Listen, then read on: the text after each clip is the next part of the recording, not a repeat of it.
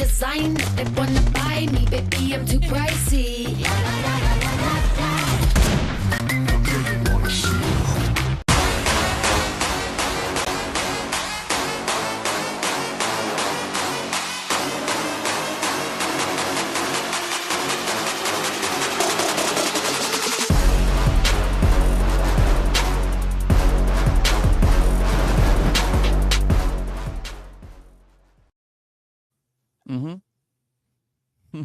What's up, guys? Welcome back. It is day 2 of the grand finals right here for the PUBG Mobile National Championship. Of course, my name is DK and I'm joined by none other than Mr. Crowns himself. Crowns, how are you doing today? Well, I'm doing okay, DK. How are you doing today?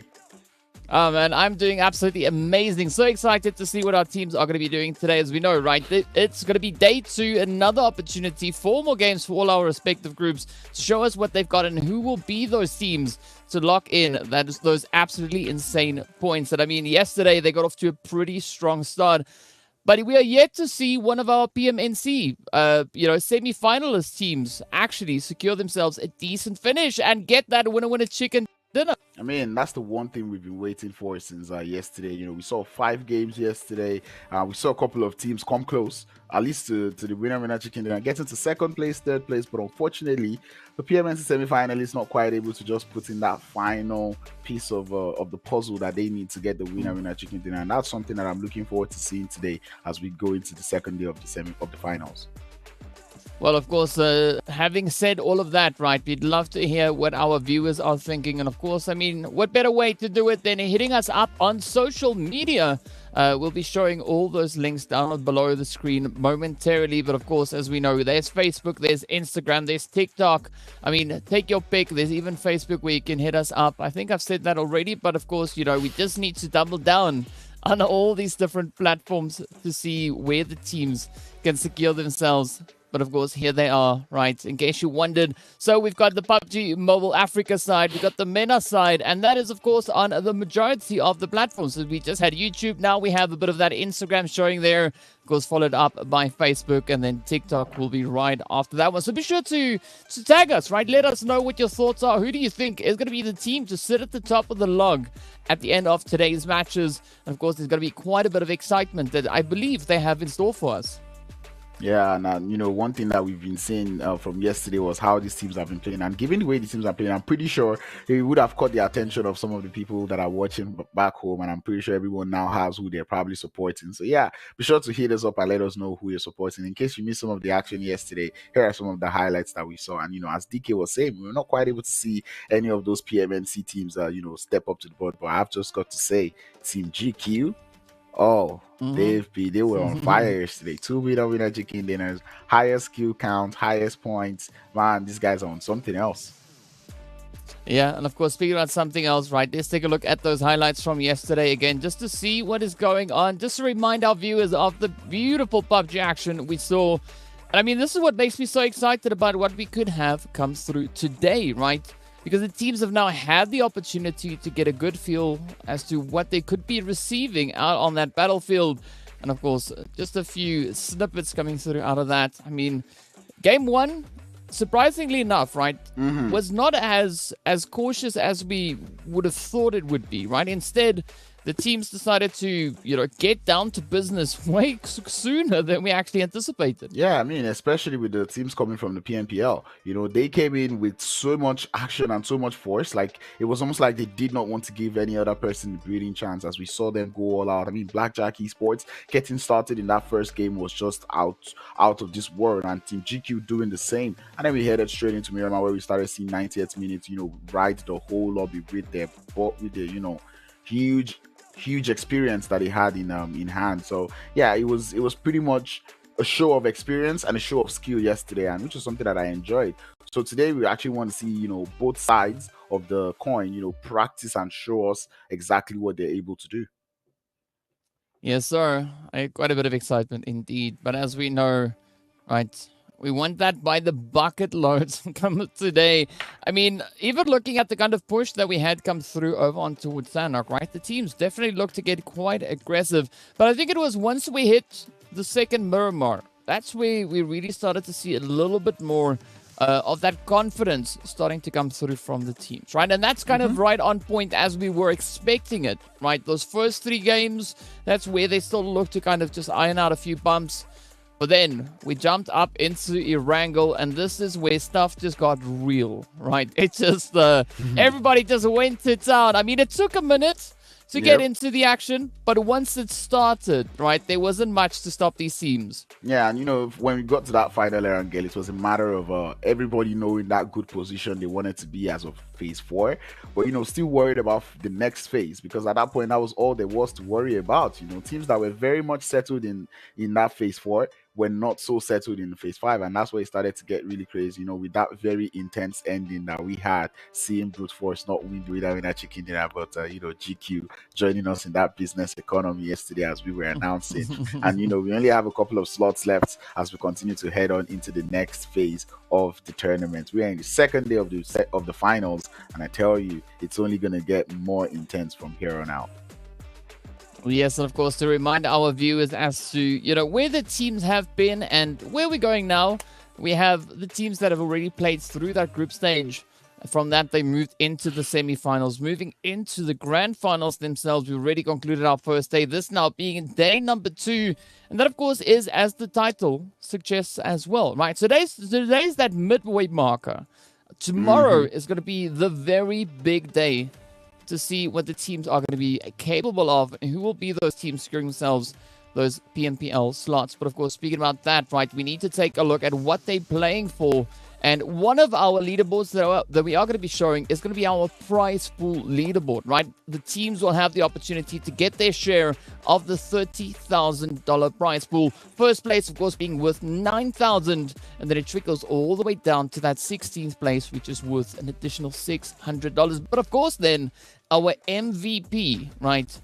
The greatest GOAT in the PUBG Mobile National Championship MEA Wildcard will be awarded an additional $600 as well. Yeah, and I think today is where we start to see, who that MVP would be, because, today is that day where all of these teams need to start putting up the stepping stones. This is today's where they have to start, getting themselves on some permanent positions on the leaderboard, and the way to do that is by ranking up and getting up these points as they continue to play each game. 1 point per elimination, but when you finish in first place you get 15 points, and it all trickles down till 13 to 16 where you get to, and that is where we start to caution the teams to start looking at that 1 point per elimination. If at all you're going to go out early, you might as well go down with a fight. Be sure to get those thirsts, so at least if you get 0 points from placement, you're able to get at least 1 point from elimination. And that was one thing we didn't really see come through from some of the teams yesterday, especially the ones involved in the early engagements. Leaders of war, they were in so many early engagements, but whenever they took the engagements, we don't see them going for those thirsts, and that is something that you need. They would always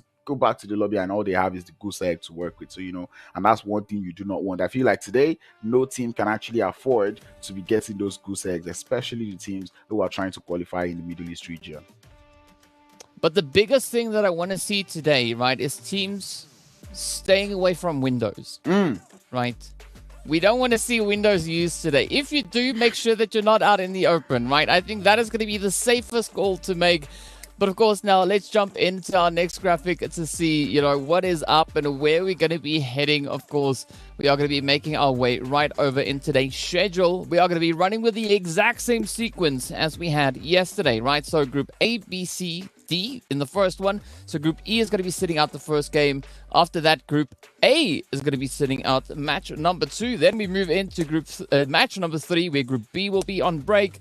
Over in match 4 is where Group C will be on break. And then finally, we close it off with Group D, wrapping up that break session, right? After that, that's going to be it. There's going to be no other opportunities. And of course, to know who's going to be playing which match, let's take a look at those groups to see what the distribution is and where our teams have been allocated to. Yeah, and when we're talking about that final game of Group D sitting out, that's where it starts to become a challenge, for those teams in the groups, Ocean on Fire, Blackjack, Darkness, and Virtual Gaming Squad, because it will mean that they have to do their best in the first 4 games in such a way that that final game where they're sitting down, regardless of what happens, they're able to make it into or they're able to maintain their position on the leaderboard. We've got Honored Souls, Ferry Raylian, Smash Team, and Stalwart UAE in Group A, with Group B coming through with Brute Force, 911, Desert Flame, and 90th Minute. And I feel like Group B seems to be the group that has all the teams that we've seen perform.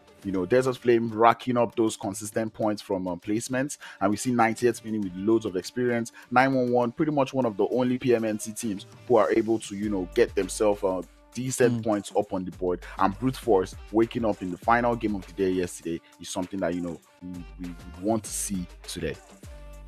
Yeah, and speaking about the final game of yesterday, it was the day in which we saw Team GQ lock in the very first and the very last winner chicken dinner, making themselves very well established over on Miramar. So I'm curious to see what our teams are going to be doing. Of course, this is our map pool. It is going to be Erangel, Miramar, Sanok, and then we follow it up with the final two right there again, Miramar and Erangel. So as you said yesterday, it's nice to close off the day coming through on Erangel instead of having to rough and tough it out in the jungle, right? But I think both of them actually have a bit of value to them, right? Sanok really forces teams to think on their toes, and that's what we did see quite a bit of yesterday's matches.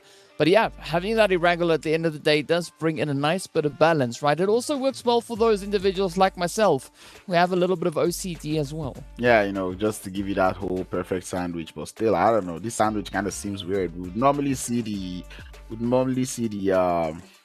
meat in the middle and not the leaf in the middle, but this one we seem to have the lettuce, the sandhawk in the middle. But I mean, it's a burger and it works. But speaking of things that works, let us show you the leaderboards from both regions, and then we'll be seeing the conjoined overall leaderboards that would determine the prize pool distribution. And going to the Africa side, we said it only 5 teams would be making it into the PMPL 2023 spring, which means they do not have too much to play around with. And speaking of playing around and round, one round team, I noticed that going towards the end of the games yesterday, they started to perform. Yes, sir. They definitely did step up with those performances, but I want to see a little bit more of those chickens coming to Africa today. That'd be great because only one team has been able to find it so far. So we'll be looking at these different standings, right? So the one that we're looking at now, the red ones, the teams highlighted, those are the teams that have the opportunity to move through into PMPL 2023 for Africa. Right now, we're going to be hopping over on towards the MENA side to see what the situation is on that end and who are those potential teams. Of course, it is going to be Team GQ rather. I gotta read at some point, I guess, right? Sitting with a 2 winner chicken dinners and 79 total points. And of course, Stalwart UAE right there in second place with their chicken dinner, but 53 points. So definitely, this is where it shows that the consistency that has been brought through by Team GQ yesterday really paying great dividends to them.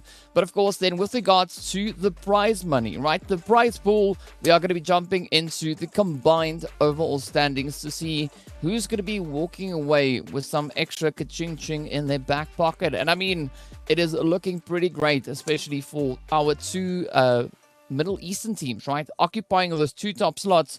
And the pressure is definitely going to be on. Looking to see if, one of the Africa teams could maybe contest and, get themselves situated up into either first or second. Yeah, and even at this point, it's not just even about like contesting for the first or second spot. I actually want to see the African team show off to the Middle Eastern teams that they actually have what it takes to be aggressive, right? The most aggressive team that we've seen in the Africa region is not even putting up as much points as like the second or third most aggressive team in the Middle East region. I mean, we're looking at the elimination points coming through from GQ. We have 43, and then Stalwart Esports, we have 31, and then we look at Smash team with only 20. Right, and that's an African team, and that's pretty much the highest elimination count that we have in Africa. So that being said, I actually want to see the African teams, show up with more, elimination points up on the board. And one could actually argue that, maybe the African teams are just more consistent at balancing between, placement points and, and elimination points. But still, if the Middle Eastern teams are able to get both at the same time, that will continue to push them up on the board. And we all know the Middle Eastern teams are actually here. They actually have, a tighter chance to fight for. They have only top 2. Africa has got top 5. And I feel like maybe that's why some of those African teams are being a little bit relaxed. Yeah, I mean, we did see the players there from Brute Force, of course, sitting on 28 elam. So actually, they the team sitting with a pretty high amount of elams. I mean, I think the major thing for them is just trying to secure those extra few additional placement points, right? If that is what they focus on today, I think they're going to have an absolutely amazing run, especially in today's performances. But as we know, right, we also then are getting ourselves ever closer to hopping into that very first match. And I mean, if yesterday was anything to go by, I think we're going to be in for quite a bit of a surprise. So I mean, my only request for today coming through for the teams is avoid windows in congested areas. Right, unless of course you want to, and make a quick hasty move back into the lobby, be our guest, right? You're more than welcome to try them. But what we saw yesterday is windows are definitely a no-go, as that is the quickest way to, deal a bit of a dent into your team. But then, of course, we want to see teams really apply all the strategies that they found yesterday. And, of course, talking about strategies, we need to give a big shout out to our insane and, amazing sponsor as well. That, of course, is to Oppo. Now, I mean, you guys have probably heard us say this a few times, but we'll say it again. Did you know that with only 5 minutes of charging, you can get yourselves 2 hours of gaming with the Oppo Reno 8 Pro 5G? Absolutely amazing, phenomenal device. But, I mean, speaking about the amazing trivia question that I just asked, which was also, answered all by myself as well, right? We are going to be posting some trivia questions throughout the day. You'll be seeing them appear at the bottom of the screen. And it's going to come down to who is able to answer those questions first. Yesterday, we had quite a few interesting questions actually coming through, right? Yep. One of them was, how many zones is there in a PUBG Mobile match, right?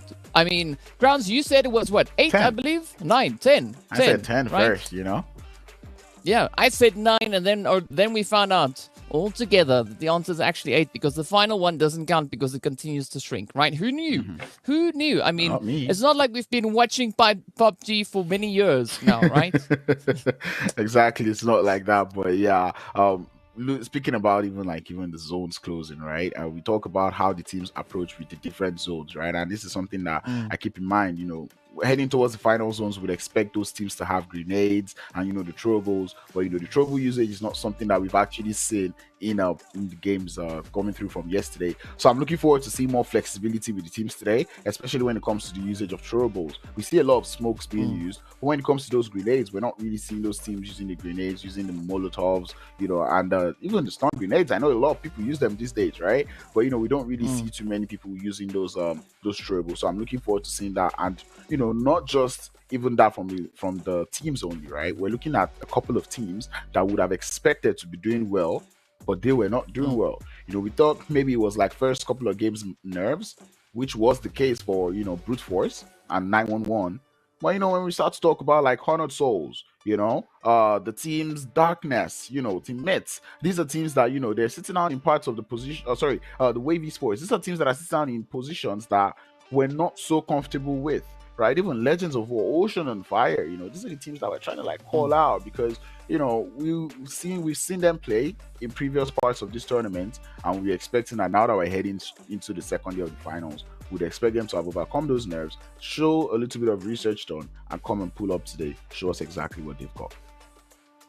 Yep, that's going to be quite important to have that happen. But of course, just a quick reminder for our viewers, if they forgot what the schedule is, here we go again, right? It is going to be match 1, match 2, 3, 4, then 5, and of course our beautiful breakdown. So on each match, there is going to be one of our groups that are going to be sitting out, just grabbing themselves a quick little bit of a breather to ensure that they are performing at optimal. And I mean, our first group that is going to be done for the day is going to be Group D, right? So they're playing match 1, 2, 3, 4. And after that, that is it. They have to do everything that they are capable of doing in just those quick back-to-back matches. But of course, that adds quite a bit of excitement. And, just again, here are our groups. So the players there from Ocean on Fire, Blackjack Esports, Darkness, and Virtual Gaming Squad will need to quite a bit in those first 4 games if they are looking to strengthen their position on the overall rankings. Yeah, and even seeing that Group E is actually sitting out of the first game of the day, right? I'm actually liking that, because the teams that we have in Group E, one round team, High for These, Mad Knights, Legends of War, these are teams that we've not really seen them pull up.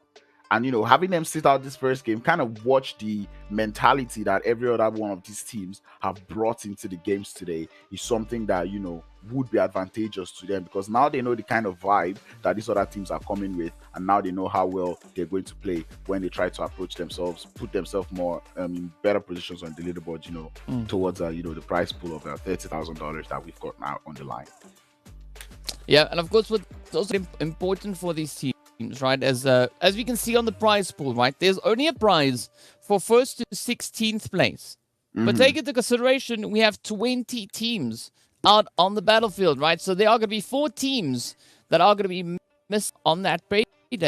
This is going to be the opportunity, the second day's opportunity to really get down and grinding and making sure that they can get themselves as many points as they can possibly find. Yeah, and wow, now that you say that, that's painful because you know the MVP goes home with $600, which means 17th place doesn't even get as much money as the MVP. I think I'm at this point where if at all I'm actually going to finish in 17th place overall on the leaderboard, I might as well have the MVP on my team. Maybe I might just be able to convince him. But I mean, what are the odds we see that, TK? What are the odds?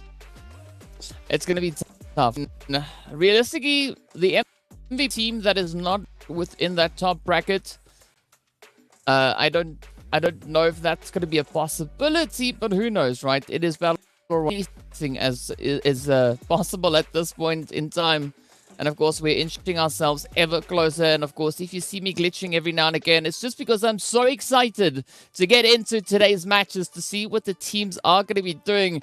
But of course, having said all of that, we are going to be jumping across into our very match right here on day number 2. Looking to see where that flight path is at as well. So with us, we welcome you to the exciting match brought to you by Oppo. Oppo Reno 8 5G with 5 minutes of charging and 2 hours of constant gaming. The Oppo Reno 8 5G is optimized for mobile gamers. Enjoy playing PUBG Mobile at its finest. Oppo is PUBG Mobile Esports official designated smartphone in MEA 2022. Ladies and gentlemen, welcome to the Holy Lands of Erangel. This will be the first game of the second day of the finals of the PUBG Mobile National Championships as we hover over the skies on Erangel. It's going to be a northern fright path today as we hover all the way from Jojopol straight on down to the open fields of Yasnaya. Definitely not the best of playing paths, especially for teams like Stalwarts, UAE, who would like to land on the military island, and it's probably going to be like a whole disadvantage to them starting off the game in this manner. Yeah, it's going to be a whole different ball game, especially as you've pointed out, right? The flight path being where it is. But what I want to see is like what the teams are going to be doing in anticipation of this first initial zone, right? We don't know where it is just yet, and neither do the players, but they are going to be finding out momentarily as that plane is about to cross on through. But we see a really decent, healthy distribution of teams, a lot of focus instead now being put towards that southern side, and rightly so, as that is exactly where the zone itself is going to be moving. So yeah, a big chunk of the zone is going to be water, so already playing on quite a bit of reduced playable area here. Yeah, exactly. And I feel like there's something about, I like the fact that the zone is a military island zone, or it could be a military island zone. It has the potential. But, you know, I feel like these teams have done something to the water gods because it does look like every single game there is a huge chunk of water. I mean, we saw that come through yesterday on the 3 different maps, and today we're seeing that happen once again. Hot drops was not something we really saw yesterday, but it does look like we'll be getting a couple of stranglers here today as X team find themselves in a little bit of a skirmish with Stalwart Esports. And I can see this happening because Stalwart Esports, they will prefer to land on the military island, right? But then, given that the military island is not close, Gatka happens to be their secondary drop. And, well, their secondary drop is X team's main drop. Now X team suffered the wrath of Stalwart UAE. And I don't think there was a way they might have figured that one out. But this is not looking like a great start for X team. Yeah, man. But the answer here that I have for Stalwart is why not? Right? Why not just peer out the window, get that hit in, and take a team on down? But now I don't know if Pumbaa is somewhere around here as well. But either which way, it is going to be some pressure coming through onto the X team. And Stalwart, I mean, they proved themselves yesterday to be a super capable team. So well done to them, being able to hold on to this terrain, right? Because now they fend them off, they secure those 2 elims. And now they get to sit back and just go like, you know what, it's fine. Let's continue looting and see where it goes. Yeah, and I think it actually takes balls because they definitely watched the stream yesterday. And then they saw that, oh, there is actually X team that lands in Gatka all the time.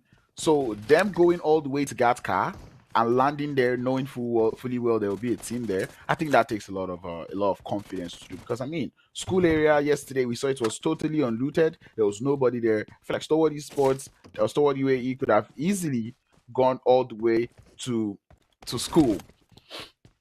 They could have landed all the way in school, but unfortunately, they decided to go to Gatka. Or should I say, fortunately for them, they decided to go to Gatka. And like I keep saying it, that is actually a very confident move coming through from them. And I'm kind of pained that they would do that. And it almost looks like X Team is replicating their drop spot as they look to be heading towards the military island early. Well, let's see what is going to be on the cards here. Oh, it is going to be Wave now, just trying to make their way on. Looking to see what they can find up in towards our lovely crates. Is there going to be that opportunity for them to get it done, though? I mean, they're currently not too contested. We did see Virtual Gaming and, of course, GQ held up within that vicinity. But I think it's going to come down to essentially what the teams are going to be able to bring in with regards to rotations. Because looking at the map, though, that entire northwestern side is pretty vacant, seeing that there are quite a few teams now applying that focus in on towards the military island itself, as we can see Stalwart now just making that crossing. So it does open up a bit of a cavity for teams to follow on through, and I'm expecting some contention to come in as the teams start rotating up. But what's interesting to note is that we're not really seeing any major focus being applied towards the bridges. I mean, Desert Flame, that is the usual spot, right? Nothing really out of the ordinary here. But I want to see what's going to be happening towards that western bridge. Yeah, but at the same time, I'm more concerned. I'm seeing a couple of teams already rushing to the military island. And this is PUBG Mobile. There's a huge chance it wouldn't go to the military island. I mean, we've seen it before. I'm looking at this zone and we cannot explicitly tell that it will go to the military island. And which is why this is where I'm trying to see that little difference of experience coming through from the teams, right? I want to see how the PMPL teams would approach this zone in comparison to how the PMNC semi-final teams would actually approach this. And I'm saying this because, like Desert Flame, there's probably a reason why they're not even focused on the bridge right now. You know, we see some of these professional teams on zones like this, they try not to make that quick decision to cross over to the other side, because this is PUBG Mobile, is very dynamic. We don't really see the same zones repeat itself. And you know, when it comes to this type of zone, it's very tricky. And I'm still looking forward to saying, I wouldn't even advise anyone to cross yet, but I would advise the teams that if you're a team, probably get somewhere close to a shoreline where you've got vehicles like Hive Mind, and then, you know, get somewhere close to the ferry pier. When you have a vehicle or like a boat, get enough gas can. If it goes to the military island, you can rotate all the way to the military island. If not, you're good, you're safe on the mainland, because if you cross to the island and it doesn't go to the island, it becomes trouble when you want to come back to the mainland. Yeah, so it comes down to teams having to resist being impulsive with movement, right? Especially this first phase, looking at where it is, it's not been decided, as you've said, right? So you need to try and wait until you have that answer before making your decisive move. And already it seemed like Darkness, I mean, maybe they just out for a little bit of carnage, right? Maybe they just want to create a bit of an upset. As you can see, Ultra and the rest of the crew now just moving closer and closer towards that military base itself. I mean, this could be a good spot if the zone does decide to stick on towards the southern edge. But if it swings up north, I mean, they're going to have a pretty tough time then backtracking all the way back over on towards that main island. Yeah, but then we look at the Team Darkness here. They barely have throwables, right? Not so many throwables at hand. You know, I saw a player there with no smokes. And this is where it starts to get tricky, because if you get into an engagement, these are things that you might need, right? If you're not having it, the possibility that you'll be finding those in the scrappy buildings around the military island is very risky, right? And even X Team going all the way to the southern edge of the circle, if this circle does not go to the military island, that is going to be a whole lot of trouble for teams who are already on that island. Yeah, 100% agree with you on that one. But we still have a minute left before we find out just how far that blue zone is going to close in. Of course, we know it's going to go all the way to the zone, but that is when the next phase will be revealed. But another interesting thing that we are seeing kind of developing here is that Darkness, they moved all the way to that southern island. We got the players from X Team now just looking to accompany them all the way on that far southern edge. So that could be an interesting play. But Desert Flame, they've now used that opportunity to get themselves situated onto that eastern bridge. And I think that's going to be a really good play for them, right? Because I think that they are going to be looking to let it loose. But of course, as we jump to the north, this Team GQ now positioned up on towards Everest. just trying to see what kind of a rotational pathway they can find. And if they head straight on forward on the trajectory that they're on right now, we could potentially see them bump into the players there from Blackjack. So, yeah, who knows? There could be some excitement just around the corner. Yeah, and it's even fun seeing that Blackjack is looking to probably head for the western side of things. You know, yesterday we saw them land around the Zaki area, and then we saw them do their rotation all the way to the east, right? But today they do look to be looking towards that western side, and it just makes me want to see how well are they going to play from the west. We've seen them play from the east well, but now from the west, will they be able to do it? And like you said, Team GQ, a very wonderful team that we've seen yesterday. Seeing them play this a little bit slowly, and that's what the case to what I said about the zone. Oh, a nightmare. It is now. Yeah, but it is not Blackjack, rather, Desert Flame, right? Falling with their butts in the honey, right? They still are able to maintain that compound, which is essentially on that central band of our current zone. And I mean, this is prime real estate, but they are going to be experiencing a little bit of a challenge here, because seeing that it's such a good position, they now have to defend it. All our teams situated on that southern island are going to be looking to rotate up north, potentially, or maybe just to get themselves a little bit more fortified, as we still don't know where the zone's going to be going. But based on where it's gone right now, we could potentially have all that focus being brought into this eastern bridge. And this is a kind of zone that Desert Flame is all too comfortable with. Yeah, and I hope not to see what I saw from Desert Flame yesterday. Given that they were in the center of the circle, they had a good spot, but it just did not capitalize on it, right? We didn't see them get all those elimination points. It almost just seemed like they were just chilling for all of the teams. And now today they find themselves in a very paramount spot in the circle. So I'm looking forward to seeing them actually frag out today. I do see Six God being brought back into the squad today. I don't think I saw him yesterday, and hoping to see him, pull up some of his fragging abilities today. So Blackjack, I've got my eyes. Oh, sorry, Desert Flame, I've got my eyes on you. Yeah, we did see a little bit of that Six action just yesterday. But speaking about action, right, it is going to be the players here from Smash Team, who we know from the Africa side have already been able to secure themselves that winner chicken dinner, now starting to push in towards this bridge area.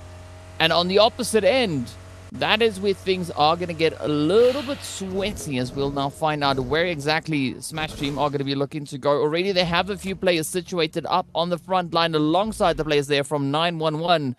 But they've not called the emergency services just yet. Instead, it is going to be our Lelouch now, just peering across, looking to see if they can find a bit of an opportunity. But I like this 3-1 split, because if well executed, Lelouch can definitely leverage quite a bit of that position in their favor. Yeah, especially with the new design of the bridges in PUBG Mobile. It's something that it does look like they want all 4 of their players in the same position as they're able to successfully cross the bridge. And this is where they're in luck, right? Because they just have to be thankful now that 911 not doing the best of jobs holding that bridge or holding this bridge camp, right? So they're able to escape that position. Desert Flame already pulling away from the bridge, not looking to have interest in that part of the game, and that's quite interesting to see. To an extent, I'm happy about the number of teams that we have on the mainland, right? There's only like 3 teams that are out there on that mainland, on the island still, and it almost looks like they might be able to make it through. But it's funny that none of them are going through that western bridge. Everybody wants to go in through that eastern bridge, and well, that is going to be a whole lot of trouble in the east.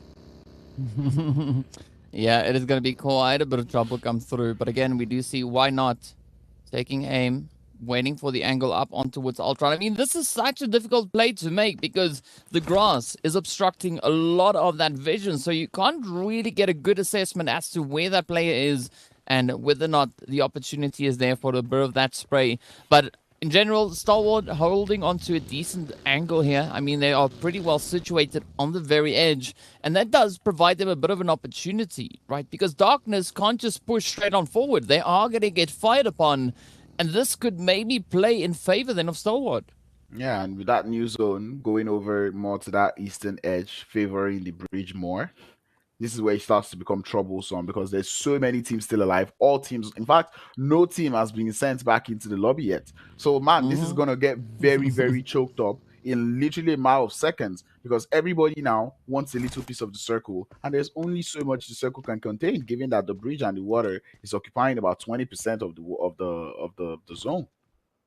Yeah, but what would be crazy, right? I mean, we did see that zone now centering up on this eastern bridge, with it just slightly touching that southern position, as we can of course see up on the mini map. But what is going to be absolute carnage is if the zone then moves south from where it is now, right? The next phase. Because that's going to play in favor of Darkness, Stalwart, and even the players there from X Team. But I don't know if they are prepared for what could await them, right? I mean, that influx of northern teams just pushing on forward, it is going to be so brutal. But we are going to be seeing quite a few teams now getting sent back, as we already have a few knocks getting found out there once again. But the pressure is on because this is now a heavily kind of congested area, especially up on the north. The south, I mean, it's a breeze, right? As you've pointed out, there's only 3 teams positioned on this island, and they've got a decent amount of space to work with. Yeah, hopefully they will be able to do it. Honored Souls, on the other hand, going out one after the other as the blue zone starts to claim some lives. It's very surprising to see some of the players there from Honored Souls out there still in muter power. It's currently zone 3. I do not know what they're still doing outside. This is actually a very nice position being held by Cool Boy. I like the fact that he's not giving it out just yet, waiting for whatever the zone is going to do to kind of push the players there from Darkness onto the bridge. And then that way he can understand what they're trying to do and try to see if they can get some elimination points as the time goes on. A little bit of trouble will be looming on the northern side as many of these teams start to get closer and closer. A couple of teams chilling out there in muter. Nice to see. Couple of teams also in the farm with Ocean on Fire, just holding, engine over to that western side. The angle plays up for Cool Boy, and he's able to get that instant knock with the thirst to follow suit. Yeah, but now it's going to be that pressure on to the remaining players left in Darkness. As you can see, Godlike now getting hit as Cool Boy keeps the angle pretty tight.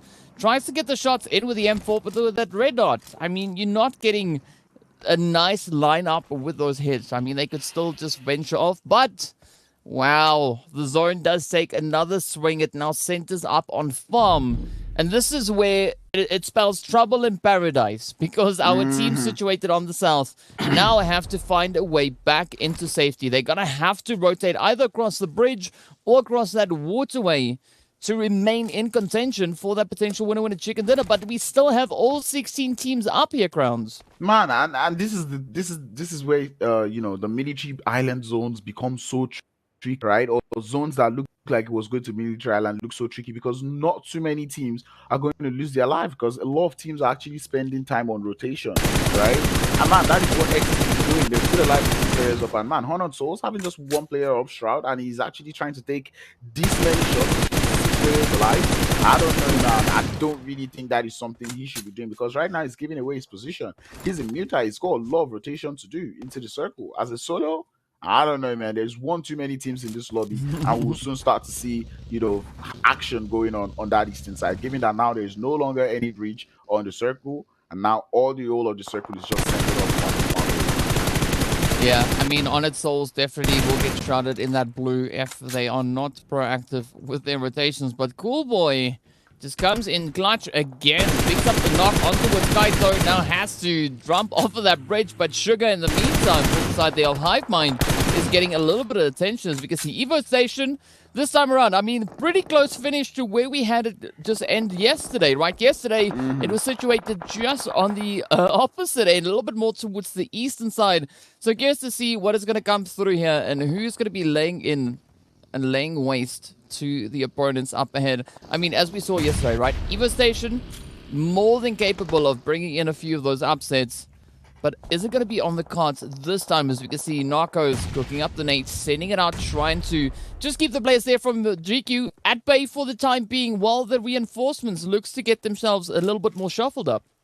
Yeah, and looking at the way Hive Mind is handling this, I'm enjoying it. A little bit of patience coming through on their side. And this is not something we saw too much yesterday.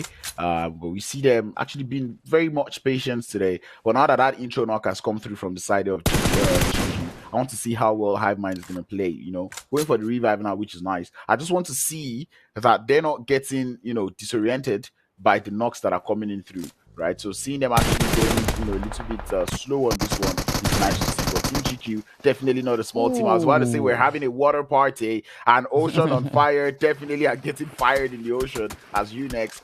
This is going to be the next man to find himself into the lobby, as X Team will be claiming some of those elimination points for themselves. I mean, one thing we can say about Unix is at least they came dressed accordingly, right? They knew that they were going to go take a splash in the water, and that's why they wore what they wore. But now, it is going to be war on this western side as we have Hivemind and GQ still going at things. Of course, a few vehicles getting exploded right there, just trying to bring in that mobile hardcover. But is it going to be sufficient as we still have all 16 teams? I mean, we are nearly 19 minutes into this match. And looking at the positions here, I got to say, the Federalians well, they were center zone. Now they still find themselves just barely on the edge of it. But now it's going to be that mass migration, right? A lot of teams situated, especially on towards the eastern side, are going to be looking for a bit of a play. And this is where the opportunity presents itself for teams to just lock in elims all over the place. I mean, even 90th minute, looking to find a bit of ground to stand on. But they don't have all that much. Instead, they look on as Darkness, 911, and of course, they're the players there from Stalwart get ready for a little bit of the action. Yeah, and I don't think there's a spot you'd stay in this next circle, or even anywhere on the map right now, where you do not have the potential of shots, coming your way. And 98 minutes, bringing in Watson into the roster today, nice to see. But they find themselves very close to the side there from Wavy Sports. Federalians, like you said, holding up a very wonderful position on that northeastern edge of the circle. It's not a question of how well they'll be able to play that position. They've got beautiful compound to play with, a couple of ridges in front of them where they can get laid from. But I believe it's something that they could handle if they're able to, watch their sides, keep on with their angles, and stay on with consistency. 911 coming in through, but they've got to be thankful for Federalians who are helping them with the third party of the century. I mean, Hamodi being presented with players on a silver platter right then and there, but shows that trigger discipline. You know what? It might look all good and great, but we'll wait to see what it is that they're going to be doing instead. Now continues to play the position here. Looks on at Stalwart.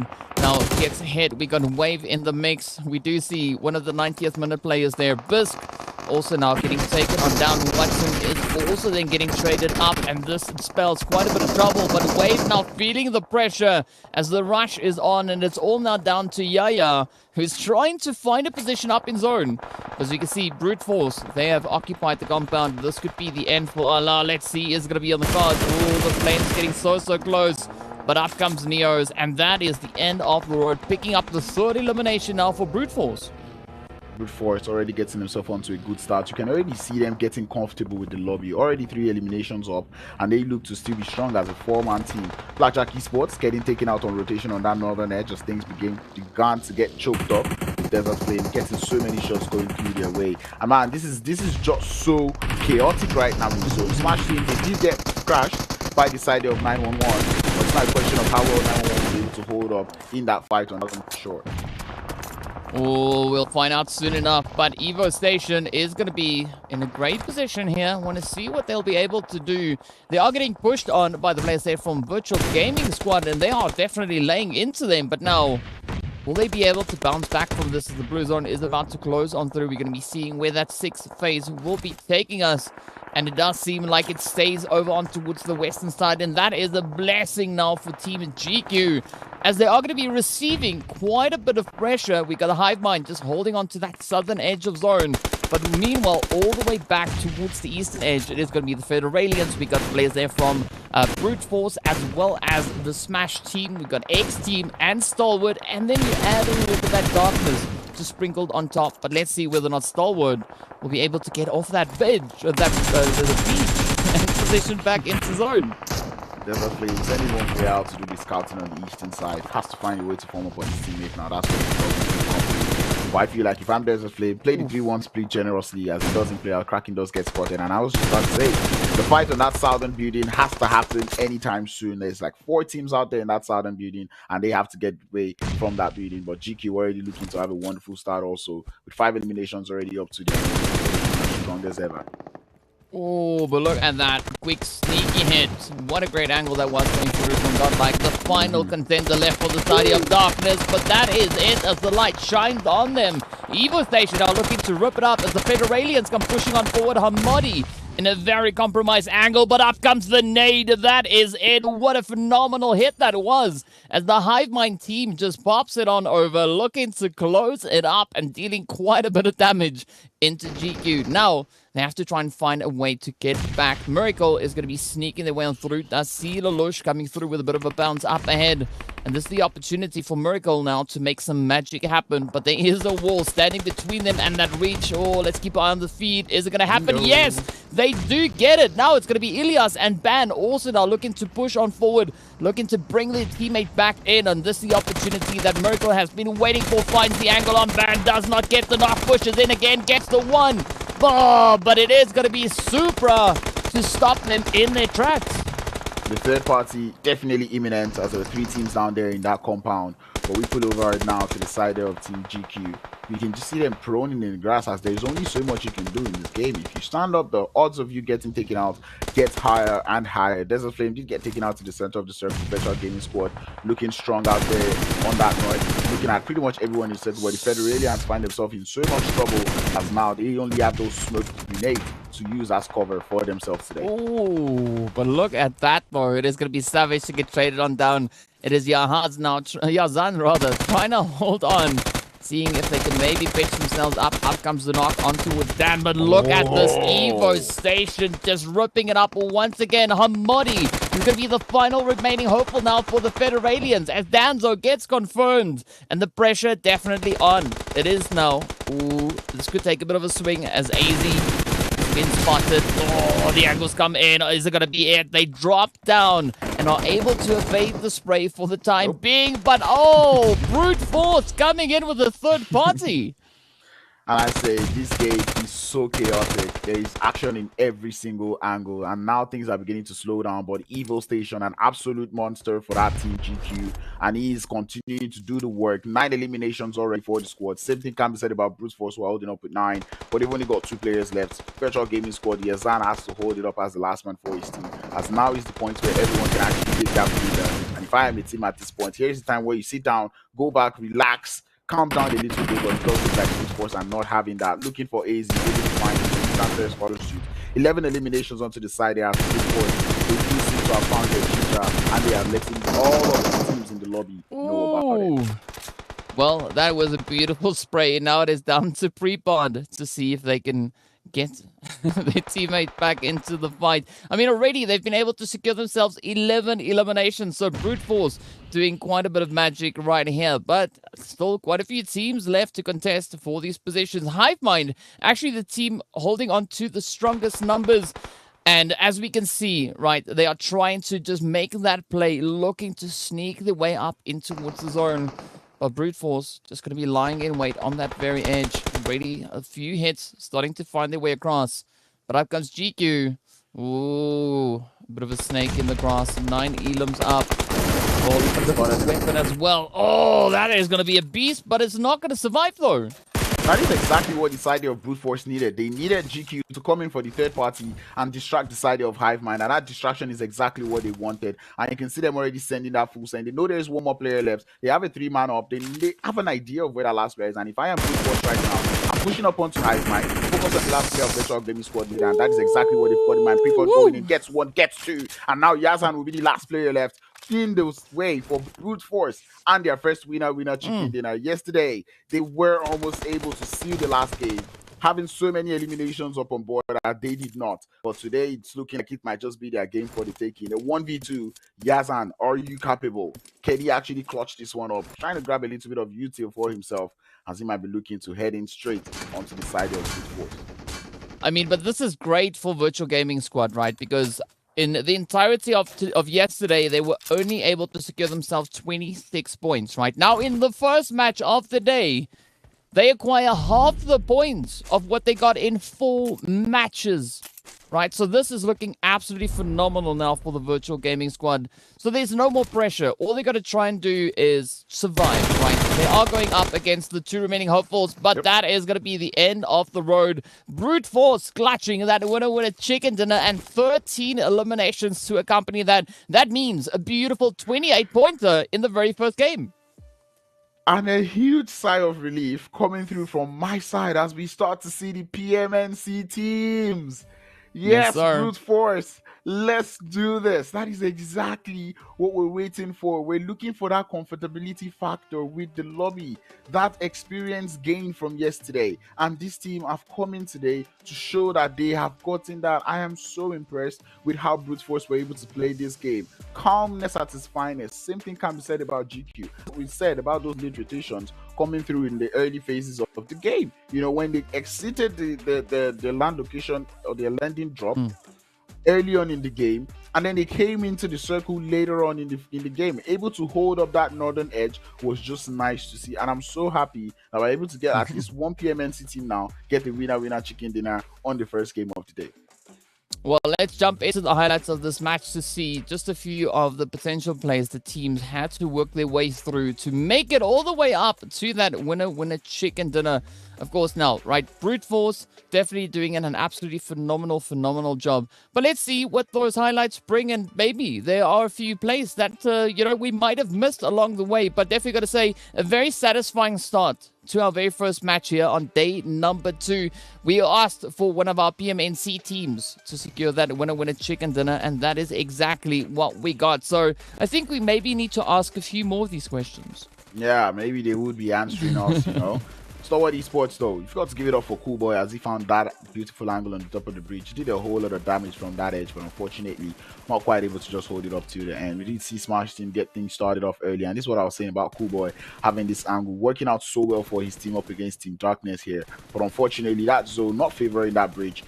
In their decision to stay on that eastern side of the map, and now they had to move on into the chaotic zone that we had. I mean, there was so much action going on pretty much everywhere that there was no safe spot in that zone. Yeah, I mean, it was a pretty brutal zone, but that is kind of what we were hoping to see in our very first game of the day. And again, right, Brute Force, I mean, they at one point, as we saw just then, right, I mean, sitting all the way back in that 4th, 5th phase, not with the craziest amount of elims, but then they just started to lock onto the targets, and they were rocking a 3-piece, right, for quite some time. And as we progressed into these later few bits of the match, that is where things just worked out so phenomenally for them. I mean, Federalians, they definitely did try pretty hard to secure a decent finish. But as we know, Brute Force just brute forced their way into that winner chicken dinner. And today, seeing them play a little bit of strategically is one thing I love to see, because this game that they had today is almost similar to the ending that they had yesterday. Yesterday they were in that triangle position where they needed one team to take out another team in order for them to get the winner chicken dinner, and they focused on the wrong team yesterday, which was Team GQ. But today they understood that Hive Mind actually needs to get distracted one way or the other before we focus on that final player there from Virtual Gaming Squad, and that's exactly what they did. The instance Hive Mind stood up to try to take out that last player from GQ. They came in straight up for the third party, eliminated that player, went all the way for Hive Mind, and they were able to get themselves the winner chicken dinner. And this is one thing I've been waiting. Brute Force, a team that we know is capable of actually getting this elimination point, a very aggressive team, showing up winner chicken dinner to get things started. Oh, I'm actually so glad. Let's see the match rankings. Yeah, let's hop straight into those match rankings to see how many points our other teams were also able to secure. Of course, as we can see, Brute Force rocking it out there with 29 points. Team GQ established on 17 with Hive Mind right behind them on 16. But then as we have the Virtual Gaming Squad locking in that second place finish with 14 points overall. But Smash Team getting down to business also with the aggression alongside the players there from Team GQ. As we can see then, the 12 points up. And this is what we want to have, right? But as we look over onto the right-hand side, right? Osha's on fire, Honored Soul already starting the day off a little bit further down on the overall rankings, not having the best start. They still have 3 more matches for themselves to try and piece it all back together and maybe find a few more additional points. And with Honored Souls, I'm very confused. What is happening with that team, right? We saw them stay in that Muta Power side for so long. In fact, one of their players did go down to the zone, right? And this is just something that, we don't really see from Honored Souls so often. Even Ocean on Fire, too. Saw them on that southern edge of the circle. They got caught up in that whole skirmish on the south because so many teams that were coming all the way from the military island were swimming and coming out from that compound, and they were just attacking anybody that was on that southern shoreline. But man, you just got to give it to the PMNC teams that I'm seeing. Federalians, even X team able to make it to 3 points with only 2 players, given that they were reduced to, too early on in the game. It's just wonderful to see. And, even the Federalians too able to get, 11 points up for their name. It's just wonderful to actually see, because I'm actually glad to see that teams are getting more comfortable in actually in these lobbies. And I keep saying I'm just very impressed with this first game that we've seen, because the teams are showing that they've adapted to this lobby. And I'm now is the part where I start to challenge the team. Can you be consistent? Yeah, you have to be able to maintain that consistency, because as we know, right, consistency is key. And looking back at what we had just yesterday, right, Team GQ proved that, right? They just kept it up all the way through to the end. And that is why they found themselves sitting where they were sitting. But as we know, right, the teams still have quite a few opportunities. And speaking about opportunities, of course, one of our groups are going to be stepping into their very first match of the day as well. And that is going to be none other than the lovely, lovely Murmur. So expecting to see what the teams are going to bring through as they have to try and adapt their playstyles, moving from Erangel over in towards Murmur. And as we mentioned, right, we have teams sitting out. So it is going to be Group E sitting out for this next match, as they have the opportunity to get themselves out on the battlefield. But Group E now need to prove what they can bring into their second day of the Grand Finals. Yeah, with Group A sitting out of this one, Group E now is the chance for them to show that they've watched this first game. And now they kind of have an idea of the type of energy that these teams have brought into the game today. And now they're looking forward that, okay, now we're going into the second game, Miramar. This is how we're going to play this Miramar game. I'm looking forward to see that one. So let's see the teams that will be coming in for the next game of today, which is going to be Miramar. We have one round, high for these, Mad Knights, Legend of War. And man, Legends of War, I was keeping my eye out for them, but then I realized, oh, they're not in the first game. And now I want to see them play this next game, because yesterday we saw them go out so early in the game. Now, Legends of War, they're going to be with with Hive Mind in this next game. And we all know both teams like to land in Picado.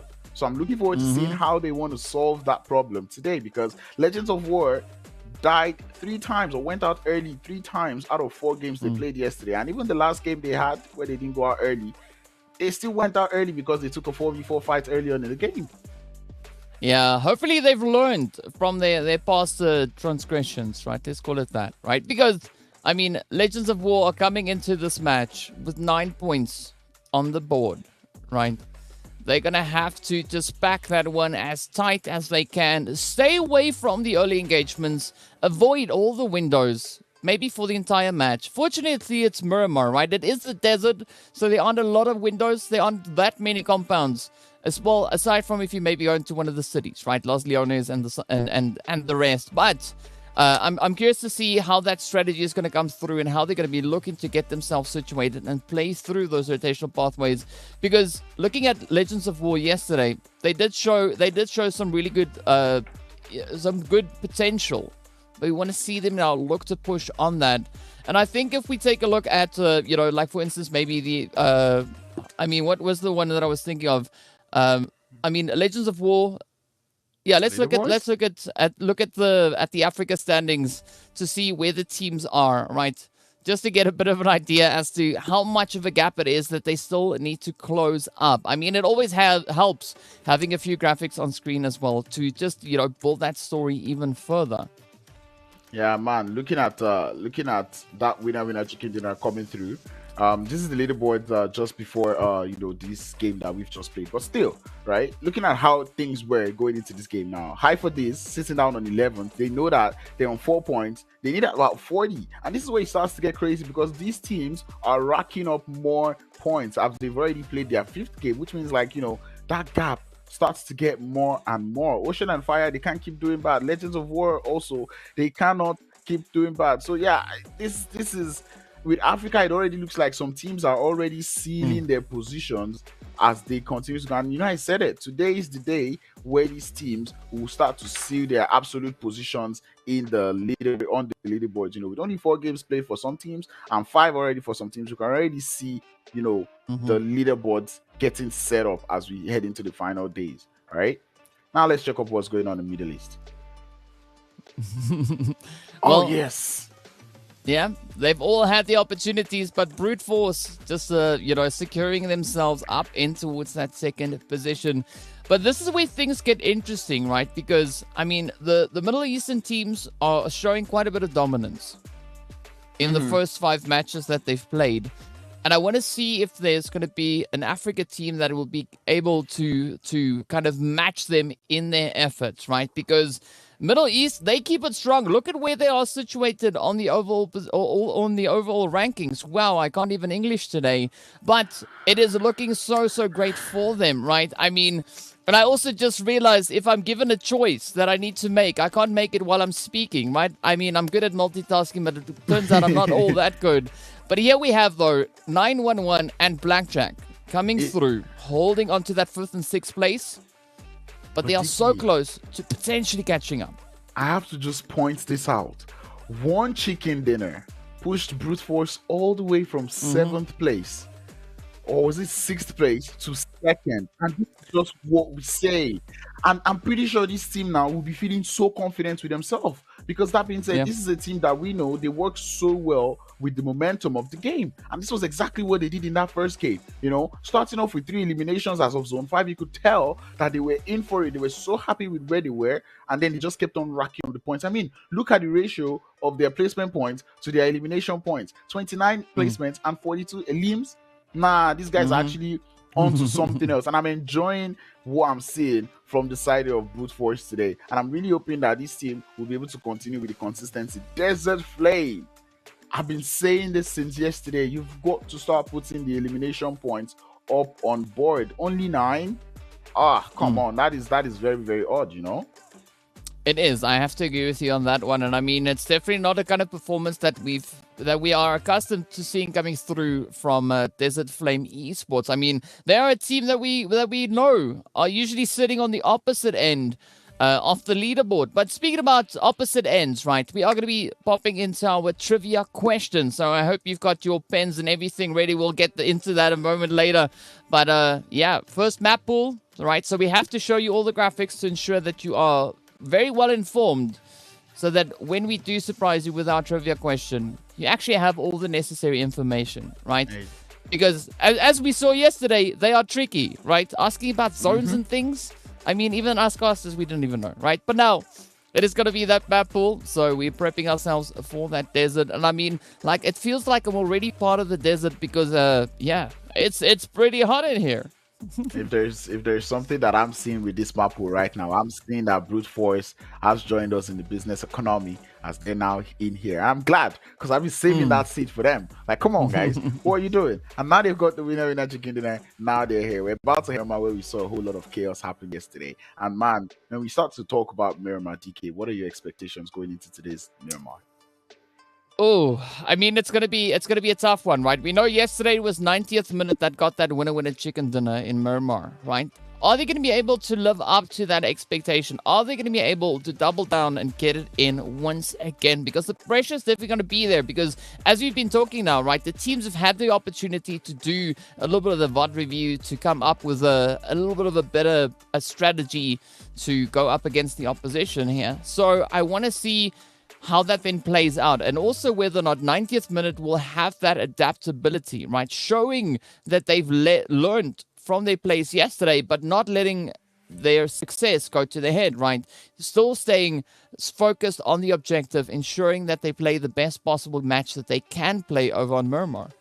Yeah, I mean, yesterday the Miramar game was more of an experience game, right? It was more of the more experience you have, the more you do so good. And I think that's why we saw some of the PMPL teams do so well on that Miramar game yesterday. And with 90th minute, this was a team that even early on into that game yesterday, we're pointing out how they had loads of experience on that team. I mean, we're looking at Zakaria, having Biscay on that team. And now today we see that they even have Woodson as a sub on that team who's also coming. And these are players that we know that they have a ton of experience on their hands, right? And I'm now like, if today, going into this Miramar game, we're not getting a game that it's going to be very experience based.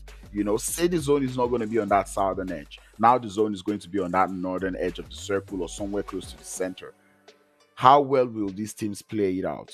Or is it just going to be a situation of 98 minutes are just so good on the Miramar map that regardless of whatever zone you give to them, they're able to handle it. I think that's pretty much what more of what I'm looking forward to seeing, especially going into this next Miramar map. I know Miramar is a map where Brute Force happens to be strong, but Federalian's also another team that I know that they are actually strong on Miramar too. So, you know, and then let's not even start talking about the PMPL teams like Desert Flaming Sport. I mean, you mentioned it yesterday. They're a team that are very Miramar dominant. So, man, I feel like this Miramar game today, provided we do not get a southern shift, we kind of give many of these teams the opportunity to actually show us their true colors, especially in this map of Miramar. I'm right there with you, right? I'm right there with you. I want to see the exact same things happen. I want to see these teams show us what they are made of and what they can bring. And of course, as we know, right, they are starting to prep the plane, making sure that everything is as it should be, that all the doors open accordingly. As we established yesterday, there are no seats, right? Maybe some along the line, yes. Everyone prepping themselves up, getting ready for the necessary jumps that needs to be made. But more importantly, it is going to be Crowns just prepping themselves up in that business economy class, right? So, you know, Crowns, what is up in what did you call it? What's the business economy? What was the business economy? Where do you want in first class? So there's guys in economy, and then the winner chicken dinner boys are out here in business economy. We only have a couple of slots, you know. We're hoping. I mean, GQ getting two winner chicken dinners, man. They have more leg space right now because they're occupying like 2 slots. They're just stretching however it comes. So I tell you, these guys are actually having a lot of fun. So that being said, Brute Force being here, I'm pretty sure they're looking at this and they're probably comfortable with what you know. This is where, speaking of comfortability, we're being serious. Like comfortability, these guys would be getting so comfortable with the lobby, and this is what I'm enjoying to see. And man, when we talk about fruits and vegetables on the flights today, I don't know. I think I'd have to speak to the hair hostesses today because I don't know what's going on in the kitchen. We're definitely cooking up some 5s and 7s, but still. We're looking at as long as they're not cooking up nades. I mean, that's maybe a dessert, but it's definitely not part of the main course, right? I mean, you want to avoid that while flying. Especially it's not doing all too good for your team, right? You want to ensure that it works out a little bit further down. I mean, we got to take it up. But also yesterday, right, we got asked the question as to how the Teslas work, right? And you were saying that there was something with the gas canisters and what, right? So the gas canisters now say it's fuel and battery pack. There we go. Right, so that kind of doubles as both, right? So you can essentially pour fuel into a Tesla and it will work. You know, it puts you in charge. Well, I hope that was not one of the trivia questions, because if it is, then you've given away the answers. Because that would actually be one of those questions that, you know, we're very curious as to see. But welcome to the exciting match brought to you by Oppo Reno 8 5G. With 5 minutes of charging and 2 hours of seamless gameplay, Oppo is PUBG Mobile's official smartphone partner in MEA 2022. Welcome to the sandy dunes of Miramar is what Oppo is telling us. Fasten your seatbelts up. More of this time, take off your seatbelts and get ready for landing as we over Miramar. Going all the way from Campo Militar down to the water. This is a very, very eastern playing path, and these teams are not happy about it. It feels like we're on safari. If you look to your left, you'll see the lovely waterway over on towards Puerto Pareso. We got a few islands out there as well. But if you look to the west, well, it's just the lovely dunes and a few towns and teams trying to get themselves situated. But I want to see if we are going to be having any players come through in towards Picado, right? Yesterday, the first match, Picado was a little bit contested. Second map over on towards Miramar again, Picado eased up quite a bit. And this time, it does seem like the teams are trying to play it a little bit more spread out. But especially with this eastern flight path, it does affect those drop locations, right? The teams can't necessarily get all the way over in towards Pazo, all the way up in towards Monte Nuevo, La Drillera, Val del Mar, you know, any of those more western angles. And especially with the zone, there's going to be no need for it, right? All they now need to do is just focus on what they've got in front of them and find a good drop location. Yet another zone that has water in it. And I keep saying it, there's something off with this lobby and the water zones. And seeing that a couple of those teams, like Brute Force, already found themselves vehicles finding a way into the circle. Nice to see. This is something we saw them do yesterday, right? The plane path was nowhere near Picado, but they were able to find vehicles and make it in. A little bit of an accident. I don't know, man. If I am Ned right now, I'm definitely not getting in the back of that buggy, or Neil's actually. I'm going to tell you, you know what? Let me drive. don't do the driving anymore because buggy is quite vulnerable when it comes to when it comes to this game. Yeah, I mean, but that's also just part of Miramar, right? It enables some really interesting maneuvers onto the vehicle. But make no mistake, the players here from Legends of War are going to be looking to get right down to business. And already they do have a little bit of company sharing the area with them.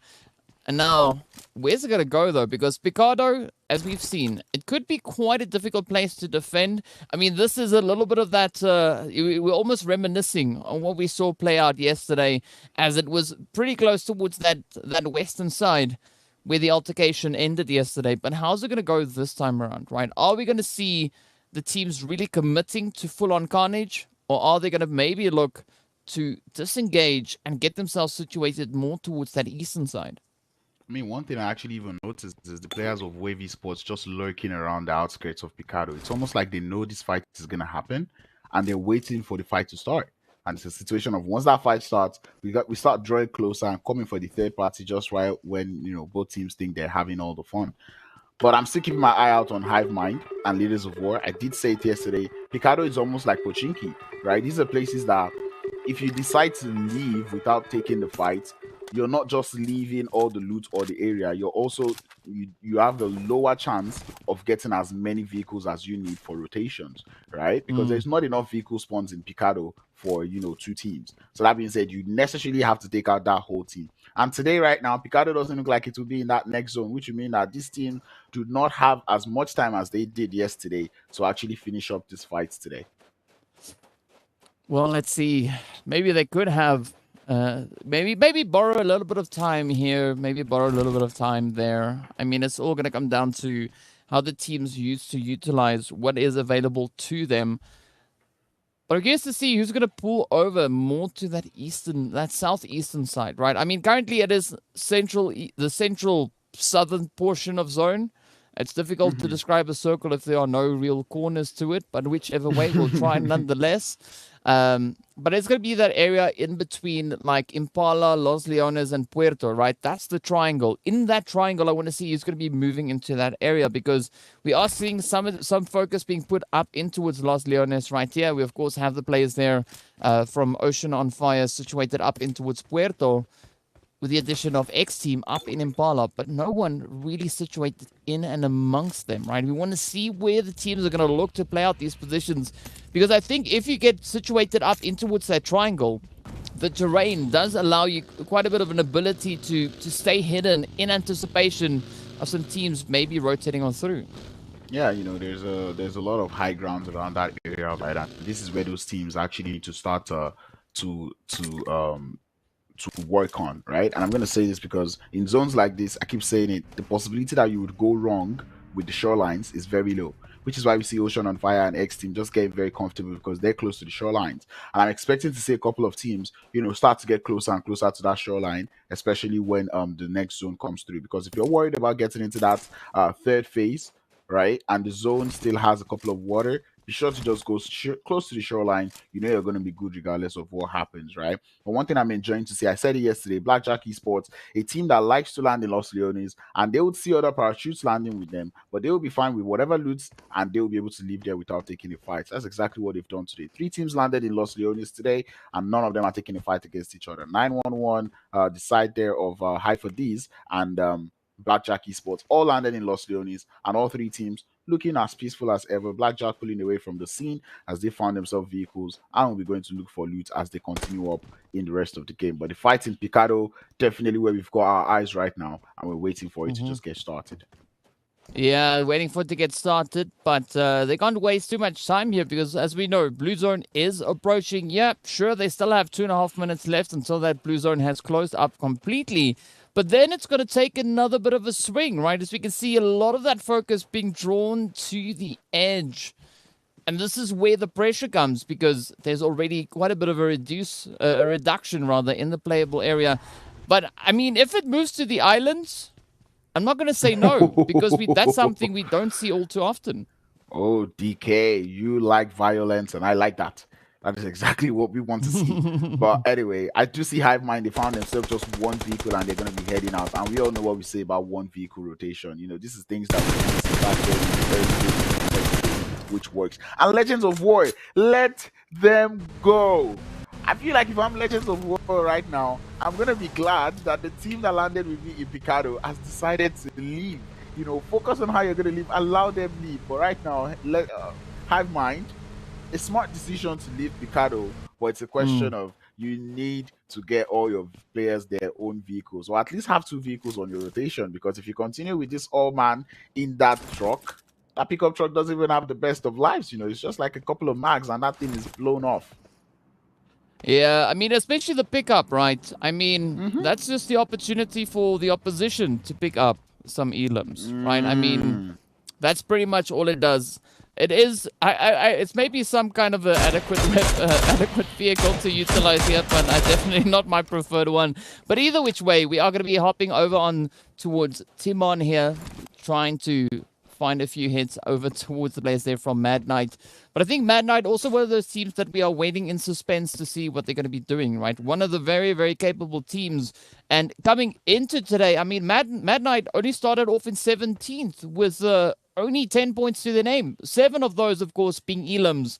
So we know that they are not lacking in the aggression department, but we want to see them now just utilize their strategies even more so and lock in a little bit more of that success.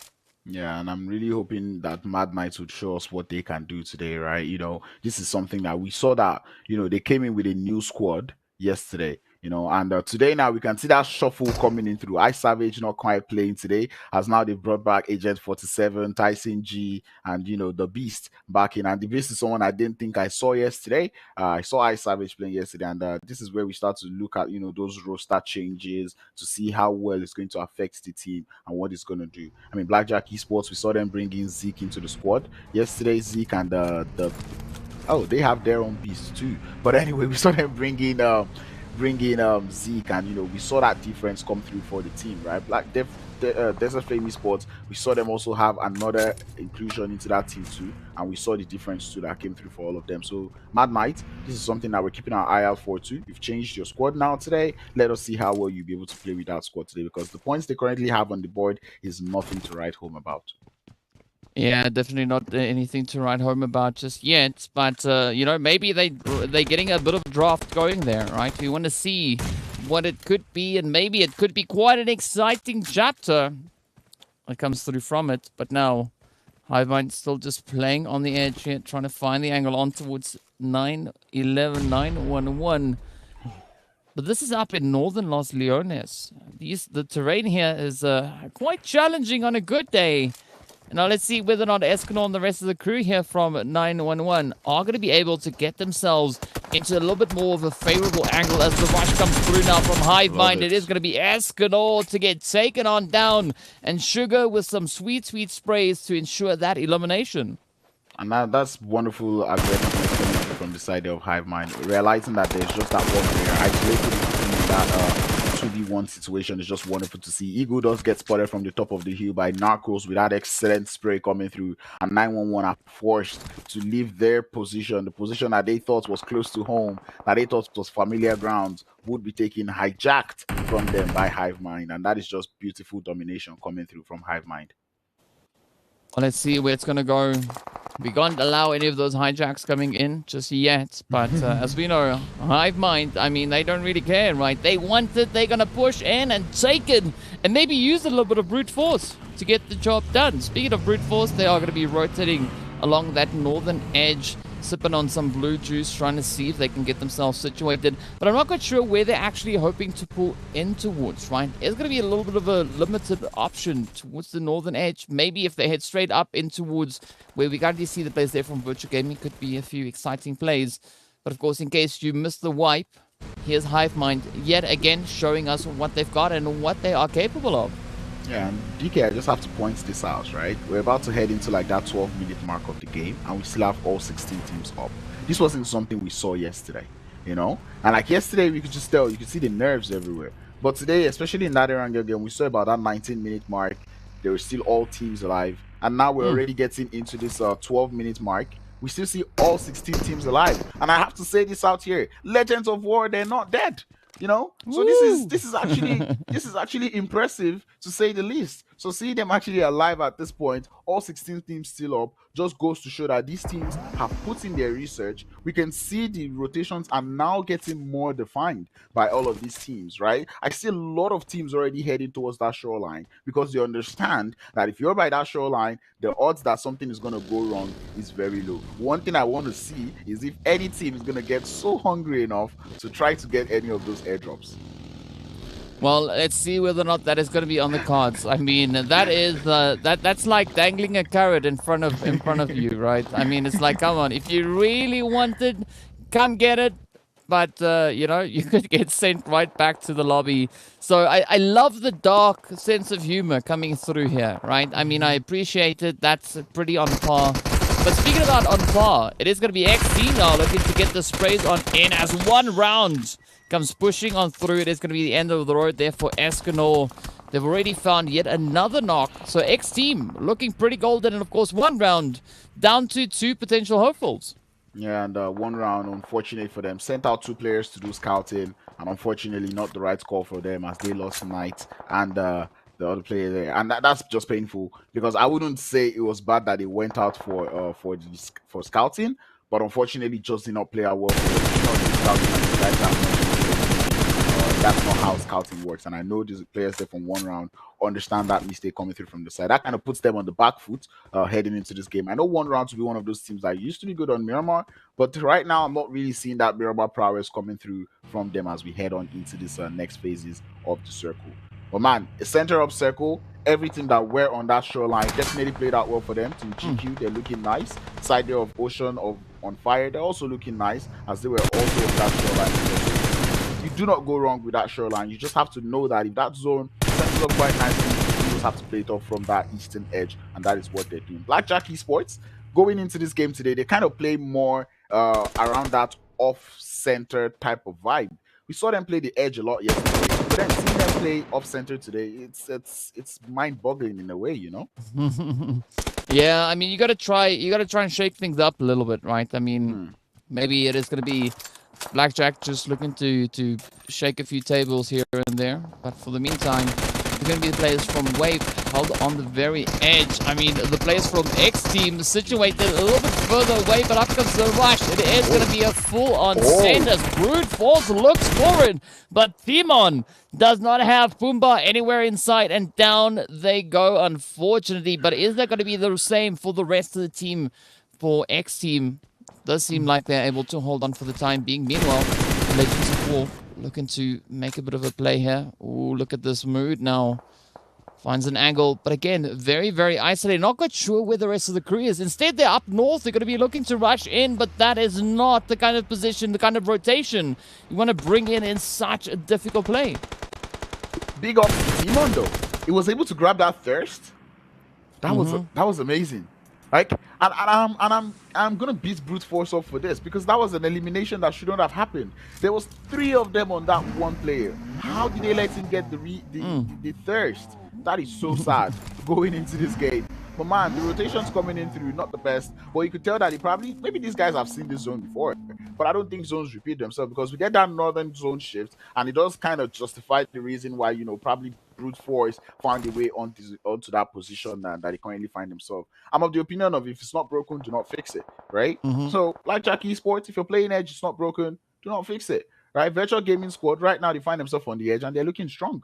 Right, all 4 players alive, and it's all just a matter of how well they're able to capitalize on that position that they find themselves. 16 minutes, DK, 16 teams still alive.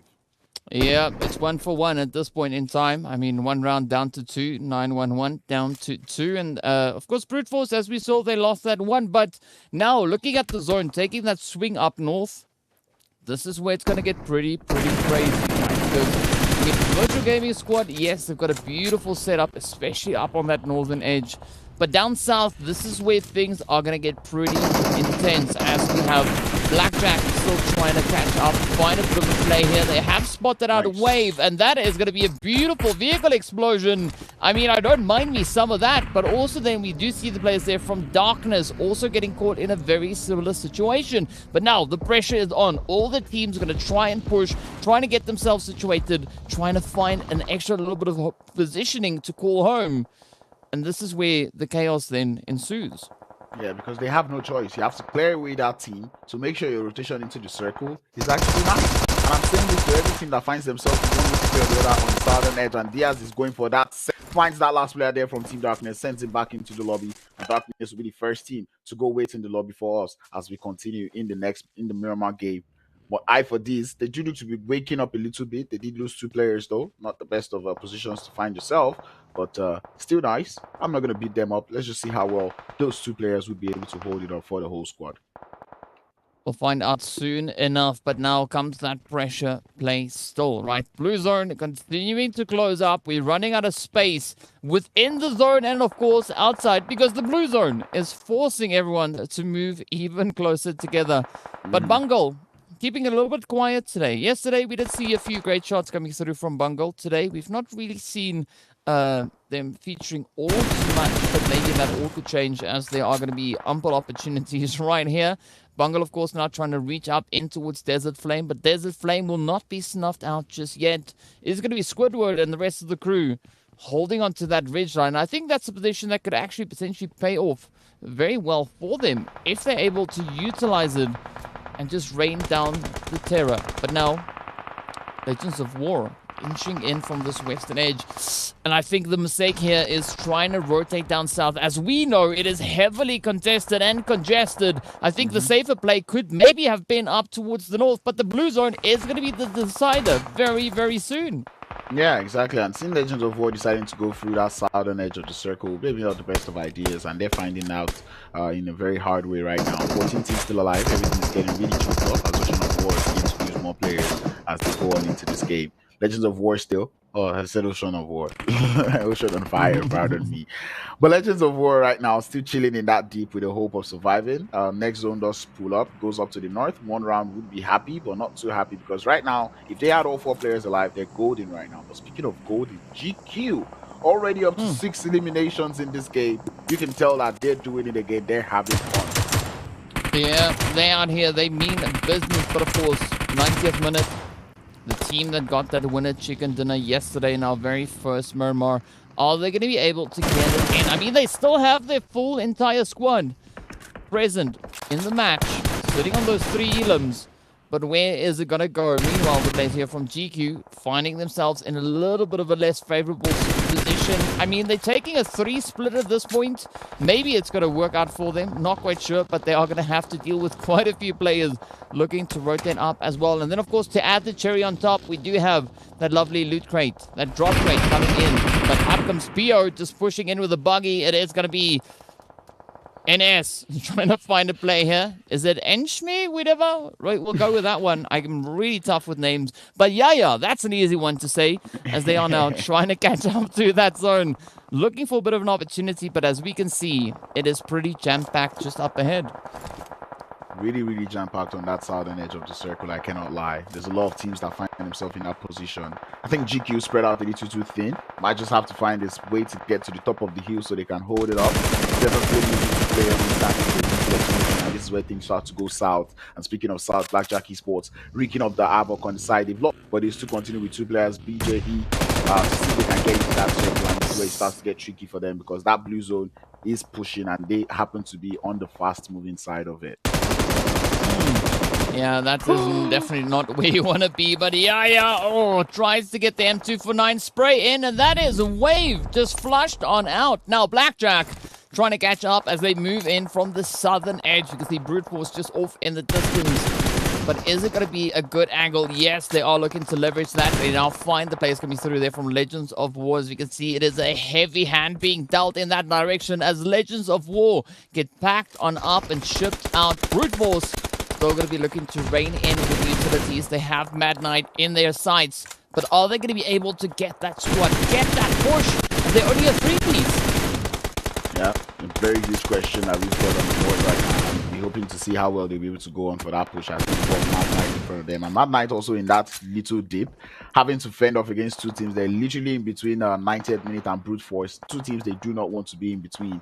But we'll see how well they're going to hold it up. We're waiting for the next zone shift. Does shift us all the way to that western side. Virtual Gaming Squad, they've been holding it up with the good positions in this game. But now is the time to start putting up the eliminations up on board, because this is now the 5th phase of the circle. And now you have to continue doing all the work. Now you've done the rotation part. Now is the part to start using the guns. 98th minute on that south. It's only a matter of time before they push up onto the side there of Mad Knights with Team GQ holding up on a very, very high ground. Nice position actually going into the circle.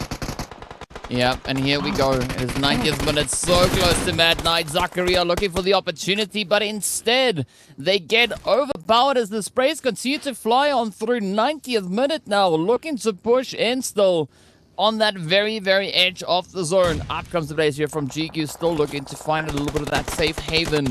They are going to be pressured on. Look at Bruce coming in with the sprays, but instead they go right on down. And this is GQ just showing us why they've been able to be so consistent in yesterday's matches. I tell you, with wonderful sprays coming in through, the side of Brute Force now have to find a way to grab that revive and take that fight with Team GQ without getting third party by the side there of 98 minutes. Quite a lot for them to do when I say it out that way. But man, that is just to show you how tough it is right now in the lobby. Another player does get spotted for the side there of Brute Force as they have to hold up on their ends. One round, Eflex in this building, been able to do a lot of damage on the side of Virtual Gaming Squad. The drop shot is going to come through from Team GQ and Force gets sent back into the lobby with all these. But Team GQ, they are onto something else. 14 eliminations to their name, and they're going to continue to wreak havoc. And 98 minutes happen to be the next in line. Woodson follows short, and GQ, they have the memo. That is the information. Send it into the deep gate goal as Team GQ are having an absolute fun out here in Myanmar. But here we go. It is going to be GQ now looking to close it up. They've shown so much aggression, already sitting with 16 eliminations to their name. 90th minute now could be on the receiving end of a very glorious squad wipe. As we can see, GQ holding on to that 3-piece, so they definitely have the numbers advantage. Still just looking to utilize the ridge lines, but up comes the push. It's going to be Zakaria peering over the ridge, finds the opportunity. It is going to be Pio to get taken on down. It is going to be easy to hold on, but Zakaria gets traded. It's going to be Kaito. Now the final defender left to try and make the play here for 90th minute, but instead they choose to disengage, but there's nowhere really left for them to move. We've got a 1 round also now rocking out on 2 players. Here's going to be Wanted and Eflex, but out comes those utilities. You asked for them yesterday, Crowns, and now we are seeing a little bit more of that come through. Down to our final 5 teams we are. Everyone situated on the very edge, with the only team exploring a little bit further, of course, being the players there from Virtual Gaming Squad. But the heat is on as the zone moves to that vacant lot right over on the northwestern side. 17 eliminations onto the side there of Team GQ. How crucial was that nade in that engagement? And Ninja now, he's got his own nades, sending it out onto Daisy's position. A little bit uncooked, but that man is going to continue to send it out. But GQ, they have so much fun in the lobby right now. Daisy trying to hold on for as long as possible. Holding that one as Wanted has to overcome this 1-1 against Unknown from Ocean on Fire. Since that little head, not quite able to get it as grenades to start getting sent through into the building. This man uses the window, works quite well for him, but he's going to be able to pass through the door. Doesn't need to. The grenade is going to send it back as we're down to the final 3, and this is looking like GQ's game. Yeah, but look at this position now. Virtual Gaming Squad are they trying to utilize the ridge lines available to them. GQ trying to respond with a bit of that utility usage, but that is going to be a very dangerous position, and that is going to be easy. Caught with a beautiful molly sent through there from Ninja MVP. Savage now having the opportunity to live up to their namesake, but are they going to be able to find the sprays though? It is going to be 1 round finding the additional angles, and this is now the blaze here from GQ under pressure. Is going to be Eflex. Wanted looking to clear it up, pushing in from the side, but where will they go? So many opportunities, and this ridge line could work out phenomenally for them. But it's all going to come down to what Savage is going to be doing on that edge. I mean, Pio managing to survive by some strange manner. And now is that push. It is the hit connecting on up. And PO bringing in the upset. E-Flex trying to come in with the rest. With that, it is going to be Savage to get wiped on out. Now, the full send is here. It is going to be a 1v2. But Team GQ sitting on 17 elims. The sprays come in and PO clutches it out. Oh my God. The perfect showdown. And I feel like Team GQ, they are so good at knowing when to come in for a third party, right? Because that last player was just holding it up, right? He knew what was going on. The instance one round faced up onto the side there of Virtual Gaming Squad. This man rose up to the occasion, got one knock, continued to push. Wow, what a showdown that we got there. And I was about to say it. One round, it's so nice to see how well they've been able to turn the tides in this game, right? Going all the way from being at a disadvantage early on into the game and then going towards the end of the circle, and then we see them at an advantage, able to finish at second place with about 5 eliminations to go alongside it. That is wonderful. But Team GQ almost hitting us with a 20 bomb today. 19 elims? I mean, that's a 1v2 clutch, right? In a situation where you would expect it to go in favor of the team who has the stronger numbers. But by some miraculous means, PO was able to survive, dipping, dodging, and diving all the hits, making it through and securing themselves that winner chicken dinner. But let's take a look at a few of the highlights from this past matches. We did see the players here from Hivemind also trying to bring in a little bit more of that aggression. But as we know, it was such a challenging game. Everything we asked for from Miramar delivered right now. Wonderful use of throwables that we saw in this Miramar game. And this, I can now say, this is Africa. This is Middle East. This is what we're all about. The throwables, the use of grenades, and then look at the use of smoke grenades that came through from one round going into that final circle. You know, we saw so much gun skills being used today. We saw so much grenades also going into play. And I'm so happy at how this Miramar game turned out. These games are getting more intense as we continue to go. And DK, you were right. Yesterday, everybody was a little bit quiet, and maybe not as quiet as we would have wanted them to do. But today is when we'll start to see all of that chaos come through. Yes, sir. Yes, sir. I mean, that was kind of what we were expecting to see happen right here today, and the teams are surely delivering on that front. I mean, look at this, right? All the way up in the 6th phase, the players there from GQ were already sitting on 14 eliminations. Then they pushed into the 6th phase, sitting on 16, and then they just blew the 90th minute team out of the water. I mean, absolutely insane responses from our players here. But E-Flex, that was quite an amazing night getting sent out. They want to see this final play, the one that secured that winner chicken dinner. Look at the strafing, the confidence. PO, I mean, that was insane, right? That was absolutely phenomenal. I don't think we could have asked for things to go better. But now, GQ, right, they've secured themselves a victory on Erangel. They've secured themselves a victory on Miramar. That means they are yet to secure one over on Sanok. And man, I feel like it's only a matter of time. They're literally a ticking bomb right now. Give them a Sanhok game and they might just be able to turn the tides. And I'm saying this because yesterday's Sanhok game was where we saw them go out early, right? But now today's Sanhok, they will be participating in it. I would like to see how well they'll be able to play. Let's roll in those match rankings to see where all of these teams fared after that hot game in Miramar. Miramar is hot enough, and then the game just made it hotter with all of these placements that we've seen. I mean, 98 minutes, putting up elimination points up on the board, but when you're going up against a team that is already having 15 eliminations coming to your side, the difference in momentum is just outrageous. And 98 minutes tried so much to hold it, but the instance they got that knock, there was an instant need to follow up to get that trade, sending their last player running away from that fight. And that is just, where, momentum, as we keep saying, plays into like the game. And GQ, they are the masters of it.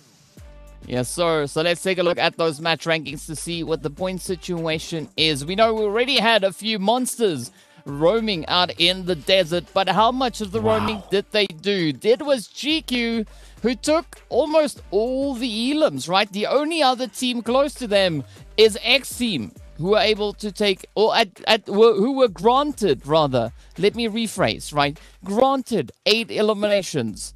I mean, Team GQ, they were just so greedy, but rightly so. I mean, 34 points being dropped in this match. What an insane performance. But DK, do you know one thing that's making me happy, right?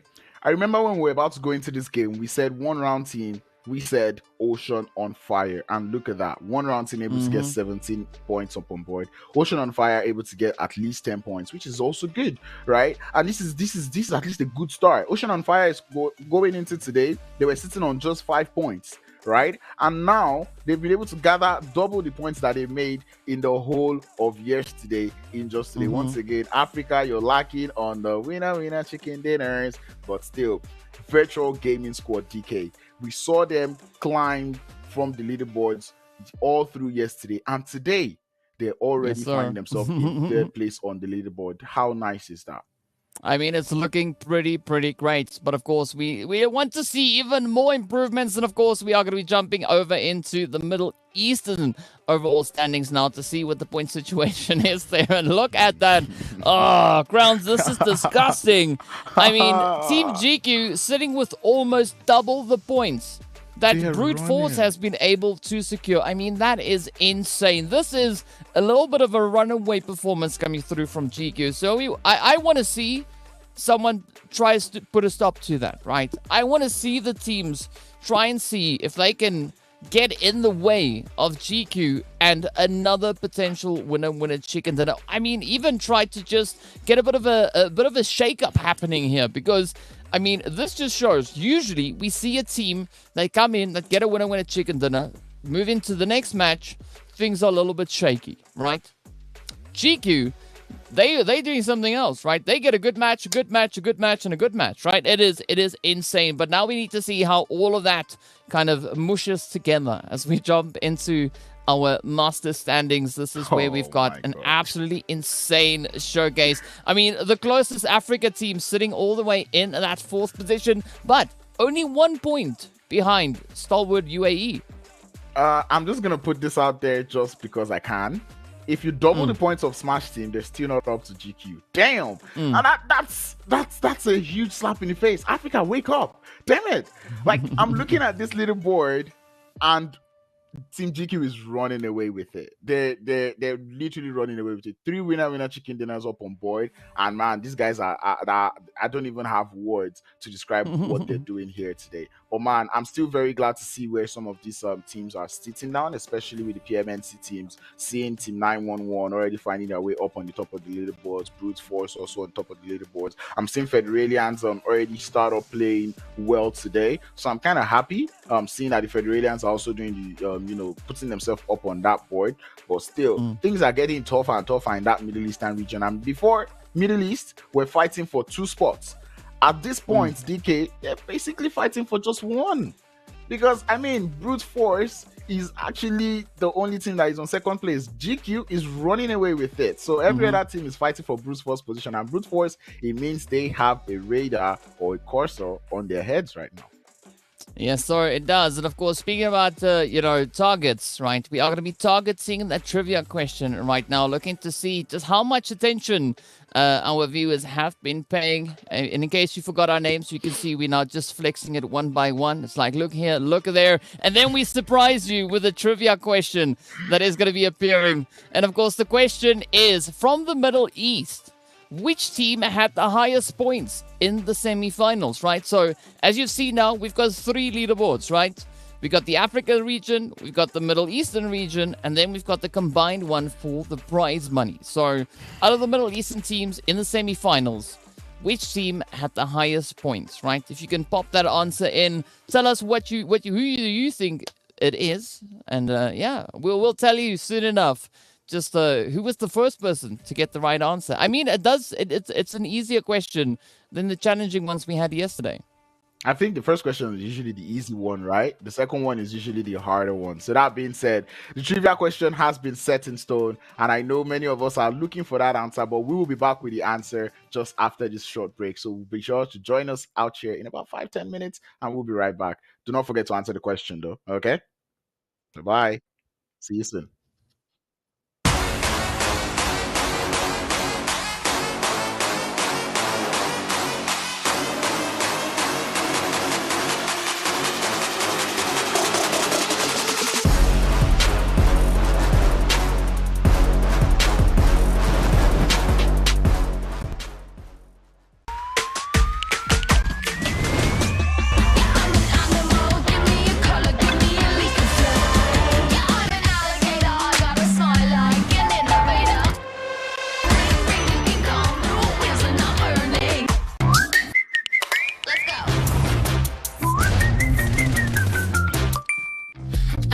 mind if they wanna buy me, baby, I'm too pricey. La, la, la, la, la, la, la.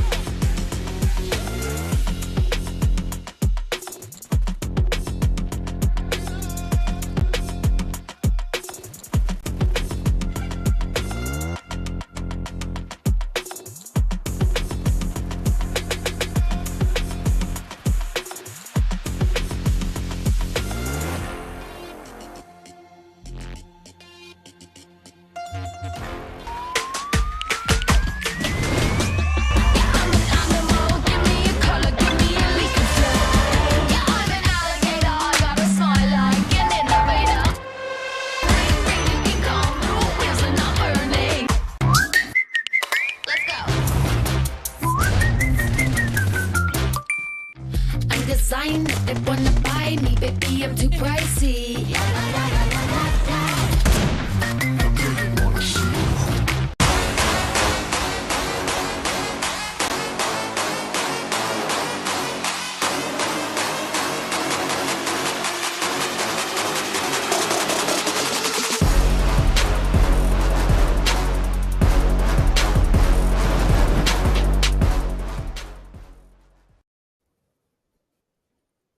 Hello and welcome back to the PUBG Mobile National Championship Middle East Africa Wildcard Edition. My name is DK. I'm joined by Mr. Crowns himself right here on all the action. But of course, as we know, right, 2 maps down. Map number 3, we are going to be getting into that lovely, sweaty jungle to see what our teams are going to be doing and who's going to be the team to clutch it out. Of course, we've already seen quite a bit of an improvement in just the first 2 matches so far today. Yep, with the PMNC team stepping up, I am so happy and I'm so glad that these teams are already stepping up to the challenge, you know. Yeah, we need all those challenges across the board. But I mean, the players there from Team GQ, right, just doing their thing once again, coming in with an absolutely insane finish. I mean, what is that, a 19 elimination match? That is the craziest one that we've seen so far. I mean, that is also not too far away from the craziest numbers that we've seen accumulated in one single match. So, yeah, definitely got to give a big ups to the players there from Team GQ. Loving what they're doing right here. But, of course, the opportunity is there still for all the teams to show us what they've got and whether or not they'll be able to bring in a similar kind of performance. But, of course, as we know, right, we had a bit of a trivia question that we asked not too long ago. And for those who are not sure what the question was, here the question is once again. The question was, from the Middle East, which team had the highest points in the semi-finals? And I'm pretty sure we could have an answer somewhere. Did we get an answer, though? I'm not quite sure if we did receive, but we're going to find out. Oh, the answer was Honored Souls. So if you didn't know, now you know. But of course, we also look to see who was the person that gave that correct answer. And well, the answer to that is going to be 2 Wolfie. So well done and congratulations to Wolfie. You had the correct answer. GG's.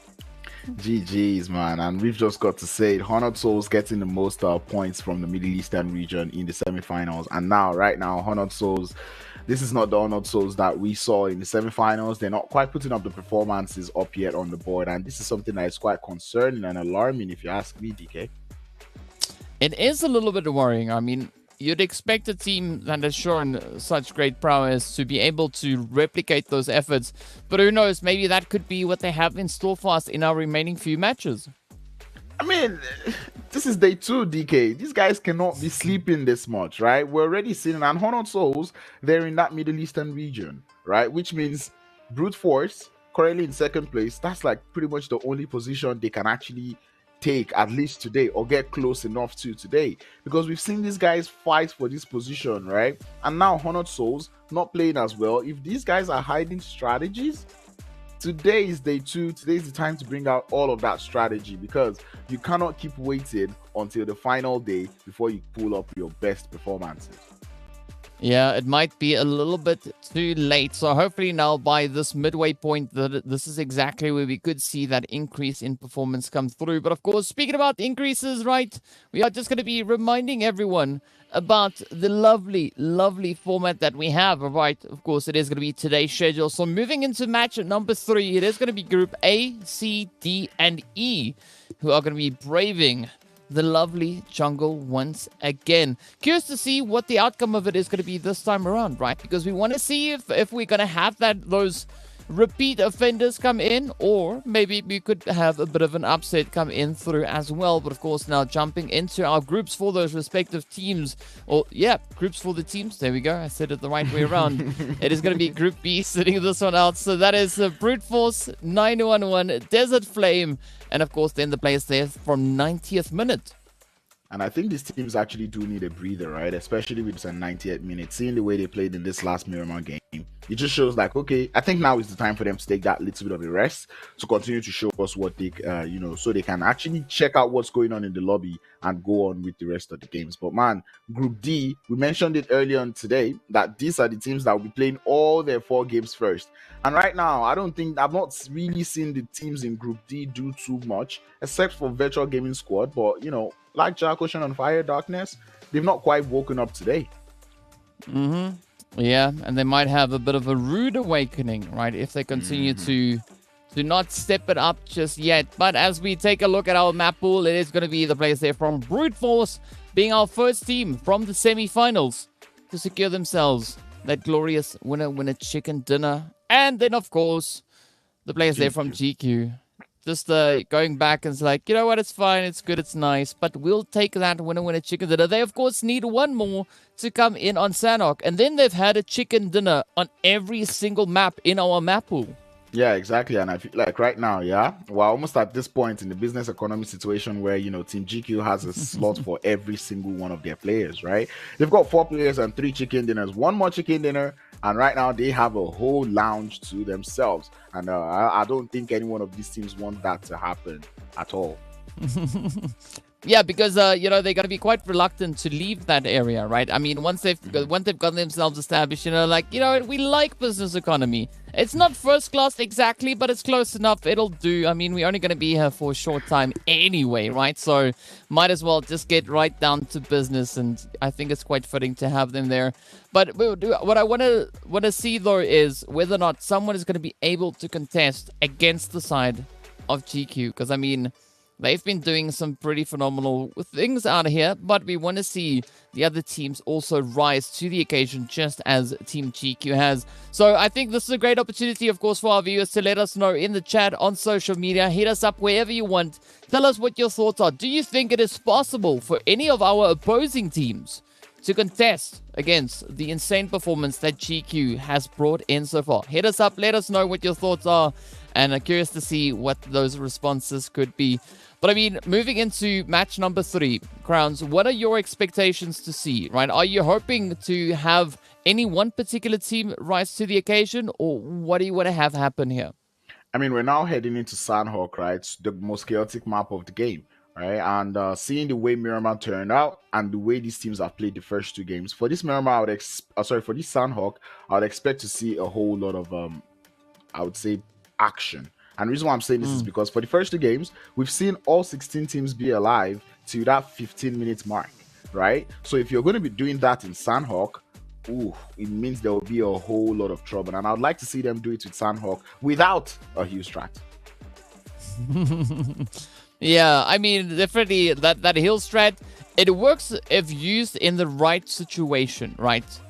But definitely having it as a predominant strategy, not the best way to go. But of course, just to remind our viewers as to how much work there is yet to be done. Let's take a look at those African points to see where the teams currently find themselves situated. It is still Smash Team sitting at the top of the leaderboard. But as you pointed out, Virtual Gaming, they took that leap right now, finding themselves all the way up in towards 3rd place. But they need to add on the side order of eliminations because they've only been able to find 15 so far. So that is going to keep the pressure up. But let's now take a quick look over on towards the Middle Eastern side to see what the situation is on that front.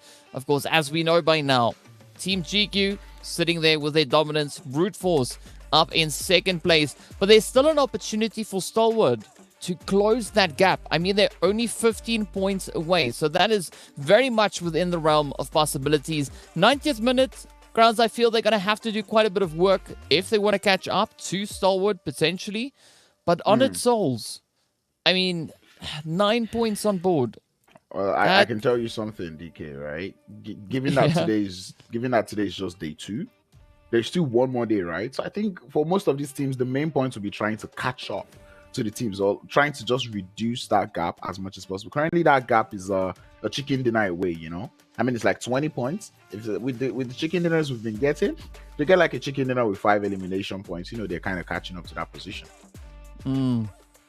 Well, let's see whether or not that is going to be on the cards, though, because, I mean, it's still a little bit of a gap, right? It's not the craziest gap, but it is going to take quite a bit of work, seeing that we have other teams that are going to be looking to accomplish the exact same thing, right? They want to push for those points.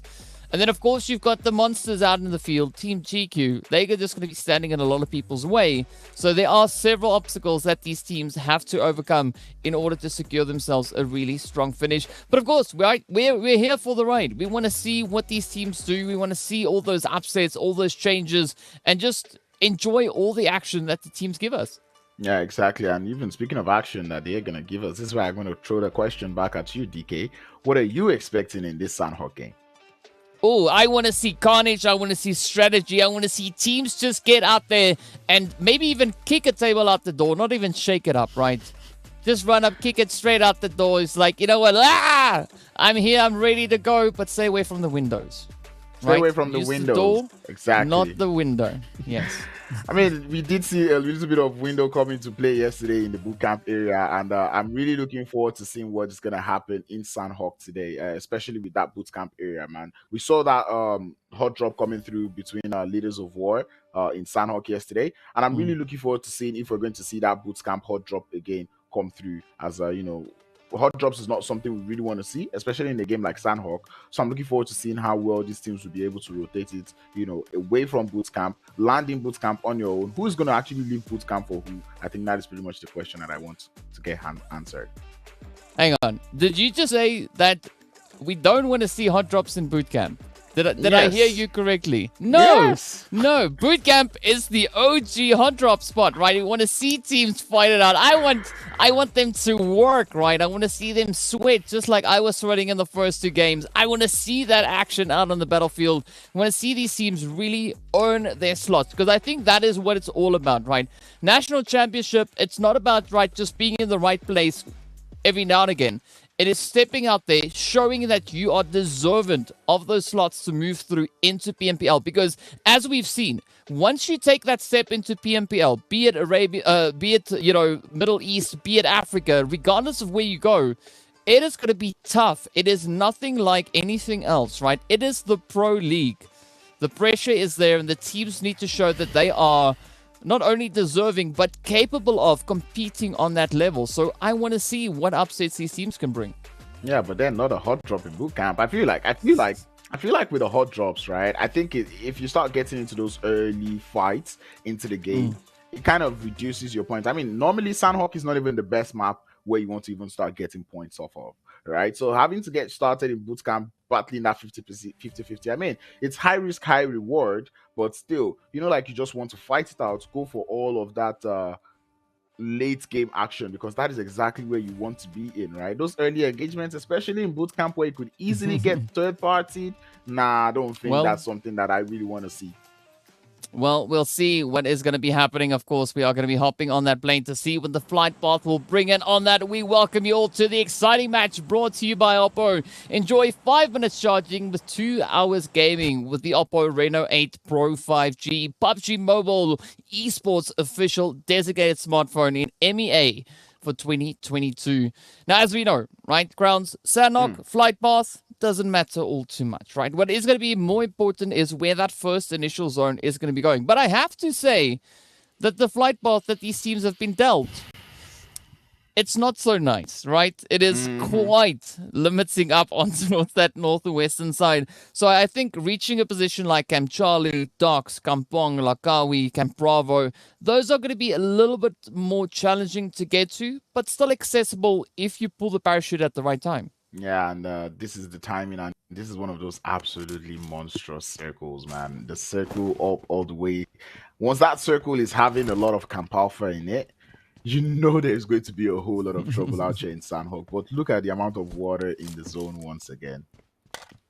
Oh, this is going to be pretty crazy, though. But I got to say, I'm liking myself a little bit of this northwestern action. Also, up in Trifecta is where we also then see the players there from Team GQ and Legends of War. But Legends of War already getting dealt a little bit of a tough hand, as we can see La Flame getting lit up. The shot comes in. The confirmation has not been secured just yet, but up in towards the lovely boot camp. It's only one round going about their business, doing their thing, looking to see what they can get with regards to their own respective loot. And then as we just move south bit over towards the eastern side, it is Fianzo getting hit as Virtual Gaming Squad come in with a nice, great opportunity. This could be the first elimination. Yep, definitely will be the first elimination. Hive Mind not quite finding themselves the best start to the day as they would have wanted. Smart choice from Leaders of War to not go to boot camp and play against the guys there from one round. But unfortunately, they decided to land in the trifecta where we've got Team GQ also having a little bit of fun in that place. And I don't know which would you say is worse? Do you want to fight against one round in boot camp, or do you want to fight against Team GQ in the trifecta? I mean, based on what we've seen so far, right? I definitely say one round in boot camp, right? I think that is the safest. That's the safest bet to make at this point in time. But of course, speaking about Team GQ, right? They are beautifully perched up into trifecta, and I mean, this is quite an interesting terrain to play around. I mean, if you have yourself beautifully set up, it's in that transitional pathway of where the teams are going to be trying to push through to get themselves up onto that northwestern island. And speaking about islands, it is Wave now getting hit as Honored Souls just lay right into them. Well, finally, maybe this will be the wake-up call that Honored Souls we've been waiting for since the whole of yesterday, and I hope this is it. GQ, though, they landed in the trifecta today, which is kind of surprising because yesterday they landed in Sami, right? Even with the playing path, Sami is somewhere they could have easily gotten to, but they decided to land in the trifecta today, which kind of makes me anticipate what they want to play in today's game. Yeah, I don't know what the approach is going to be here. I mean, strangely enough, Sami is just way vacant, right? I mean, it's something that is probably worth a bit of a change up, as you know, the teams are still trying to find that strategy that works best for them. But now, as we see, that has, of course, then resulted in quite a few teams being situated up in towards ruins. And there's going to be a lot of focus now put on towards that far western breach, with the X team also now holding a pretty steady angle there. Yep. Very steady angle, and everyone is just actually holding up on one entrance or the other to the Camp Alpha Islands, right? Because they know that is where, you know, most of the action. It's only a matter of time before he gets spotted here. He does get spotted. He sees the other player too. He takes him into a shot. Not quite able to get it to connect, but that man has got the ultimate squad wiper, the shredder itself, in the hand. Is he going to be able to hold it up? Well, let's see. Agent 47 gets it in. There we go. And I mean, this is a good play, right? If you ask me which team do I think could maybe contest against the side of GQ, I would have said Mad Knight, right? That would be my first guess. But are they going to be able to get the job done? It's only 2 remaining hopefuls left now for the side of Team GQ. We've seen what a duo can do. But will this be Mad Knight looking to clutch it out? I mean, they're up in a 2v3 right now, or 3v2. GQ only have 2 players up. It's going to be off Toffees and PO, the last 2 players left for that squad. And it does look like PO is the one who has to hold up against this 3-man team of Mad Knight, as his teammates is not looking to form up on him anytime soon. Team GQ going for those early elimination points for the Sandhawk rather than more of the placement points. I wouldn't say I vibe with it too much, but well, they're doing it, no? 5 eliminations? Or if they're able to get 4 eliminations, do you think that's enough? I mean, I don't know. They are definitely capable of so many things. But the addition of Stalwood trying to move in behind them, that could provide that saving grace and, you know, just bring a little bit of that sigh of relief into the lobby, as they don't have to stress all too much about what Team GQ is going to be doing. But we'll have to wait and see how this one plays out. Meanwhile, the rest of the teams are either still situated on the eastern side, going about their looting business, or they're looking to just get themselves fortified up in towards the zone. But now Stalwood, this could be that upset, right? This could be the end of the road here for GQ. But it does seem like they're turning their focus a little bit more on towards Mad Knight. It's only a matter of time before PO gets spotted, though. But Stalwood, as you said, they need to actually get a good game in this one in order for them to bump themselves on top of the leaderboards. GQ, on the other hand, they're having a run with it. And Stalwart, they need this game. GQ will not be able to show us that they can win the chicken dinner in Sandhawk, though, which is sad.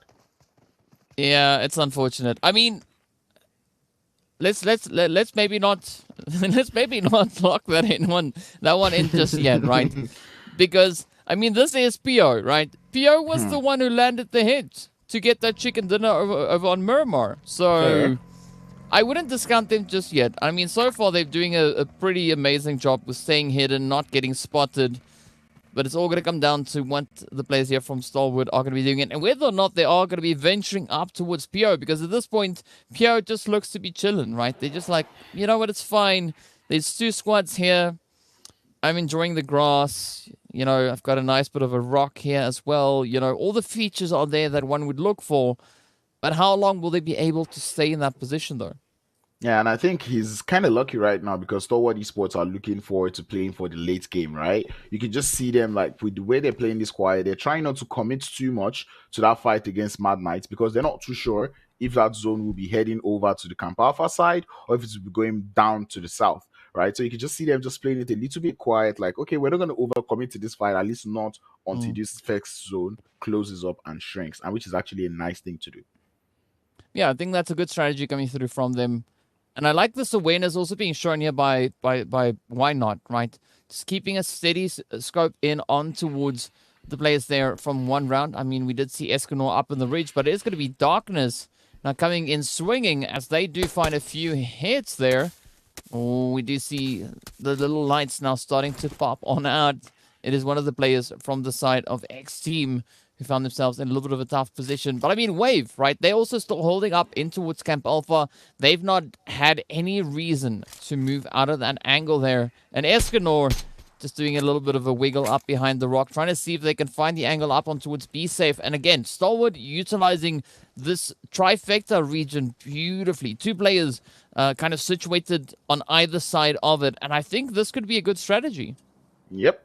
It's actually a very nice strategy. They're able to gather so much information in this spot that they find themselves. Cool Boy on the Camp Alpha side of things, Be Safe on this other side. Everyone's just gathering much information. Same thing can be said about the side of one round. And you can just tell that Mad Knights, one round, Stalwart UAE, they're all in that center part of the circle, gathering just as much information as possible, anticipating what's going to happen for the next zone shift. And I think with how fast-paced Sanhok is, this next shift is going to determine what fights we'll be seeing next. Yep, I think that is a very accurate statement right there. But now, we do see the zone being quite wow, lenient. I mean, it's not the craziest shift. Most of our teams are still positioned up within that zone. But in case you missed the action a little bit earlier, this was Mad Knight pushing in on a team GQ. And this is how they got reduced down to only 1. All right, Mad Knight doing some phenomenal things right there. But as we jump right back into the action, it's going to be Stalwart still positioned up in towards the lovely trifecta, which is now pretty center zone, as we can see up on the map there.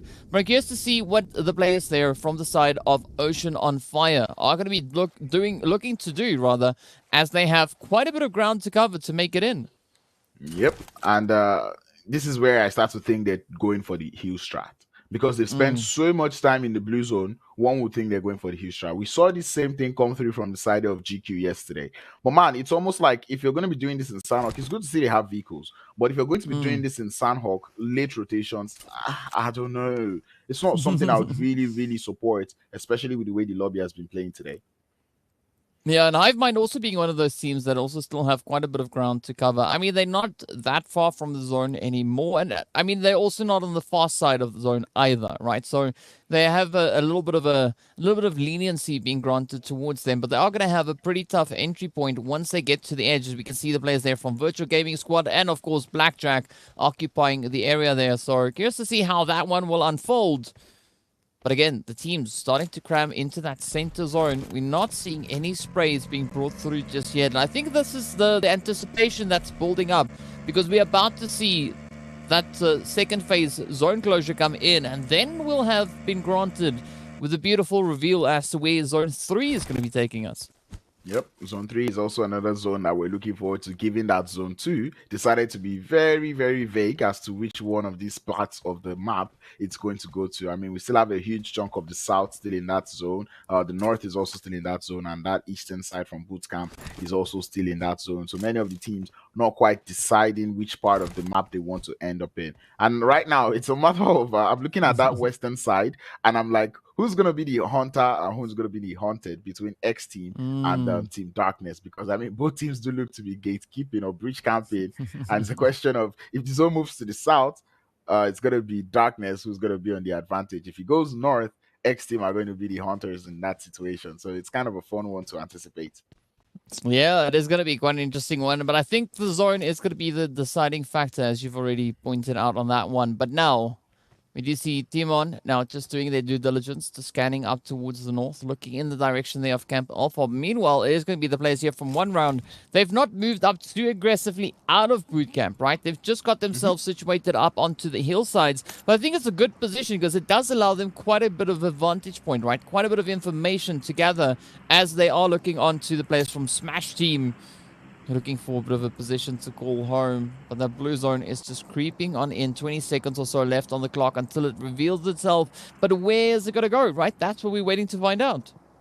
Yep, the question, and this will be like one of the games where we're actually in Sandhawk and we're waiting for the zone before we start to see any action, you know. Sandhawk is that map where we would normally just see the action from the get-go, but right now Sandhawk is playing up like a map. We start early fights and then we go, oh, come on! Oh, that's the thing, right? Right as you start talking about it, it happens, right? It's like they're just listening to us in some way, or as you said yesterday, they're feeling the vibes, right? Vibrating on the same frequency. And now we want to see what's going to come through here from one round as Knight is just inching the way a little bit further forward. But I would be a little bit wary about that play, right? You want to have just those extra few angles to, or weapons rather, to back you up, right? You don't want to just run straight on through and put yourself in a vulnerable position.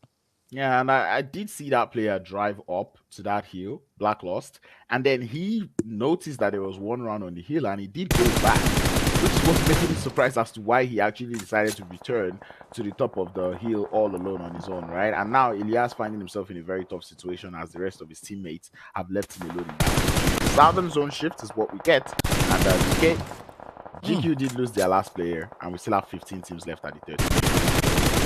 Well, there we go, right? No wonder things are starting to cool down in the office here as well. It's because, you know, the pressure is off now. The teams have the opportunity to rise up and bring in those upsets. And of course, speaking about upsets, it's going to be Savage trying to get the spray up into Lelouch, but instead it is going to be Commando. And the rest of the players hammering on through. We do see Stop finding the spray into Lelouch themselves. But is the confirmation secured? Not just yet. Lelouch still alive. Well, that is the end. There we go. And now we continue onwards with 14 teams remaining. And of course, 45 players still spread out throughout this map. Yeah, and Smash team, unfortunately, not quite able to find a place to call home as they continue to try to bite in from that eastern edge of the circle. Would not work out for them, as now Darkness would be the hunters. X team did get taken out by Honored Souls as they made their way towards the bridge, and I think Darkness are going to be waiting for that team to try to cross the bridge so they can pick up a couple more eliminations.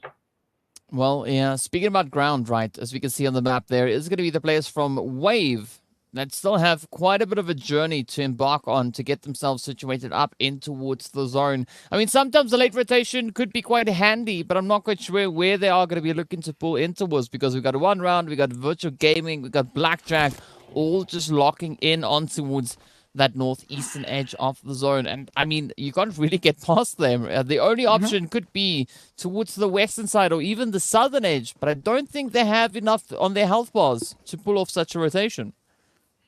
And I like this awareness coming through from the side of Honored Souls, no? You know, deciding to go to the other side of the island by swimming rather than using the bridge. Beautiful awareness coming through from them. But I don't know if they're aware of Darkness on the bridge or not, but I'm just still happy they decided to go for the swim rather than try to use the bridge to cross. That is nice awareness coming through. I've been waiting for the fight in the trifecta to get started, and I think we should be seeing it right about now. Yeah, I mean, you could even say that is some pretty cool awareness, right? I mean, that's just, I don't know, just had to squeeze that one in.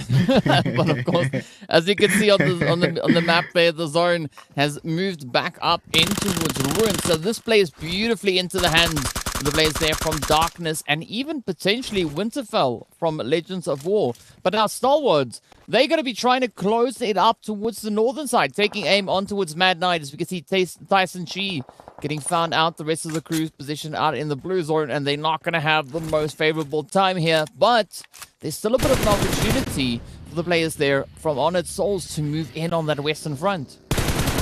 28 first aid kits in the backpack of Unknown. They tell that Ocean on Fire, they've got that heal strat in mind. Right now, Hive Mind is also something on their mind, as you can just see them taking a couple of shots towards their direction. But if I'm Ocean on Fire, I'm actually looking for a way to get into that next circle, because, you know, the circle waits for no one and Bapa Blue waits for no one too. 100% correct on that one, and it's going to be pretty important for the teams, especially on that eastern side, to get themselves situated. Blackjack also now trying to rotate up, utilizing their vehicles, but instead they have to go around to get across that bridge and then find safe passage on back. One round also still pushing up on towards this northern edge, so we could see them pulling it behind the place here from Stalwart, but it does seem like Stalwart have pretty much committed to trying to get that domination shown on towards the place here from Honored Souls. I mean, 3 elimination onto the side of Stalwart Esports and 4 on the side of Honored Souls. It does show that both teams are actually looking to get to an early start of this game. Information's been gathered. Nice play coming through from Ocean on Fire, but unfortunately, that man is driving for too long. He's going to get uprooted by one of the players there from Hive Mind as the... Oh, that's sad. The thirst does come through. Yeah, but still a very, very phenomenal spray indeed. But let's see where it goes. We got the players from Blackjack still trying to wrap around. They've already got their 2 cents into the fight here. But now, High for Days. Ooh, they have the opportunity. Akashi in a little bit of trouble. Fortunately, the shots doesn't find them just yet. But let's see whether or not Too Late will be on time with those hits. Nice wordplay over there. Mad Knight with Agent 47 being one of their last guys left, having to hold it up. I think it might just be known, his position might be known by the players there from Honored Souls. But man, that zone is getting smaller and smaller. We still have about 12 teams alive in the circle. Winterfell gets spotted in the center of the circle, and the action continues out here in Sandhawk. Yeah, it is going to be High for Days looking to just play on the elevation, but still they need to prioritize that zone positioning as it's moved to the north. Now playing in favor of Honored Souls, even in favor of the players there from one round. And this is where the trouble is going to come through. We got Cool Boy lying in the bushes, trying to set up a bit of a play here. But they're shrouded in cover, can't really find the angle just yet.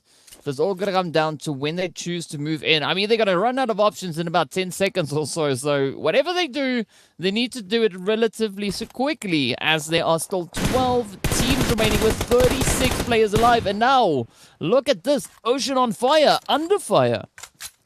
And it's so sad to see Ocean on Fire spend so much time to try to get into the circle. But unfortunately, this is what I was talking about when you start to do those late rotations, right? You run into that trouble of finding the best spots in the zone to actually hold. And that's the situation that Ocean on Fire has found himself in. It's going to go. The nades continue to fly on in. Oh, it is going to be the players there from Honored Souls looking to lock it up. It is going to be Bra now taking a bit of damage, but up comes the rush onto what's too late. And unfortunately, they are not quick enough with the reactions, but up comes their teammate. It is going to be Taybuk and the rest of the crew. Hassan also now cooking up a few nades, sending them out, trying to blaze their way on in. But the blue zone, that you said, will wait for nobody. A stop gets stopped in their tracks, having to abandon that vehicle. But the damage does not stop onto with Hassan and even onto with E-Flex. And I see bleeps all over the mark, and that just goes to show you that there's so much action happening out here in the circle. But one round under a lot of fire from Honored Souls. They are on fire going into this game. 8 eliminations to the end. They have that momentum that they need, and you can just see them easily walking over the players there from one round as we continue on in the circle. Virtual Gaming Squad up there on that eastern edge. They hear all the action, and they want a little piece of it. One round getting taken back into the lobby, and the players there from Honored Souls continue with the prowess. Oh, it's getting sweaty, but up comes Thanos. They got that finger on the ready. They want to get snapping, but already they sit on 10 eliminations, and instead it is Thanos to fall. But up comes Virtual Gaming Squad. They are not going to be scared off. It is going to be stopped to be found out next. And now Yazan holding on to that rock. Will they be sending out a bit of a nade to try and blaze their way up? Because already Honored Souls, right, trying to get a bit of a disengagement here. No way.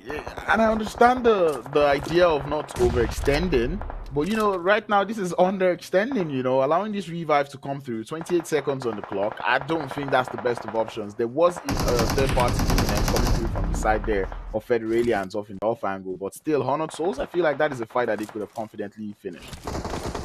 Well, that was Ninja now with a little bit of a fumble right there, trying to go in for the rest of their teammate, but now forcefully having to abandon that as we jump around. It is going to be the players from Honored Souls looking to get themselves set up already, now pushing further and further. This is the play, right, Crowns? This is the play that we've been waiting for Honored Souls, showing us why they were the top point owner coming through in the semi-finals. And now the beautiful spray connecting up on towards Yazan could seal the fate now of Ninja. I mean, 14 eliminations already onto the side there of Honored Souls. This is wonderful to see from them. We've been waiting for this wake-up call from them, and this is them doing it again to our faces. We're down to the final 5 teams out here in the darkness. Able to spot that last player in the grass. Federalians go back straight into the lobby as we're down to the final 4. Well, let's see what the final 4 are going to have for us. It is going to be a few shots now knocking on the door for them. As we can see, Rogo trying to reach on in a good position, being held on the southern edge. So this reach line could work out absolutely phenomenally.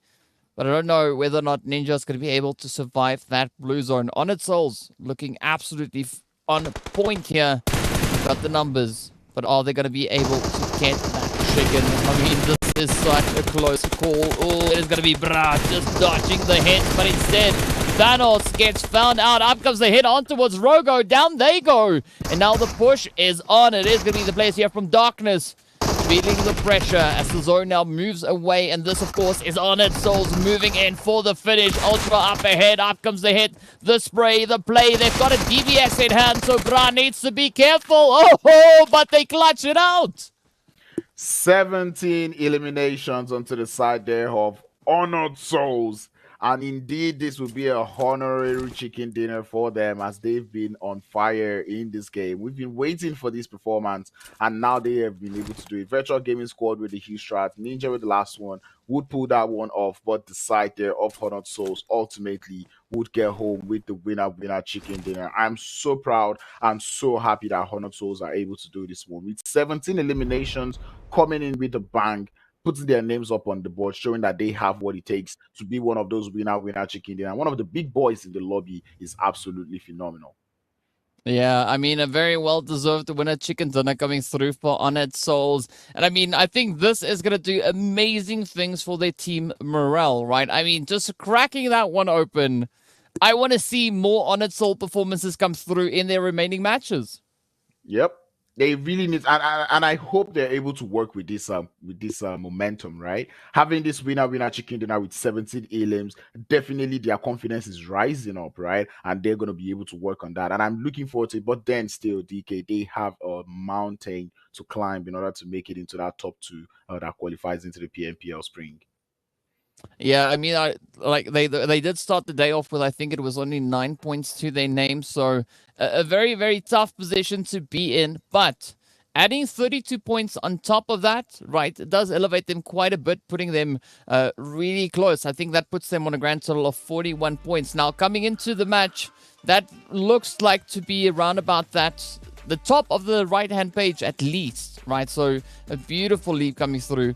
But now they need to maintain the consistency, right? You were talking about this before. They have to showcase it all the way through in their remaining matches. Yeah, and that's one thing that we really, really want to see. Now I'm glad to see that now out of the 3 games we've played today, 2 winner chicken dinners coming through from the PMNC teams. I am so glad of PMNC semi-finalists. I'm glad to see that one. Honored Souls finally stepping their foot on the ground, getting this winner chicken dinner is nice to see. Consistency is the word. Consistency is the game. Can you be consistent? That is what we want to see from you guys, Honored Souls. And I don't know, DK, would you say the PMNC teams are getting better now, or are the PMPL teams sleeping?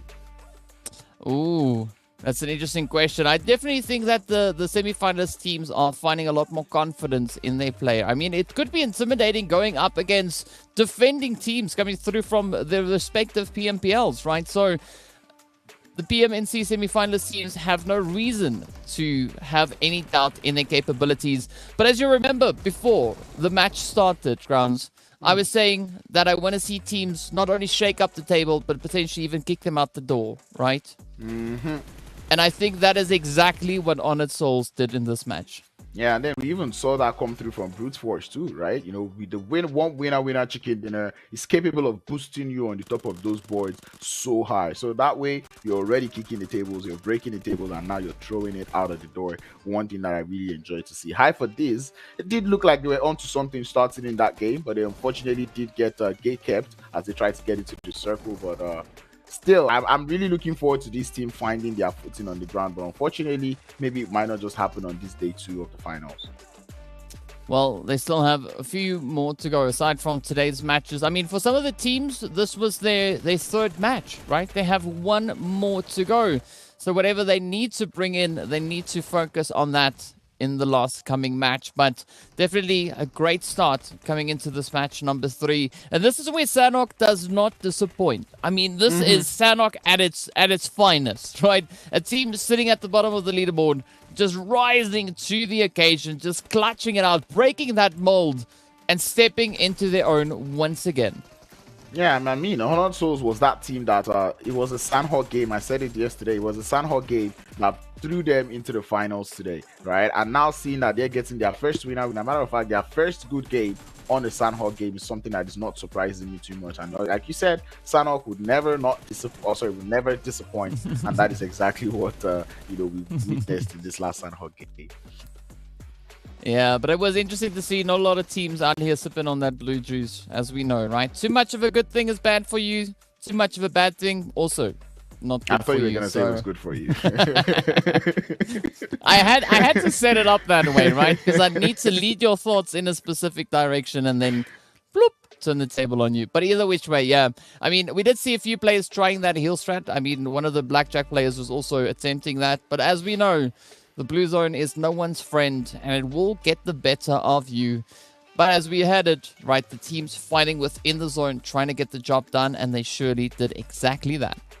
Yep. And Blackjack going for that huge strat is something that I'm a little bit disappointed, because Blackjack Esports, and this is why I was asking, at the PMPL team sleeping, because Blackjack Esports, this is not the Blackjack Esports we saw yesterday, right? It's almost like they're relenting, like they're relaxing on what is going on, right? Because we've not seen Blackjack Esports frag out today, you know? And Ocean on Fire, was one of those teams that was also trying to attempt a huge strat. And I'm just like, it did pay off. They got a 4th place finish. But seeing the way the team played ultimately, it was almost like they just relaxing, like, okay, we don't want to do anything else. We're just going to rely on that huge strat.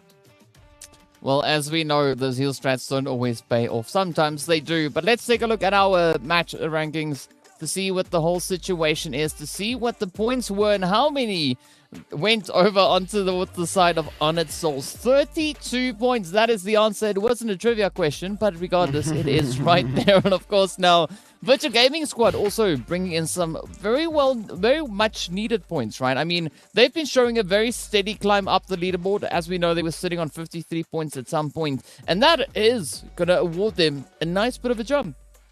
I think I'm just going to give the consistency award for today. Maybe I'm giving it a little too early, but I think I'm going to give that consistency award for today to Virtual Gaming Squad, because I'm actually impressed with the numbers they've been putting on the board today. I mean, 18 points now in Sanhok. This is just nice to see. Ocean on Fire too, 9 points now. I mean, they're almost averaging that 8 points per game, which is kind of good to see. But at the same time, we still want to see them put up more numbers because they're on the bottom of the leaderboards, right? And then even Team Darkness too, putting up numbers on the board is just very good to see.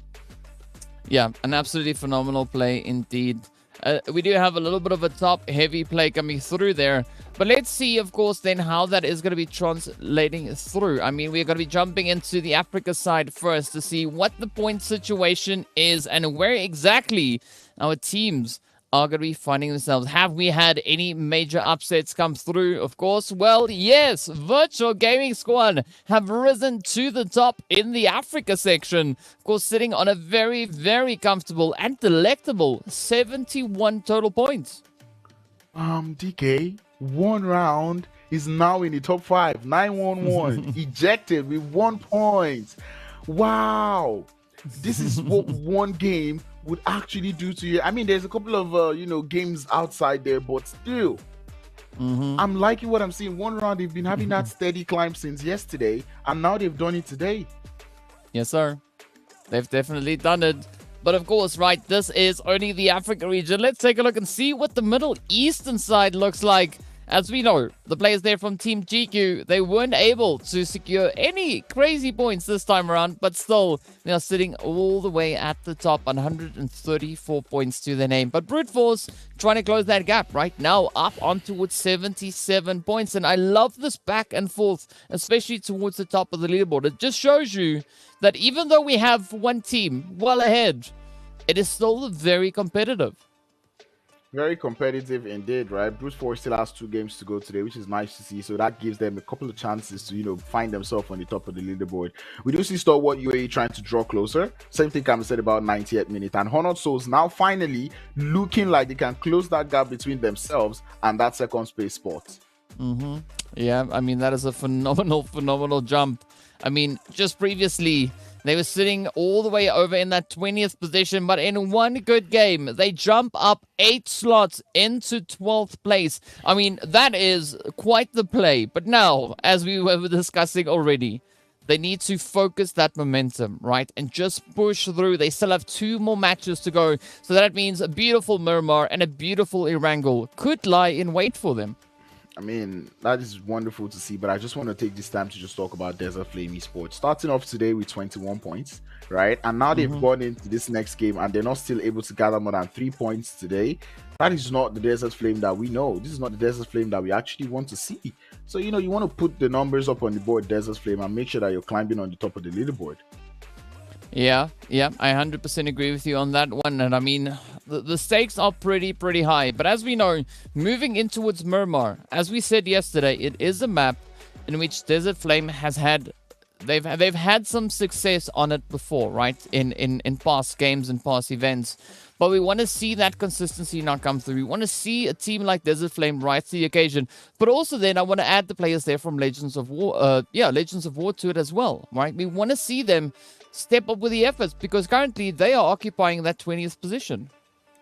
Yeah, and in case you guys never knew, 20th position is one of those positions that is not getting any of the prize pool. So, man, you do not want to be finishing in that position at all on the map. Virtual Gaming Squad, the only team in the top 5 without the winner chicken dinner. Kind of glad to see that, but still, they need to put up the chicken dinner on boards because as we know, when we start to talk about the tiebreakers, chicken dinners come first. Yes, sir. That is indeed exactly what it is. So, yeah, those chickens help, right? Aside from really feeling amazing and, having you feel all fulfilled, right? As you pointed out, it does help with those tiebreakers as well. But, of course, I'm curious to see who's going to be the team to step up and do the business, right, over on towards Miramar. Because, as we know, it wasn't the players from Team GQ yesterday, but today it was. And now, just for those who are curious, of course, match number 4 is going to be Group A, B, D, and E. So Group C are going to be sitting this match out. I'm actually more curious to now see who's in Group C. I feel like I should know these teams by now. But yeah. Seeing Group A, B, D, and E show up, and which means for Group D, this is the last game where they can actually put up points on the board. So Blackjack Esports, now is the time. Virtual Gaming, this is your last game to actually solidify your position on that leaderboard. Well, there's your answer, right? Group C, it is going to be X Team, Hivemind, Wave Esports, and none other than Team GQ, right? But, I mean, realistically looking at it, they are still at least 60 points ahead of the competition. So that's not a gap that's going to get closed in one match. Maybe a gap that could get closed in two matches, but we know that is going to be up to a team like Brute Force, for instance, right? Who are up in that top 3. So if anyone can make it happen, it's definitely going to be our team sitting in second and first. Yeah, and we all know, like, when it comes to that Middle Eastern board, when we look at that, right, we know, like, all eyes currently is on Brute Force because everybody's gone in for that position, right? At this point, teams wouldn't even mind being second place, right? Because that first place team, GQ, is just running away with it. And man, right now, every team has just this next game to try to catch up to Team GQ as much as possible. Because on the final game of the day, guess who's back? It is going to be Team GQ. And we saw that yesterday. The game where Team GQ did not play was where, what team was it? I believe that was where we got the 30 bomb from one of the teams, and GQ can come back and they're like, oh wait, someone did 30. Here is 33. We can do better. So we know you don't want to do too well because GQ is going to try and double that. Well, speaking about doubling that, let's take a look at our map pool just once again to show us who has already locked in those previous winner chicken dinners here today. Of course, it is none other than Brute Force getting that very first one. GQ locking in match number 2. So we know by now, right? It is very safe to say that GQ will not be getting the chicken dinner on map number 4, right? Yep. If they did, I would be really amazed because, you know, not like it's actually possible, but yeah, I'm liking the way we're seeing. As of this time yesterday, we were calling out the PMNC teams that PMNC, you've got to put up your numbers on the board. Semi-finalists, you have to start winning chicken dinners, and today we're glad to see that 2 of them are able to make it, and it's not just any 2. We're looking at 2 of the best teams that we got from the semi-finals, showing us that they have what it takes to put up numbers on the board. So I'm impressed to see them do like this as we're about to head into win match 4, another Miramar match. Do you think it's actually going to be as crazy as the first one? I think it's going to be even more insane, right? That's what I'm hoping to see. That's what I'm kind of expecting, Loki, hoping for. But as we know, right, all will be revealed as the teams are going to be prepping themselves. Of course, in the meantime, we are going to be warming up the engines on the plane, ensuring that everyone is, securely buckled into their parachutes. Aside from the pilots, right, they don't need to wear parachutes as they are going to be driving the plane all the way across. Yes, I did say driving. We know they're flying, but same thing, right? They're still steering it in some direction. But either which way, the teams are getting themselves ready to showcase their talent up again on the lovely, lovely Miramar. Now, what I want to see potentially come through in either this match or the next one, right, is one of the teams from the Africa side, one of the semi-finalist teams, securing themselves a winner chicken dinner. Because Honored Souls and Brute Force, both those teams are from the Middle Eastern side, right? So we want to balance things out. And as we saw also then from the defending Africa side, we only have 1 chicken dinner allocated to that end. So, right, you need to balance those tables because currently we do have Middle East on an absolute rampage. Yeah, Middle East Joshua, like once we look at the comparison of both leaderboards, we're just seeing Africa, just that 1 chicken dinner from Smash Team, and then when we look at Middle East, we're seeing like, whoa, the remaining chicken dinners is just like chicken dinners all across the board. And I think at this point, only X Team on the Middle East part is the only team that actually doesn't have a winner chicken dinner. Every other team has got chicken dinner on the Middle East side. So Africa, I think now is the time to stand up. If you guys have got more teams in the lobby, so you might as well just, step up to the challenge and put up the numbers on the board. There is another Miramar match to actually put it up on the board. Now, DK, which African team should actually get the winner chicken dinner? Oh, I'm up for any team showing that Africanacity, right? That's what I want to see. I just want to see the teams banding together. But let's see. Okay, so out of the teams that we have to choose from, if I have to choose from our semi-finalists, I would maybe go for a team like, I don't know, let's say maybe 911, Hive Mind, or the Federalians, right? Those would be my picks come through from the semi-finalist teams. I think I like the way Hive Mind has played today. But 911 have not really shown us what they're made of. So I'm looking forward to see 911 play today's game or win this game. Well, as we know, we need to welcome you all to the exciting match brought to you by Oppo. Enjoy 5 minute charging and 2 hours gaming with the Oppo Reno 8 Pro 5G. PUBG Mobile Esports official designated smartphones in MEA for 2022. Now, Grounds, looking at what we have come through from that flight path, it is already starting over in that southwestern side. But it does look a little bit more lenient this time around, right? Not as limiting on the teams, and they definitely have a little bit more of accessibility with regards to those preferred drop locations. And I think so many of these teams are actually going to be happy about this one. That yes, finally, a playing path we can work with, a playing path where we don't have to find too many vehicles. Although I don't know about the guys that land in Los Leones, though. They might be running into a little bit of an issue with that. But every other team should be quite all right with where they're landing. And yesterday we did see 911 pull up a very good performance in their Miramar game. I mean, they kind of bottled close to the end by not looking at Stalwart UAE.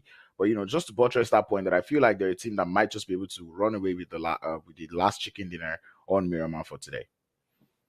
Well, let's see what is going to happen and who will be running away in which direction. I do appreciate the spread coming through from the teams here, right? Desert Flame moving into that western side, but of course it's all going to be for North as the Zone has taken a super swing over onto that far east edge. I mean, this is almost Deja vu. exactly what we had in the first Murmur.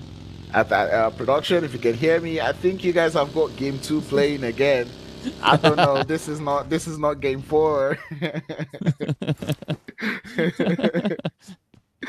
But I mean, this is why we love PUBG Mobile, right? Because as much as this first zone might look like the zone we got in game 2, there is no certainty that it's going to follow the same shifts and the same progression as it followed in game 2. I know that was a mistake I made when I used to play competitively. Well, maybe it could be a repeat. I mean, if that's okay. It's not gonna be a repeat, obviously, because we know that the players there from GQ are not here, right? So they won't have the opportunity to get that chicken dinner once again. But maybe we could see the same kind of momentum being replicated here, right? With teams really looking to double down on their efforts, showing that increase in performance. And speaking of that, it is going to be Winterfell getting the first knock in right there, right at the expense of the Beast coming through from Mad Knight. I mean, we were talking about teams stepping it up already. Legends of War doing exactly that. Well, Legends of War getting into like early engagement, and they're not on the losing end. Nice to see. I'm happy to see that. A little bit of BM there to get the thirst, but still, in the situation where you do not have too many bullets, you might as well just turn to using your hands to get the thirst. But anyway, yeah, I'm curious to see if they want to continue on that chase for the players there from Mad Knight, or if they want to just leave that, go into Picado, and get looted up. After all, they're very close to the area. Yeah, they definitely are pretty close to that area, so they still need to decide where they want to go. I mean, I'm pretty sure that they know exactly what they want to do. Oh, wait. But is that going to be possible, though? Yeah, I mean, who doesn't, right? Who doesn't? But speaking about who doesn't, it is going to be Mad Knight Fireboy. Now about to feel that pressure come through as Legends of War. Oh, have their eyes set on the target. And that is Vibes just clutching it out. I mean, what a great off-angle play that was. Completely unexpected. I tell you, he never saw that coming. And that is just where we start to see players thinking out of the box, and how familiar you are with the type of buildings you have in the map. You remember saying this yesterday, that the way you play in Erangel is not the same way you play in Miramar. The strategies are different. So the way you push a building in Erangel is not the same way you push a building in Miramar. And that is what the players there from Legends of War have just displayed. But this thing is very surprising. Seeing Desert Flame out here in Opozo with brute force. What do you think is going on here, DK? I'm not quite sure what to make of this, right? Because this is not a position that we see Desert Flame occupy all too often. But I think it's going to be a good opportunity here for Desert Flame to, just show a little bit more of that aggression. I mean, they've already been doing a phenomenal job, already sitting on 44 eliminations to their name. So they are more than capable of. But now, a team like Desert Flame, I don't know what the setup is here, because normally the matches in which they have a lot of success are the maps in which they rotate from the north. Currently, they're not rotating anywhere. They're just trying to survive up in towards Pozo. Man, when it comes to Opozo, you have to know the lay of the land, right? There's like so many tricky buildings here and there. There's walls you can climb. There's like, roofs you can get to. And I don't know how familiar are the players from Desert Flame with this area, right? And I don't know, brute force, as much as they might want to live up to the name, I'll just say find your vehicles and just leave the area. You probably do not want to take this fight, because early engagement, just not something I don't think I'm going to support. Yeah, but especially if it's so far from zone, as we can see, they are on the edge of about like 2 kilometers, 1.9 kilometers. And as that zone starts closing in, the terrain also is not the easiest terrain to cross. So you're putting yourself at a bit of a disadvantage, and you could be taking quite a bit of a dip in that health bar, right? I mean, that's not even the word I was looking for, but either which way, I guess it will work for now. But now, speaking of which, right, the teams are going to be looking for that continuation. Virtual Gaming Squad also now just on the edge of that zone, going through the beautiful San Martin. and they are uncontested, which is great for them. But are they going to find what they need to continue their role further in towards the zone? Well, that is a very crucial question. I'm looking forward to seeing how some of these teams are going to play, especially seeing the way the first game went, right? I want to see if there'll be so many teams or there'll be more teams heading for that shoreline today, right? We already see the players there from Ocean on Fire down there on Puerto Paraiso. I mean, that is their drop location, but you can already see them just chilling on the shoreline. Same thing can be said about 911, right? So I'm just looking forward to seeing how these teams are going to play. And looking at the position of some of the teams, you can tell that those teams that played in the first game are kind of positioning themselves towards where that zone ended in that first game. You know, looking very close to that Minas area, just trying not to move too far. So just in case. Yeah. I mean, fool me once, shame on me. Fool me twice, yeah, that's not so nice. But either which way, it is going to be the team still continuing on their way. Brute Force now trying to reach in on towards Desert Flame. But if we look down on towards the southern edge of the road, that's going to be the players from Darkness now rotating up towards the players from Ocean on Fire. And as you said, right, they haven't moved an inch. They are just going about their business, enjoying the beach in all its glory. But they are going to be potentially contested momentarily. And then, of course, if we look up on towards the north, we have the lovely players here from 1 round making their entry into a zone and a really comfortable area to be situated in, right? There's nobody else that they have to fight for an angle of, and they can just go about their business, look to see, and maybe even rotate all the way down towards Impala. Yeah, we'd like to see how well they're going to play this time. Maybe they would probably use the scouting better this game. You know, we saw them do a little bit of poor scouting in that first Miramar game. So I'm looking forward to see if they've actually learned their errors or learned their lessons and seeing that they will just do their rotation quite nicely. Brute Force, on the other hand, deciding to leave that fight. I kind of like the peaceful resolve that Desert Flame and Brute Force were able to come to in El Pozo. And yeah, nice rotations coming through from both sides. Yes, sir. But I mean, nice is only nice for so long, right? We need to see the teams step it up, right? Because we're not here for a nice time. We're here for a good time. We want to see all the action come through. As it is Hassan now, taking aim on towards Be Safe, and the rest of the players there from Stalwart are going to be looking to sneak their way through, maybe getting a little bit closer towards where we see Darkness. But of course, that zone is going to reveal itself momentarily as well. So let's see where it goes and what these teams have to work with. Yep, it's baiting that drop, and then it does go down south. And man, DK, this is looking too close, too similar to the first game. And I don't know what is going through the heads of all of the IGLs in this lobby, because it's a tough one, especially if they played the first game. 100% with you on that one. But here we go. It's going to be Tay-Book, I guess.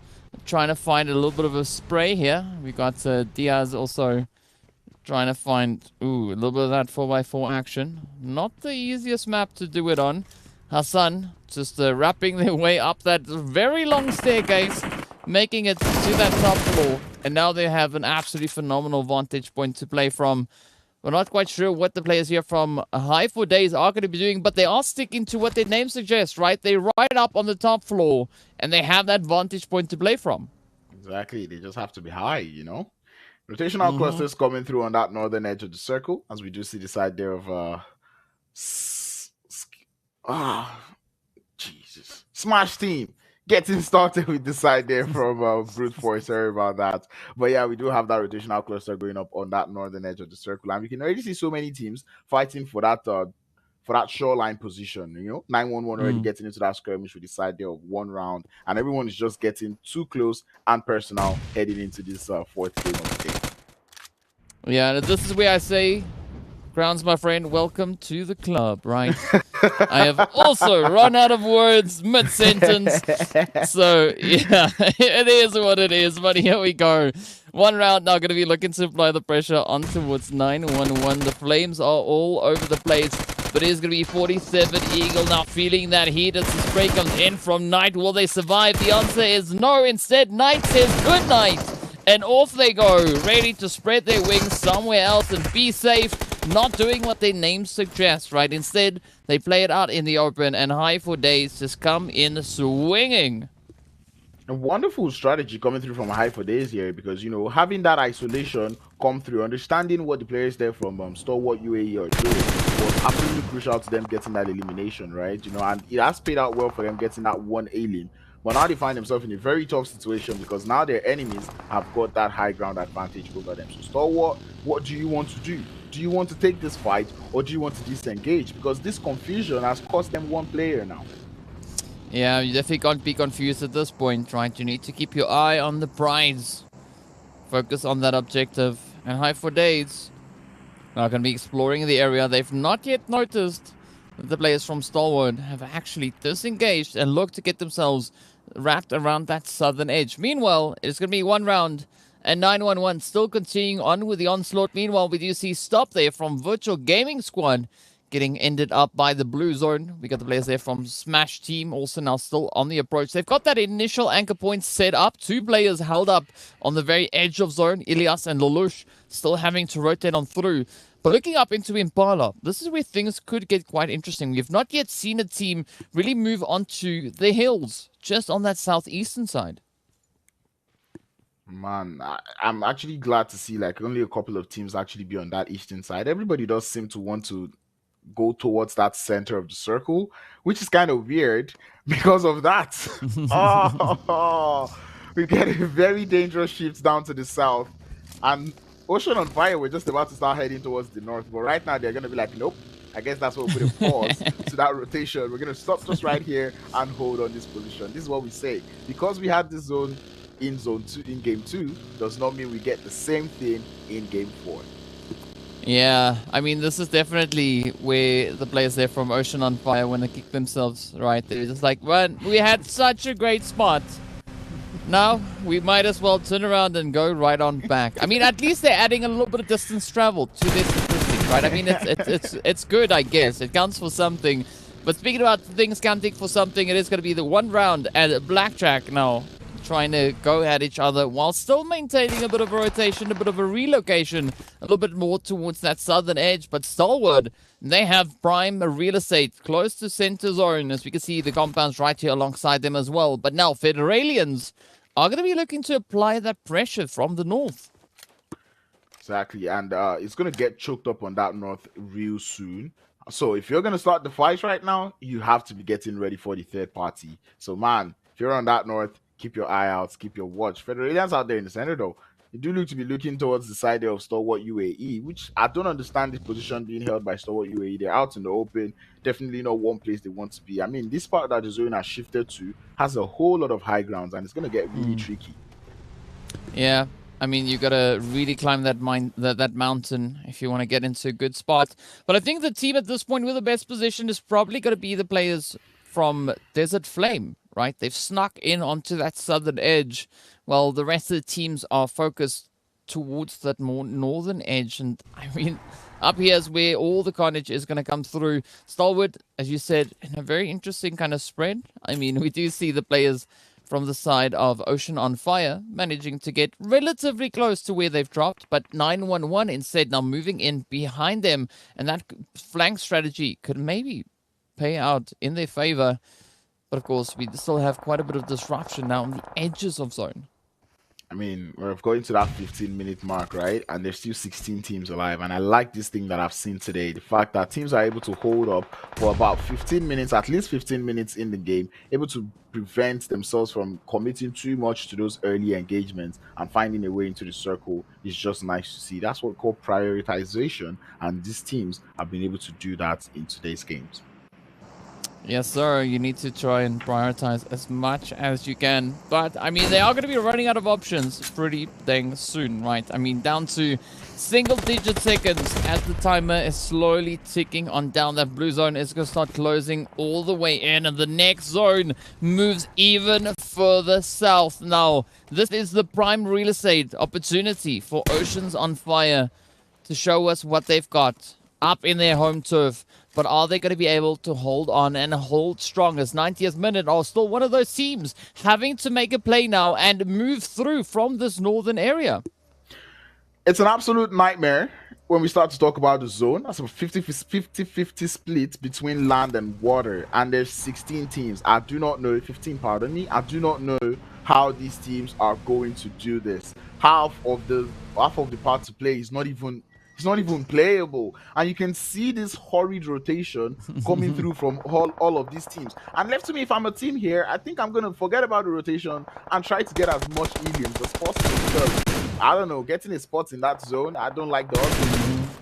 I mean, you might as well go out swinging, right? And this is where we've not yet seen any particular team go crazy with those elims. It is going to be godlike, though, to secure that head up onto Ban. Adding the very first elimination now for Darkness. Maybe the second one is just lurking around the corner. But Legends of War, they're going to be pushing in on the southern edge. And the zone now, as you said, right, being 50-50. And this is what I like to see. The teams really being tested. They've spent 15 minutes to get themselves positioned here. And now it's all going to come down to the next few moments to show us who will be the team able to hold on. But look at that. Vibes coming through with some pretty insane mini 14 tap-aways. And Brute Force actually being teammates to the side there.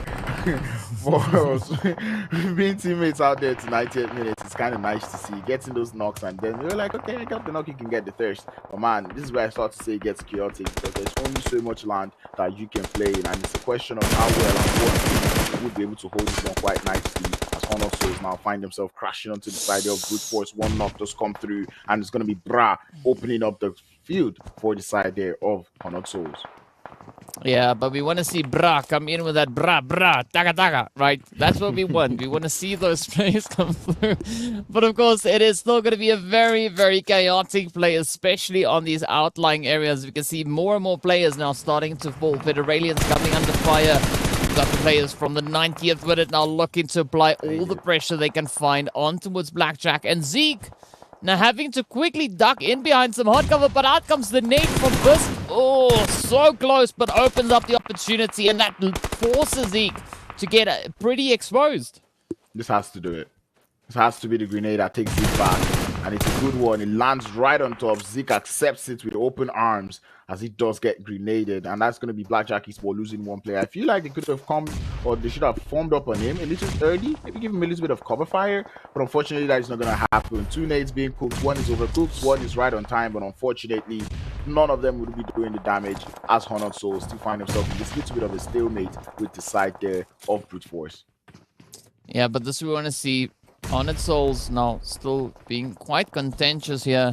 Yes, they've not had any success with eliminations just yet, but they're holding on to some decent numbers. But looking at Darkness, they just want to try and break it out, right? Already being able to find themselves with 33 points over their 7 matches.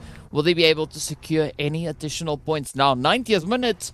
Caught on the very edge of that zone. It is going to be a slow closure coming through in the next 30 seconds or so. So the pressure is going to be on. This is where the teams need to make those really decisive plays, right? Are they going to play for a little bit more of a dominating angle, or are they going to try and just risk it and rush it potentially? I mean, that zone is not even helping matters. The whole entire north of that circle is almost unplayable. There's no cover to work with. I don't think that's where teams even want to find themselves in as they continue to rumble and tumble out here in the little buildings that they have to kind of work with. Honored Souls, definitely this is the point where you might have to just push up onto the side of Darkness, and I think they heard me just right on time. But the DBS in the hands of Godlike is an absolute chaos as he's putting in the damage into the body, putting in the gauges into the body of the side there of Honored Souls. Yeah, you can always call that an engagement, but either which way, it is going to be Watson right here on the edge. Trying to reach on through, you know. Oh, it's going to be Vibes taking quite a bit of damage. Not quite sure if they got flung out of their vehicle, or it was actually the spray coming through here from Oceans. Yes, it was. Oh, Bungle getting an absolutely phenomenal spray, but this is now pure carnage as 3 of the 4 players from Oceans on Fire are finding themselves in quite a troubling situation. Man, and it was bound to happen. It was just a matter of time before all of this action would unfold. And now there's only so much you can do. You get to knock, so you cannot go for decent because you do not want to overextend. And now high for this, they're just taking the shots from even direction that they're not even aware existed. And they're just taking the shots into the smoke. Spraying and spraying at its finest. Yeah, spraying, praying, and hoping that they hit a few of those shots, right? I mean, 1 or 2 of them has connected on through, but not all of them just yet. They're very fortunate position, though, of all the players coming through from the High for Days team. Now, Virtual Gaming Squad will be looking to make a bit of a stand coming in from this lovely eastern edge of zone. Got a bit of an opportunity on towards Desert Flames. You can see those health bars not looking all too optimal, but here we go. Where's Virtual Gaming? Gonna try and take this next play. And I just think Virtual Gaming are just at this point where they're just trying to relax and try to just let every other person fight it out before they start to, get so thirsty for those elimination points. 98 minutes on the other hand, trying to ride the lobby with a little bit of experience, and I can see that already coming through with the way they just hold it up on that northern side of the angle, right, of the map. The only cover which is located there, which is just that mass, is where they seem to be holding. And they're just chipping in those little shots into every single smoke and direction that they find. Getting those damage points, getting those knocks. Yeah, I mean, it's almost like echolocation, right? Just sending out a little bit of spray, trying to see where those hit markers land. Oh, yes, Darkness now on fire as they are getting pushed. But look at that brute force. Neo is just like, you know what, the flames are so nice, I need a few myself. And, they get it. Oh, that was so close. I really thought he grenaded his teammate there, but Freeport did have a smoke going out there for his teammate, and Brute Force already getting one little angle on the top of the hill. He gets that revive. Oh, I thought the bar was down there. But yeah, Brute Force now, they've overcome the challenge of pushing the team, Darkness, that they had out there in front of them. But now the question lies, how do they get down the hill? Because they actually have to make that descent. Yeah, it is going to be quite the dangerous play up ahead of them. But we also see the players there from Federalians moving into position. Oh, but look at this. It's going to be Burst now stepping up. Takes a little bit of damage coming through from that nade. But the full send up into the vehicle. Zakaria does get traded right on down. And this is now the opportunity for a little bit of that overpowering play to come on through. But it's going to be Max from Federalians getting caught in the crossfire. Luciano having to try and survive, also alongside Danzo, but the pressure is on. As Legends of War, they have their mindset, right? They've got their goals set up, and now looking to clutch it out, locking in that 8th elimination. And I love to see that full 4-man up, 9 eliminations to the name, and they're looking to continue on this fight as the Federalians not looking to be able to stand any chance at all towards their position. Brute Force get eliminated from the lobby as they try to make that descent down the hill. I said it was going to be a tough one, and indeed it was tough for them as they get sent back. Virtual Gaming Squad, they've been calm when they needed to be calm, and now is the time for them to actually stand up and start doing all of those damage. Yes, sir. The opportunity is definitely right in front of them. But I'm loving the way that Legends of War have been able to secure themselves double-digit elims, right? It seems like from that third match, everything that we've been asking for has been granted, right? Teams just stepping up and performing like they should have been performing from the get-go. But it's great to see them get into the swing of things here. And of course now, down to 6 teams to go, 13 remaining players left to try and duke it out. As we can see, a little bit of a vacancy up in towards that northeastern side of zone. But either which way, the players now focusing all their efforts on getting themselves situated within the compounds. We have 3 squads still rocking a 3-piece, and that could maybe be the determining factor. Yeah, and one thing that could also be the determining factors are the stranding solos who are just hanging around, who might just be able to put in a work, but the one from Federalian will not be able to do an obstruction and does get sent back into the lobby. We're down to the final 5 teams, 12 players alive, and they're trying to see which one of these teams would be strong enough to actually overcome this very challenging zone, which we get as the zone just shifts down to the south. Oh! It's going to be Legends of War trying to risk it out, and Winterfell does fall. As we can see, the spray is coming through here from Why Not, and it's the opportunity now for the players from Stalwart UAE to show a little bit of that domination. Already sitting in the 7 eliminations. Ooh, but are they going to find any more? They've got the zone at their back. They can focus all their attention, just spraying down whoever dares move up ahead of them. But Virtual Gaming Squad, what a phenomenal setup this is. They have the only compound in that center zone, and this allows them amazing leverage. It stayed so quiet, and now they're making noise at the time that it counts. And that's just one thing I've enjoyed from Virtual Gaming Squad. This is why they've been so consistent today, and they continue on showing us exactly what they've got. 9-1-1, the last player left quality. You know he's very strong, but not as strong as the play through from Laflamme as he does taking back into the lobby. That is wonderful play. Instant knock and lobby coming through from the side of Leaders of War. Oh, amazing, amazing gun skill being shown right here. But here we are, down to 5 teams. Virtual Gaming Squad, only squad with the overpowering numbers. And it is going to be Savage to lay it into. Why not? Getting that knock on in. And now it turns to Supra to try and bring in a super performance. But will that be on the cards as the zone is going to be closing in? We've got about 30 seconds and a bit of change left before we see when that 8th phase is going to be moving. I'm expecting it to move into that no man's land, as that is usually what we see happen here. But is it going to be ending before that, as Stalwart UAE now runs down to only 1 remaining hopeful? But still, Virtual Gaming Squad have the positional advantage here. Yeah, and this is where we start to answer our trivia question from yesterday. How many zones do we have in PUBG Mobile? As we're about to get that 8th and final zone pop up on our screen, and then it just becomes no man's land. Every part is the zone, but it just starts to close up. And now this is where teams have to get up close and personal. A couple of buildings in the zone. I can see that you can barely see any circle on the minimap. Here's where it starts to get crazy as the blue zone comes in for its divine intervention. Oh, I mean, and it could be so divine, right? That is what we want to see. Legends of War just breaking out of the mold, stepping up onto 12 eliminations. And now it's going to be up to Vibes and LaFlamme to show us what they've got. Can they secure themselves a strong finish? Savage is going to be posing quite a bit of a threat here to them, as is the rest of the Virtual Gaming Squad. So I think it's going to be between the two of them, right? Legends of War showing that determination to succeed over on Miramar. But Escanor could be a bit of a thorn in the side here, patiently waiting up on the top floor. Oh, and it's now just down to whoever gets the first shot. And this is where the triangle does come through, right? That push onto Escanor has to happen from Leaders of War.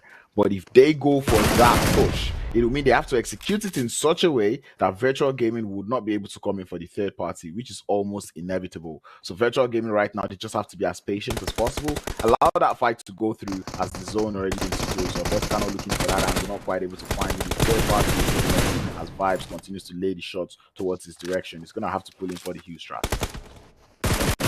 Now the pressure is on, and that heel strat definitely not going to work out on Miramar, but up comes Legends of War. LaFlamme getting found out. Down goes the Escanor, and it's now down to Vibes and the 3-piece coming through from Virtual Gaming Squad. He's just you can waiting. see, oh, he has that on the edge. Finds the spray, and that is the ticket punch right then and there.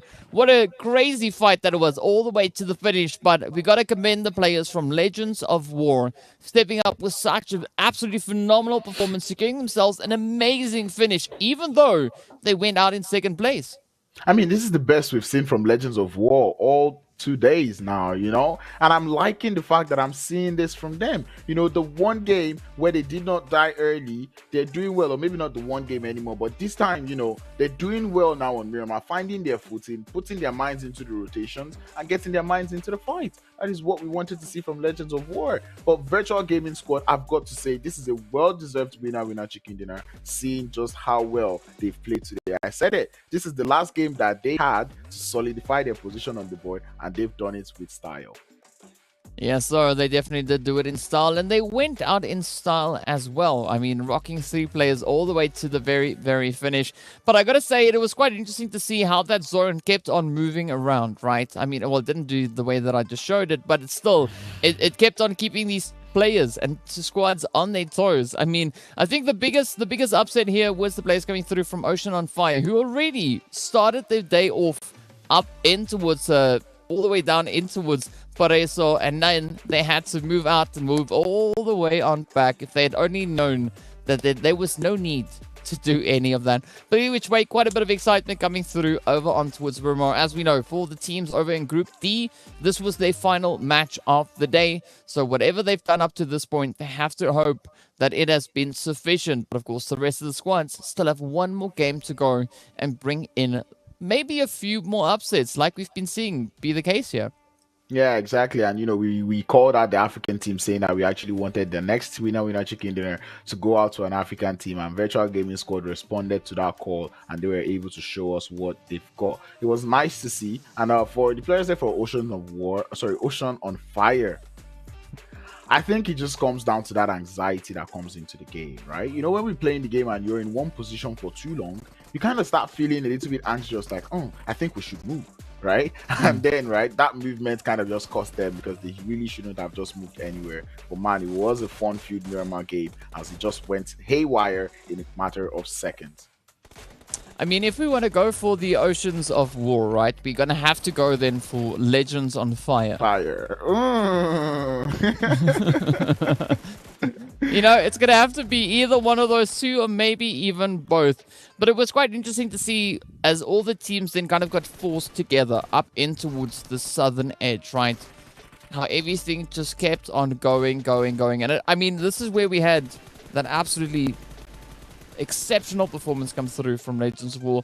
I want to see more of that consistency, right? They've now proven that they are more than capable of bringing in such a phenomenal performance, but they have to do it again, right? And they still have one more opportunity to do exactly that. Exactly, one more game for them to do it today. Solidify a better position on that leaderboard heading into tomorrow, which will be the final day of play. I mean, speaking of final days, right? Like, these teams, especially the ones from the Middle East regions, they have to put up enough points to catch up onto those players there on on the second position of the leaderboard.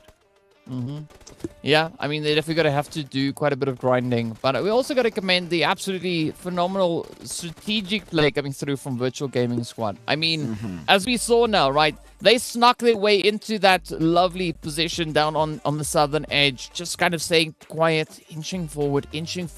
And then when the opportunity presented itself, they were just like, you know what, thank you so much. We'll just take that chicken dinner and clutch it from your hands. And I mean, that strategy paid off absolutely gloriously. But now we need to see just how all of this has impacted the overall plays and what these teams have done and what the situations are going to be looking at. So let's jump straight into the match standings, see what the points are looking like, and maybe if there are going to be any upsets.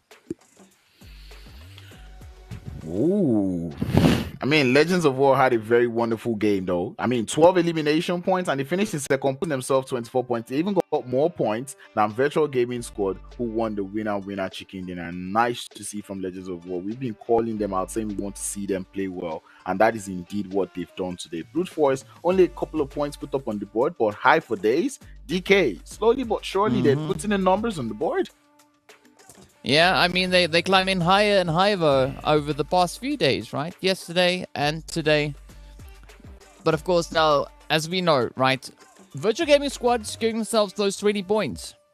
I smell an upset coming in. We'll see just how much of an upset that is going to be. So in the meantime, let's jump across over into the Africa region points to see where the teams are currently situated in, or maybe we'll go into the Middle Eastern side, whichever way. I mean, we can go wherever it is. All right, so we're going into Africa. It is. Of course, we were asking, as you said before, right, for Africa to lock in a chicken. Virtual Gaming rising to the occasion, and now sitting on a very comfortable 91 points to their name. And you've said this already, right? An absolutely phenomenal performance, and this is them solidifying their angle. Exactly. So you find that position, because if they actually, this is first place, right? With the next game, I don't think any other team can actually, like Smash Team or 911 would actually get as much points to actually get to that top one spot. So it's kind of solid that Virtual Gaming, they've solidified their position on that first place, finishing today's game, and I just love to see it. Yeah, and that's a beautiful, glorious 28-point lead that we can see right there. But yes, now let's move a little bit closer on towards that Middle Eastern side to see what the point situation is. As we know, Team GQ, they weren't playing in this last match, but they are definitely going to be stepping out onto the battlefield. But it's still super close. Stalwart bringing in quite a bit of performance. Now, only 3 points behind Brute Force. It's getting closer and closer. And I said it, right? Everybody's eyes are currently fixated on Brute Force because they're the only team that they're looking to get at least close to, right? Just 3 points now behind Stalwart UAE. They're slowly creeping up onto that position. And man, I like what I'm seeing here, but I think X Team, this is the last game of the day. I think you guys need a winner chicken dinner. Yeah, bringing an insane clutch like we've been seeing in our past 2 maps. But of course, now, speaking about insane opportunities, right? Let's pop into a quick bit of that trivia question, right? We have to keep everybody on their toes. Ooh, how many casters do we have on screen? That is a trick question, right? The answer definitely is not 3. That much I know. DK, don't give it away.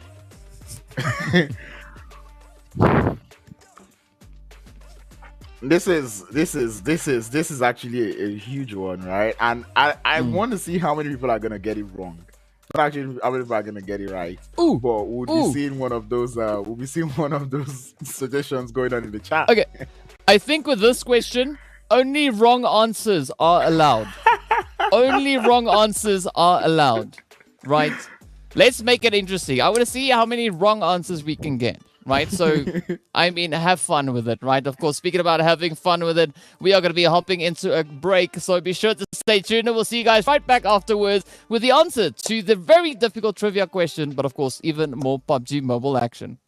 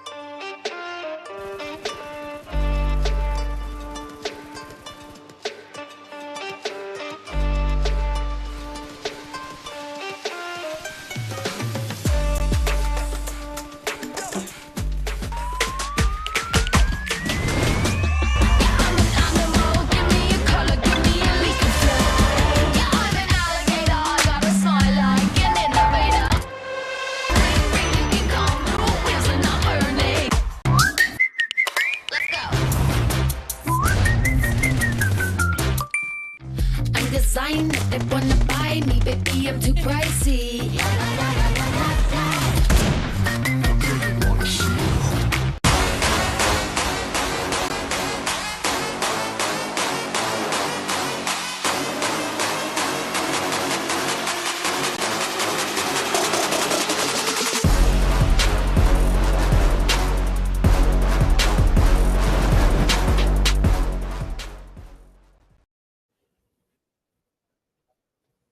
Hello and welcome back to the PUBG Mobile National Championship, the Middle East Africa Wildcard Edition. My name is DK, and of course we got the one and only Mr. Crowns looking fresh right there on the edge.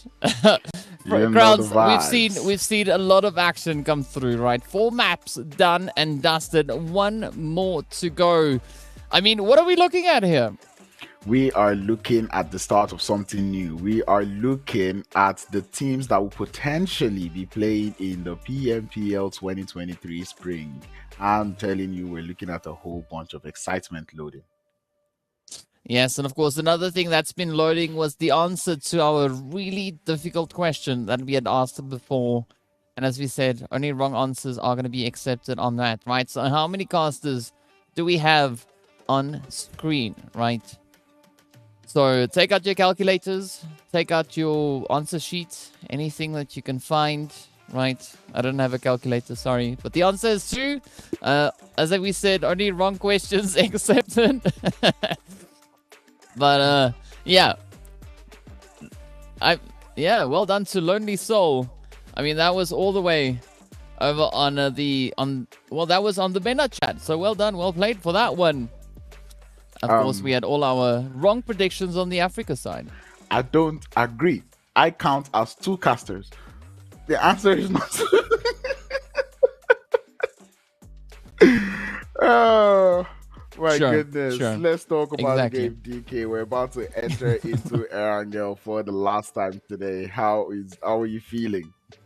I mean, pretty excited to see. I mean, based on the upsets that we've been having so far today, of course, there's going to be a lot of excitement coming through in our very last game. We know that the players there from Team GQ are going to be stepping out onto the battlefield once again. They've already secured themselves that chicken dinner on the very first murmur of the day. And as we know, the chicken dinner on both Erangels yesterday. So the pressure is on. But I'm open to surprises, right? Maybe we could have somebody else look to step on up, as we did also then have the players from GQ getting taken out quite early on over on Sanok.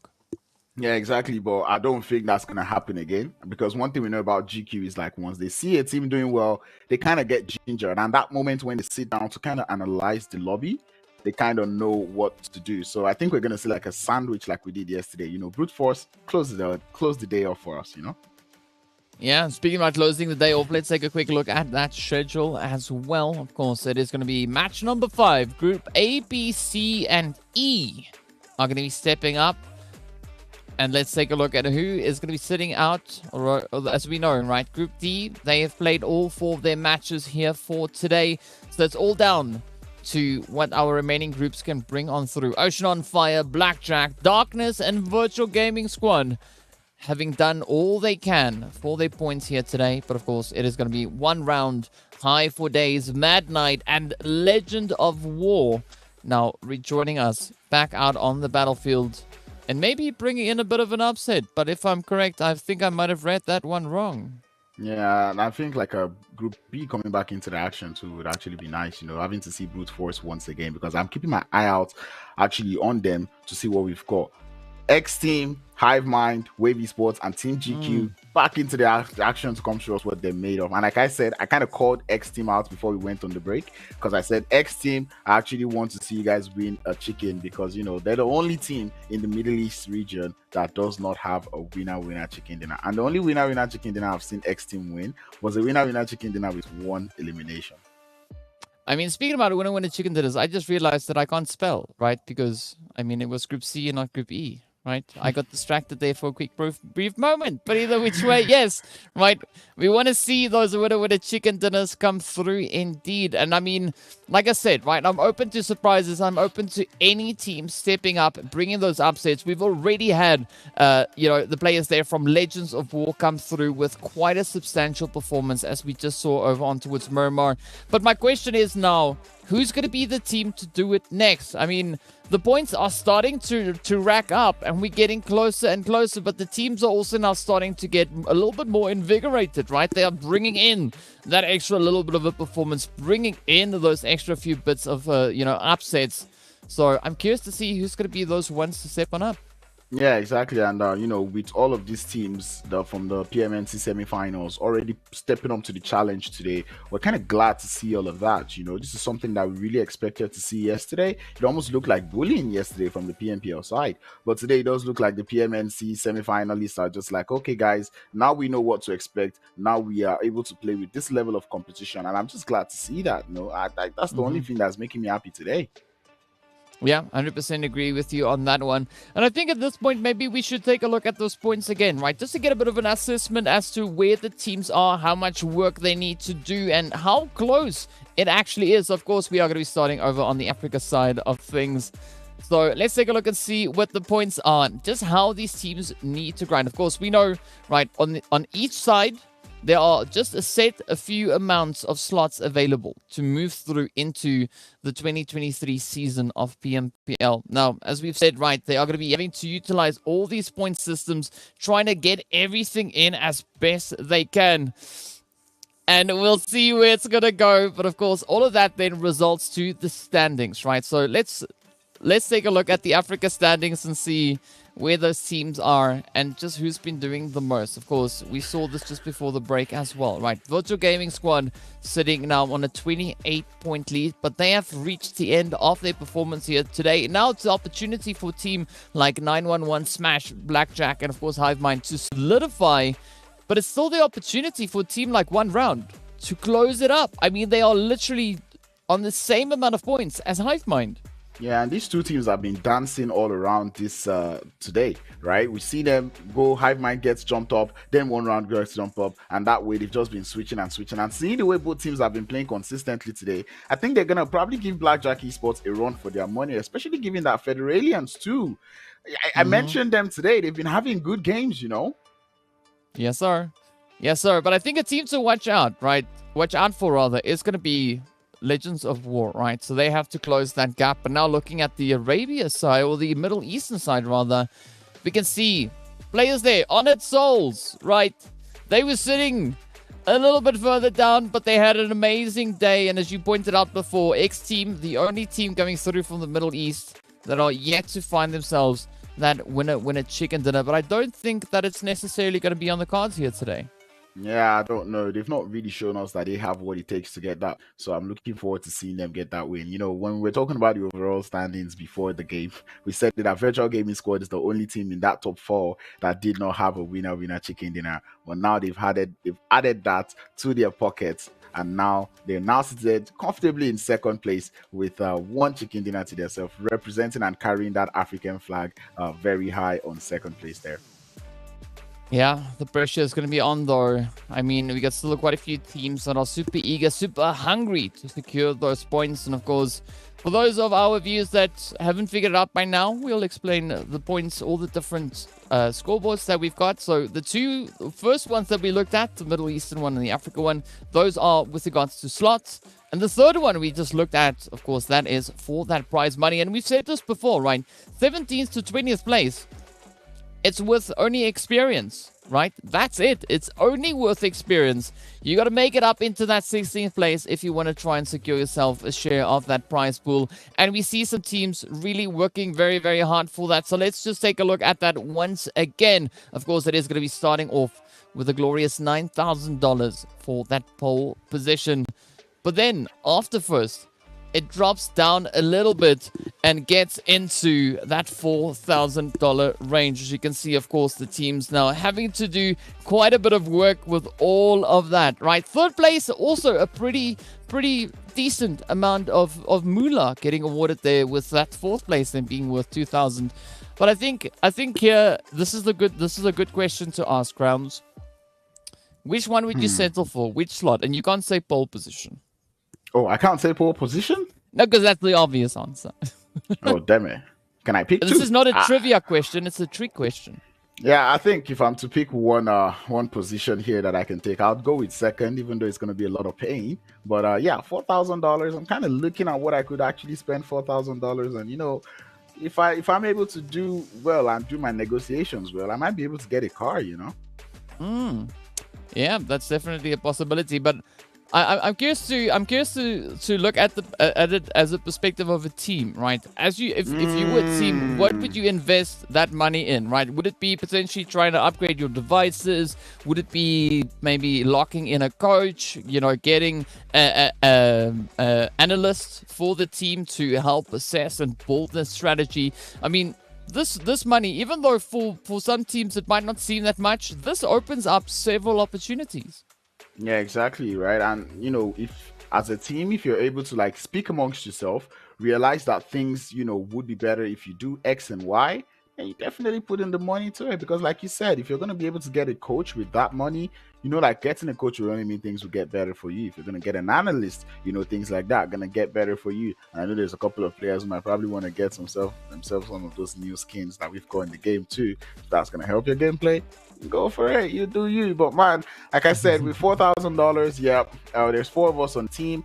We could decide to share it either way. Probably get a coach if we're able to afford one within that range, and get better with our gameplay. Because man, I tell you, when you win the money, it gives you more ginger to keep playing.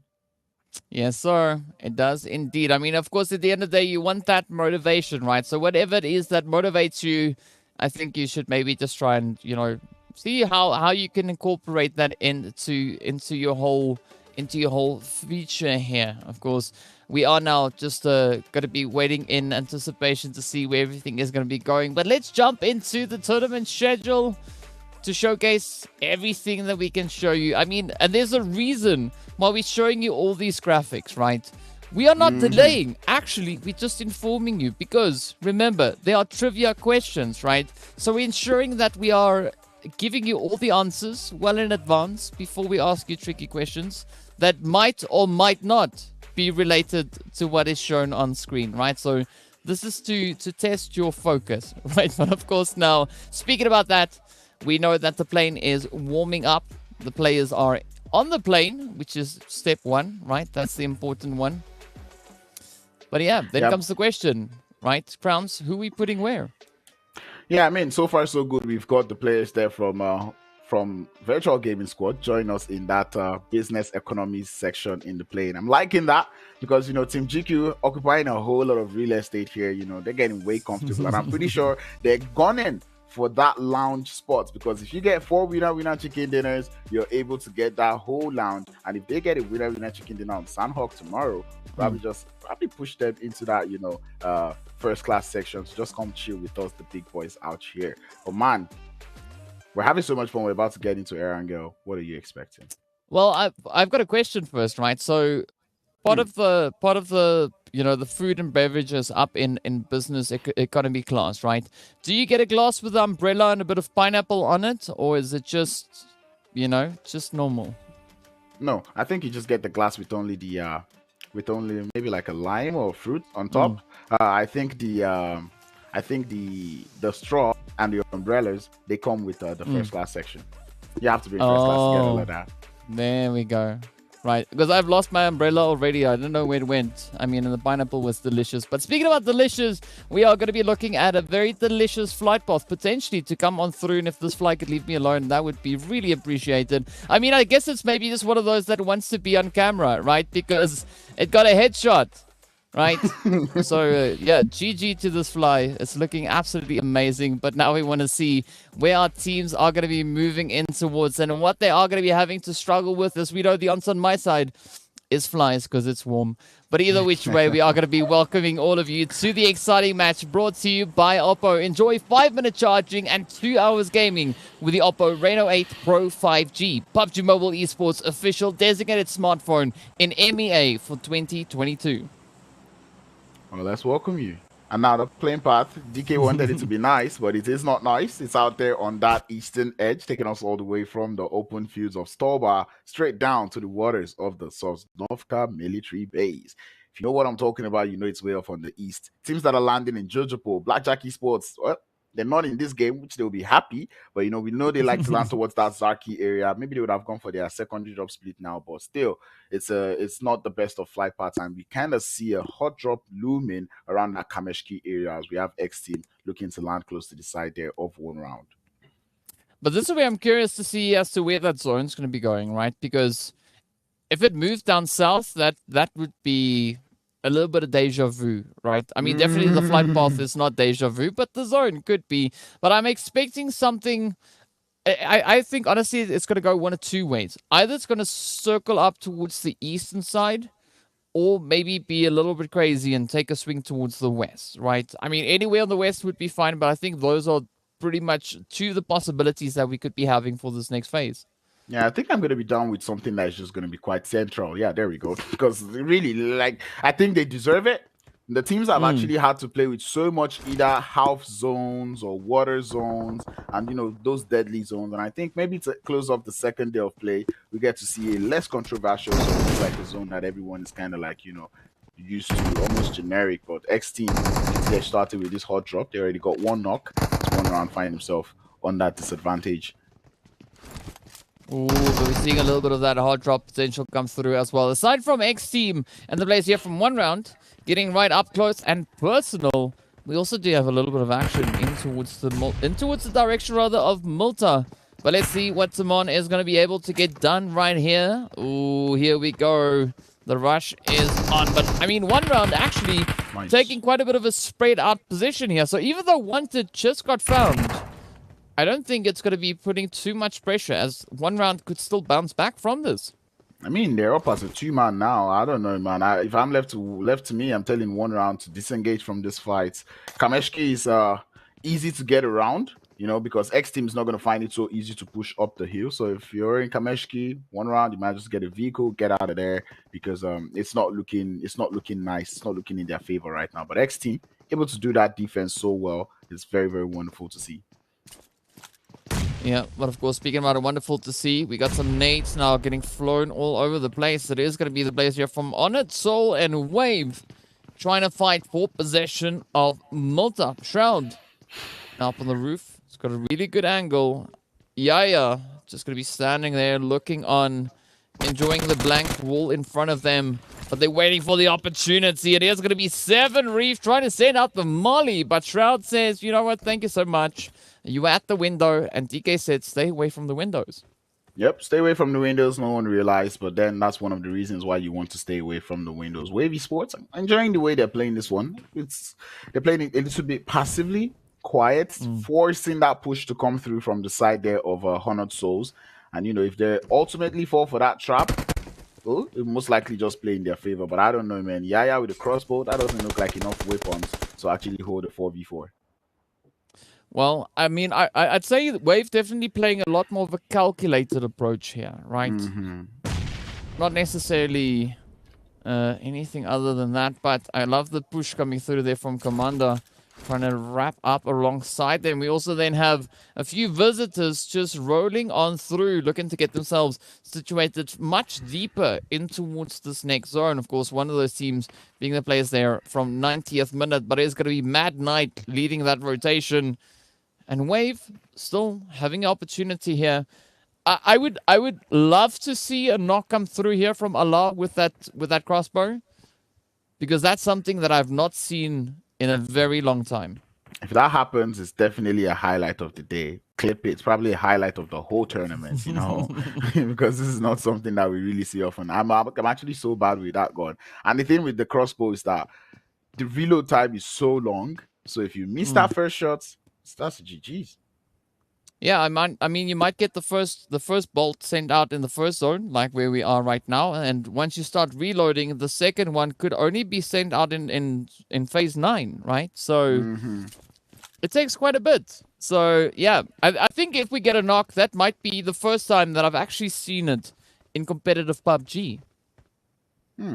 Trying to think, have I actually seen it? I don't think I have, but anyway, a little bit of a stalemate going on here between Wavy Sports, and I feel like Wavy Sports not moving too much because of that split landing that the side there of Honored Souls were able to execute when they, dropped together Archer in this position. But we saw this strategic waiting come through from Federalians yesterday, especially in the last game too. So we want to kind of see, is it actually going to pay off for them?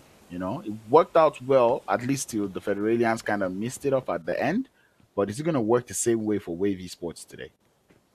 Yeah, but what I want to see here, though, for either of these teams, especially looking at Honored Souls, right? They have the opportunity to completely disengage.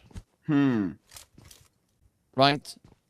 And they're going to be expending so much time trying to get the angles. We saw this yesterday over into Pachinki. It took a minute, and then eventually the ball started rolling.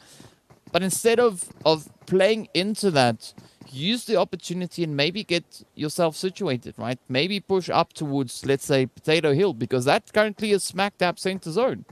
Yeah, exactly. And in fact, when we start to talk about like disengaging from fights, right? I kind of like the approach that Leaders of War have taken today. We saw them come through in the first game, changing their drop spots across, the Erangel, and then they went into the Miramar game. They changed their drop spots to, or maybe no, actually they stayed in Miramar. But going to Sandhawk, changed that drop spots, and now today in Erangel, we see them move away from that Pochinki where they have the hot drop, and now they've gone to school, which has been empty for the last 2 days. And I'm so glad that they come up with this conclusion, and I'm looking forward to seeing how it's going to play for them in this game.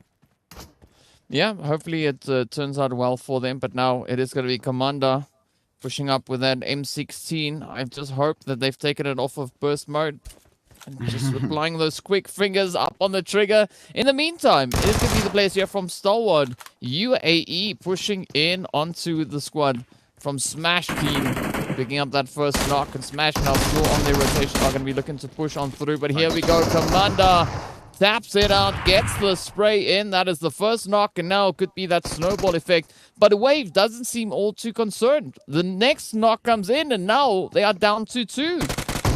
It's so sad for the side of Wavy Sports. That man not quite able to get that that quiver of the crossbow to connect, as all 4 of them do get sent back into the lobby. And indeed, the patience paid off for the side there of Honored Souls, as they would get 4 eliminations and a great start to another Erangel game.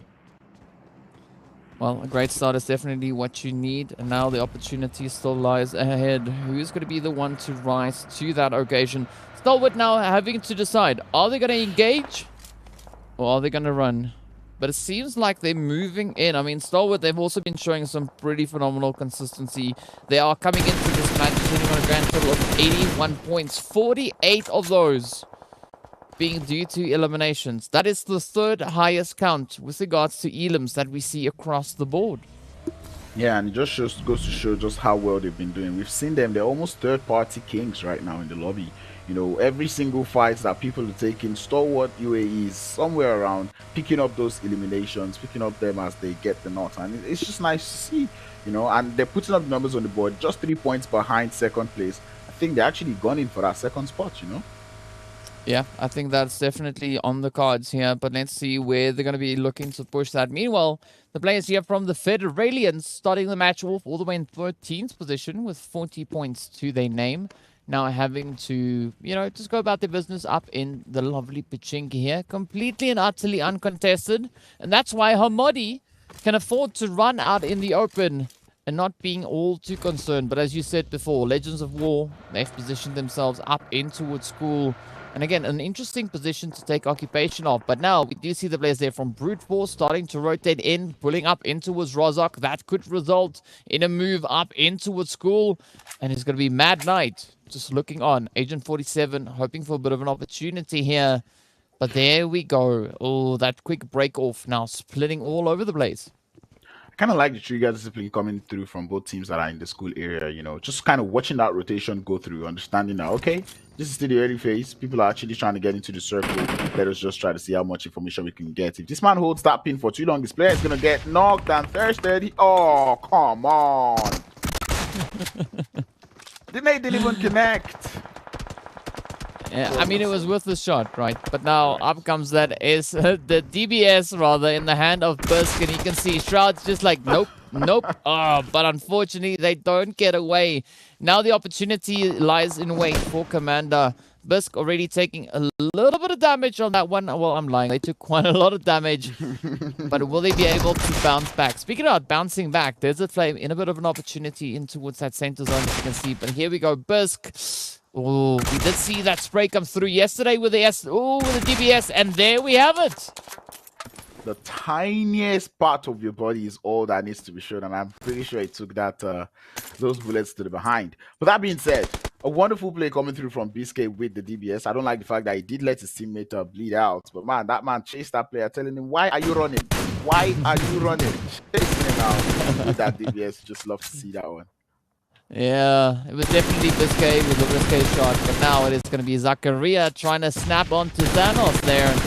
He's utilizing that hard cover. Oh, nice head spray coming in there. But up comes Bra. Up goes the Bra, and beautiful hit. Zakaria getting knocked on down. Definitely not the way I would have expected this fight to go, especially from 90th minute. They've been a little too sloppy, if I'm watching this correctly.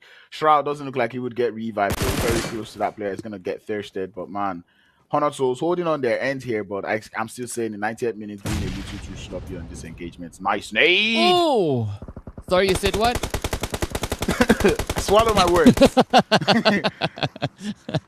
Swallow my words. Just well, like that man phenomenal nade. Yeah, that was an absolutely phenomenal nade. I mean, now it is all reliant solely on Thanos, looking to see whether or not they are going to stick around or disengage, looking to get themselves situated. If they're looking for rotation, they're going to have a pretty tough time, as there are several teams lying in wait just up ahead. But it does seem like Thanos is now trying to put a little bit of distance in between themselves, and 90th minute moving on through. But yeah, we got to commend that nade. It was absolutely phenomenal, on point, beautiful. And now comes the hit, and that's Thanos. Why are you running? Why are you running? And I think this is just a perfect example of karma, you know? We're just chasing all the players out of neuter power. I'm sorry, out of neuter, and just taking them back into the lobby. Ooh, the men, the myths, the legends. GQ up on the screen here. It's unusual to see GQ in 12 minutes into the game with 0 eliminations, don't you think, TK? Yeah, but I think they're busy concocting up a plan or something, right? Like, something's gonna happen, especially with them now trying to come in on this western side, making their way through Pachinki. And that means they're probably heading in a direction of Potato Hill, potentially, or somewhere in that vicinity. Or maybe even they could be pushing towards school, right? They could still divert in either direction. But let's see whether or not they are going to be receiving a warm welcome, as we do have Legends of War positioned just ahead of them. Legends of War holding that split out there around the school area is a nice play from them. Find themselves comfortable on that northwestern edge of the circle. It's a question of would they be able to play that well, or would they be able to, because this is relatively new area for them. You know, coming from Pochinki, you wouldn't normally rotate to that part of the circle, you know, but now they're playing it from new angles. It's now chaos actually on Potato Hill. Yes, sir. And of course, if you missed the beautiful DBS shot, that's nasty. all you need. You just need the bag. You know, that is how physics work. If your backpack is visible, it counts as a body part. And that's all that is said about it. Thanos, of course, also getting taken out right there. But now we have the opportunity here for Brute Force to try and leverage the slight bit of elevation. As you said and pointed out, players there from GQ not finding any elims. Instead, they have found one of their players all the way back in the lobby. Maybe a rough start for them, but you know, we saw this earlier today. They lost one player early on in the game, but that did not stop them from doing better in that whole entire game. So yeah, I'm not too concerned right now. And I like the fact that they're pulling away, you know, because they can see what team they're up against on Potato Hill, right? And the quick disengage from there is just nice. But right now, for the side of GQ, it's almost like running from the devil you know to the angel you don't know, as they're just running straight into the hands of the players there from Leaders of War. Nice save on that one, but here we go. It's going to be Cool Boy alongside the rest of the squad looking for a bit of an opportunity. And speaking about opportunity, Legends of War have been creating several opportunities for themselves in the past few matches, but will they be able to replicate those efforts once more? Of course, Desert Flame, one of the teams we are still waiting for to surprise us and you know, put us in awe. Now, having to bring it through, only 25 points in total, starting this match off all the way in 19th position. Definitely something's got to give. Yep. And I said, you can tell that many of these teams are gone in for that prize pool money. Nobody wants to actually be sitting down out there, not getting so much money. And Legends of War, you know, given the performances they had today, they know that going into tomorrow, they have so much confidence, so much experience going into tomorrow. And I'm so glad that so many of these teams are adapting to the style of play coming through in this lobby. Well, let's see who's going to be bringing in all the necessary adaptation, as the zone now is going to be moving further down to that southwestern side. Brute Force just chilling up in Potato Hill. If someone listened to me in the early game, they would have been in prime position. Wow, look at that. Ice Savage with a nice looking buggy. I mean, right? they just balling, right? With the balls on the tires, love it. Like, man, it's actually a very nice buggy. Like, look at, I'm like, how did I miss that drop? Well, I can tell you I definitely missed that one, but either which way, it's going to be Toffee now looking to not miss out on anything, as they are on the very edge, trying to decide whether or not they should push straight in towards zone. But of course, there's going to be none other than PO coming through with the sprays, trying to make a little bit of that pressure go away. But are they going to find it, though? Brute Force, loving the positions here. They already found that one knock. Are they going to be finding more? It is going to be Tay now taking quite a bit of damage, and that is all that's needed as they get sent on their merry way. Ooh, here we go. High for Days also now going to be coming right under the scope. Man, I just love the defense coming through from Brute Force on the top of Potato Hill out here. They're holding up so well, using their angles to their advantage, and it's working out so nicely for them. Already up to 2 elimination points up in this game. You can tell that they're in for a nice game. And we know Brute Force, when they start having good games like this, or like good starts to games like this, it's going to be a good game. Yes, sir. Yes, sir. Let's hope it is. But already 4 elims up, leading the push with the eliminations. But one round. Got a very decent setup close to center zone. Still holding on with their 2 players. Not found any elims just yet, but Desert Flame now starting to light it up, as we can see just on that mini map. That is, of course, the team in gray. There they are moving around. Legends of War moving up as well. It's going to be Knight now getting found out, and that is very, very troubling for one round. Man, they've had a tough time in this whole game. Starting from that hot drop that they had up there in Kameshki, and now trying to find a position in that circle is not going so well for them. Iflex has to run for that read. It's very risky. Man, looking at that eastern side of the zone, and look at the splits coming through from forward. It's outrageous. Yeah. I mean, it is quite a bit of a split, but sometimes you need to think out of the box, right? I'm not quite sure if that counts as thinking out of the box, but we'll find out soon enough. And they do have the players there from Mad Knight and X-Team held up alongside there. Meanwhile, over on towards Potato Hill, it's going to be Brute Force.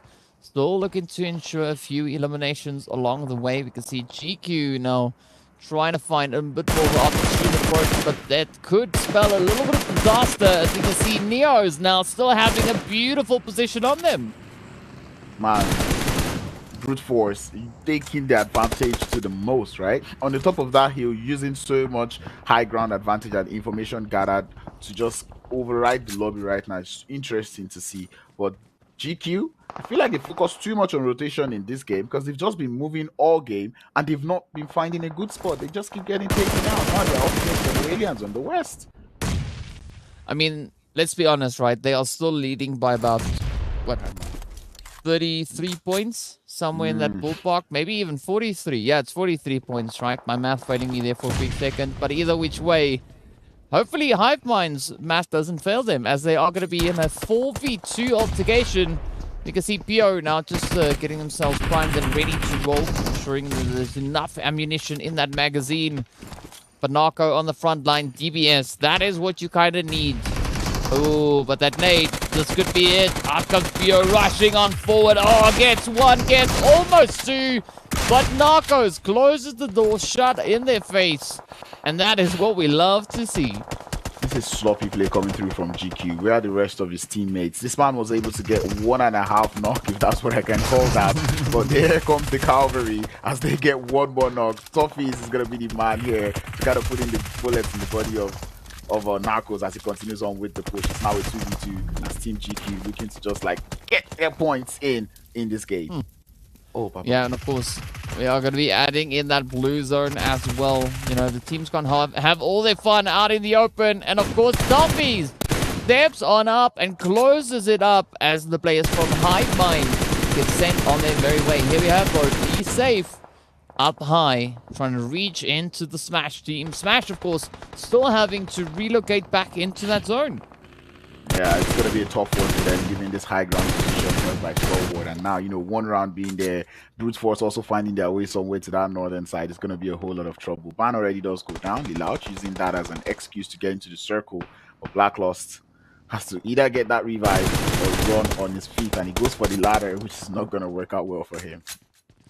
Oh, but here we go. Gonna be no mistake. Trying to play it out. Lelouch getting hit. Be safe. Oh, with the headshot. Well freaking played. That was amazing. Don't pick me, bro. That's what that man is telling him. Stop it. Don't do that. That's bad manners. And he's telling him, sending him back into the lobby. Wonderful. The split on that northern side. One round. Not going to like that one coming through from Brute Force. Well, amazing play. But of course, it is going to be the place here from Legends of War now trying to find that position on towards the Federalians. Meanwhile, Winterfall is down on their knees, hoping for a bit of that res to come through. But why not? We'll be keeping up the pressure. As the players here from Stalwart are still leveraging that spread. And so far, it's paying off really well for them. But of course, now Brute Force also still a team to watch as they're moving in from those northern territories. Applying even more pressure on towards one round. And now taking aim at Stalwart. And this is where things are going to get super challenging.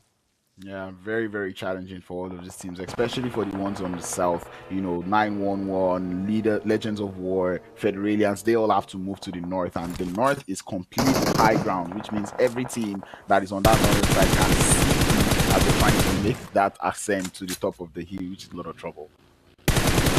Yep, quite a bit of trouble indeed. But here we go, Brute Force now continuing with their barrage.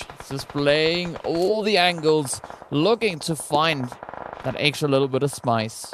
But of course, we can see E-Flex now just holding up in the little shack here. This is quite the troubling play. And I'm expecting that major rush to come in. But it is going to be the players there from 911. Now finding themselves in quite a bit of trouble here as two of their players has been knocked down. It is all now relying solely on 47 Eagle. And with that, the shots connect on through and they get sent on their merry way as the blue zone, as you said before, waits for nobody. But 5 teams now remain here, Crowns. And 4 out of those 5 teams are up as a full squad. This is going to be a full showdown to kind of end this game today because, man, full squads everywhere and everybody doesn't want to give up. But it's trouble on the south for the side of Federalian, Stalwart Esports, spotting that last player. And the grenade will send him back as we're down to the final 4. This is the 4 after the next in line on the side of Stalwart. Yeah, absolutely glorious play. But here we go. Be Safe looking to go at it once again. Finds one, finds Sue. Oh, there we have it. Vibes now. Just lying in wait up ahead. E-Flex not going to go down without a fight. Instead, is going to be looking to send out a few of those utilities. They want to reach in with a grenade and maybe pick up a free, easy elimination. But now Be Safe just up ahead. Oh, that nade explodes so close to them. Why not going to be keeping that pressure up? And Stalwart now already sitting on 14 eliminations to their name. Definitely looking to step up that level of gameplay.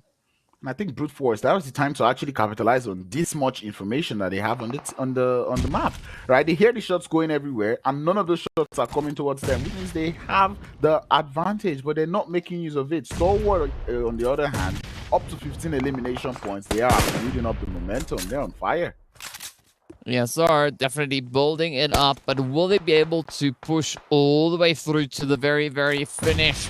No mistake now. Going to be trying to send out that nade. Legends of War again with a very acceptable performance. Making it well up into the top 5. And as we know, this is some decent placement territory, right? First place with 15. Second place with 12. So fourth place, whoever falls next, is going to be walking away with those 8 placement points to their name. And maybe it could be on the cards here for no mistake, but they have to do as their name suggests and make no mistakes in this final few phases. That solo player from one round, he needs to get taken out by the side of Brute Force. And I wonder why Brute Force is actually taking so much time to take out that solo, because they're aware of that position. But I don't know why they're not deciding to go for that, for that elimination yet. But it's going to be quietness going through in the lobby with so much domination of the zone going over to the hands of Brute Force. Oh, well, we've got a 4-way split coming in.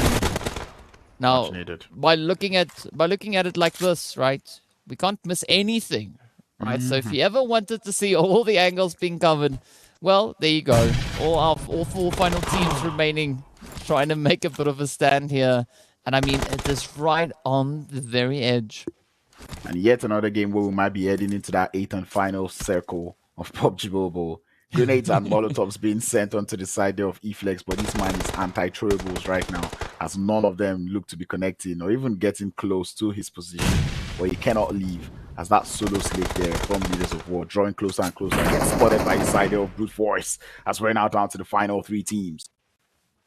Oh, and I mean, the stakes cannot be higher.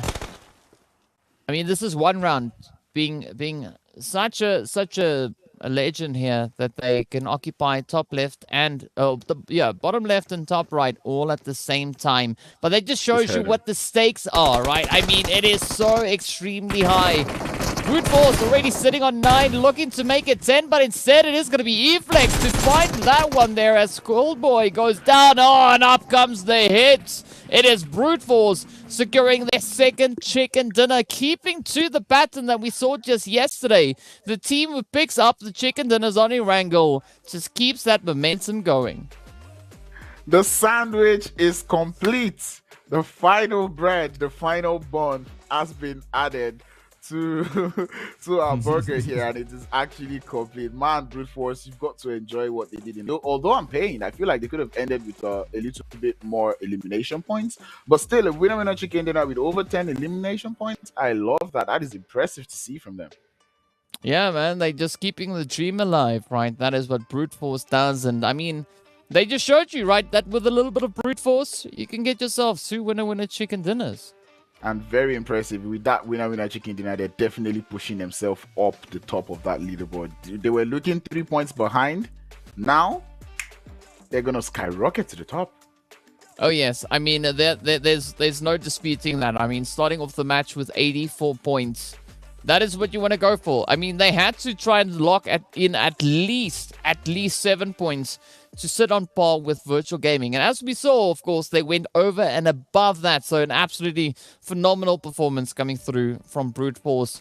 But I'm excited to look at our highlights from this past match. We can see the teams just getting ready and going about their business. I mean, it started off so unexpectedly, right? I mean, cool, calm, collected, a nice little bit of an altercation up in towards Malta.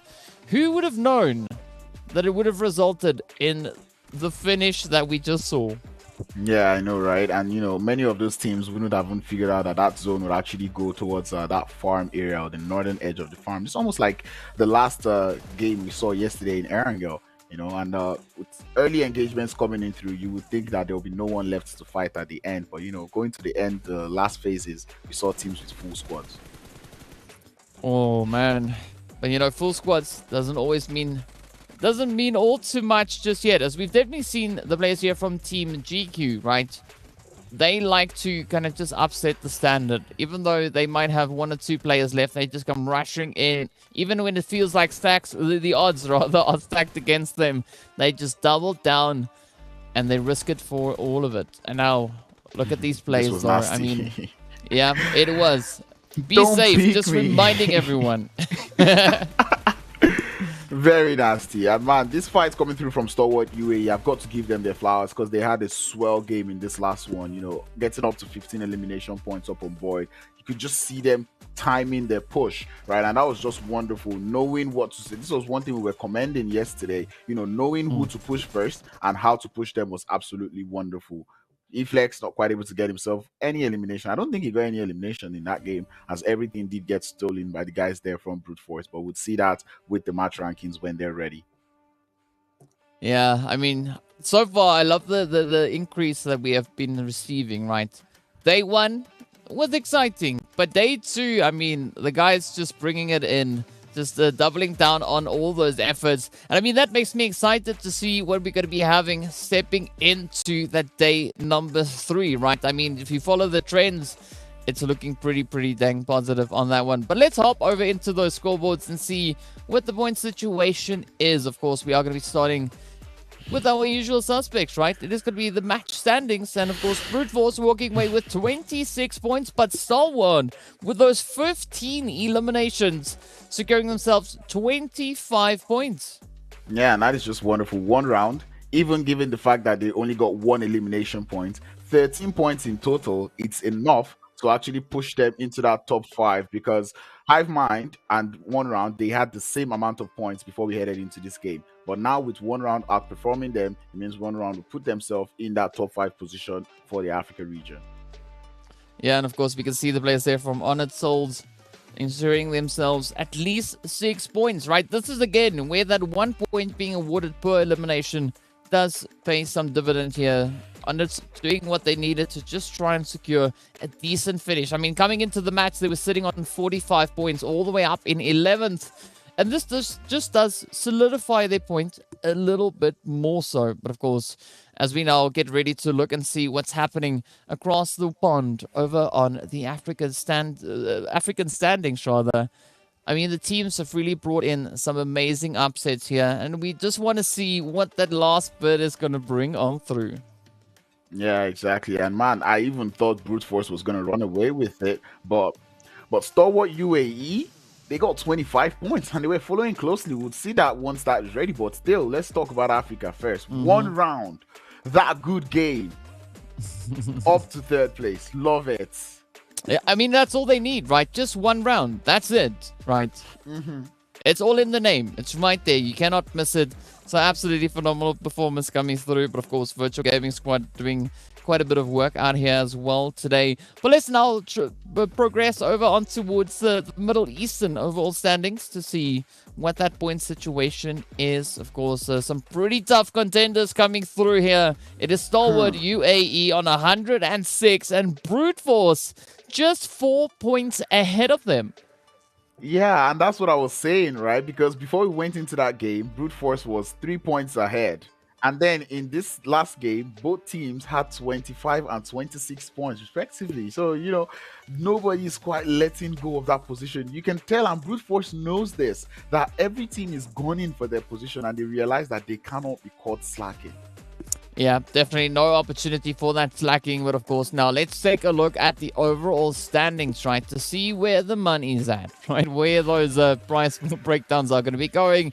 And of course, look at that. Absolutely insane, right? We see quite a bit of dominance now being shown up at the top of the leaderboard coming through from our Middle Eastern teams. But of course, Virtual Gaming Squad, they are still repping, therefore, the lovely Africa edge as well, right? 91 points to their name.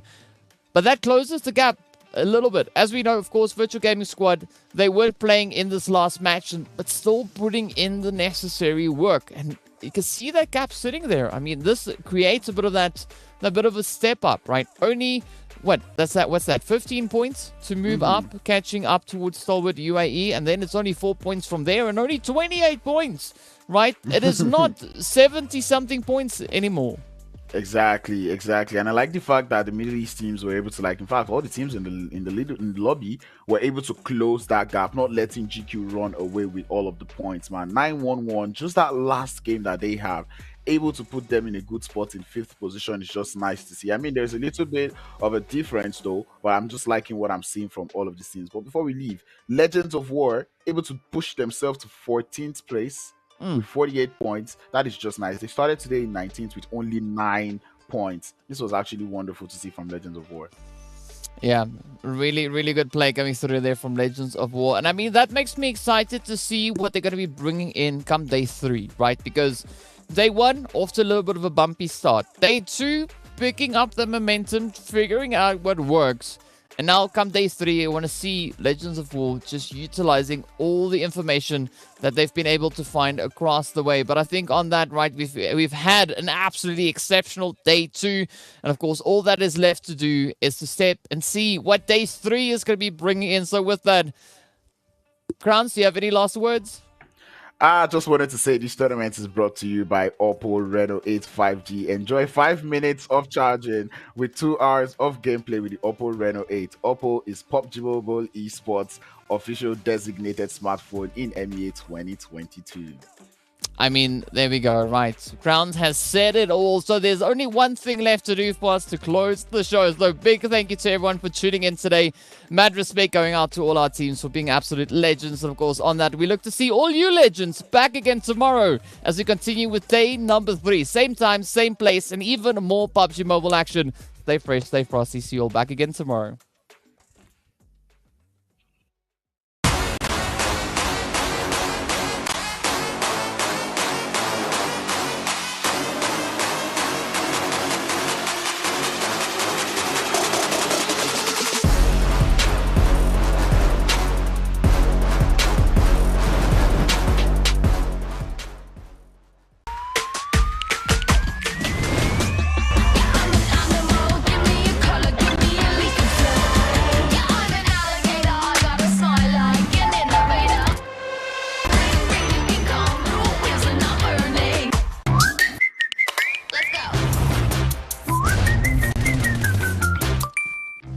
Design, they wanna buy me, baby, I'm too pricey.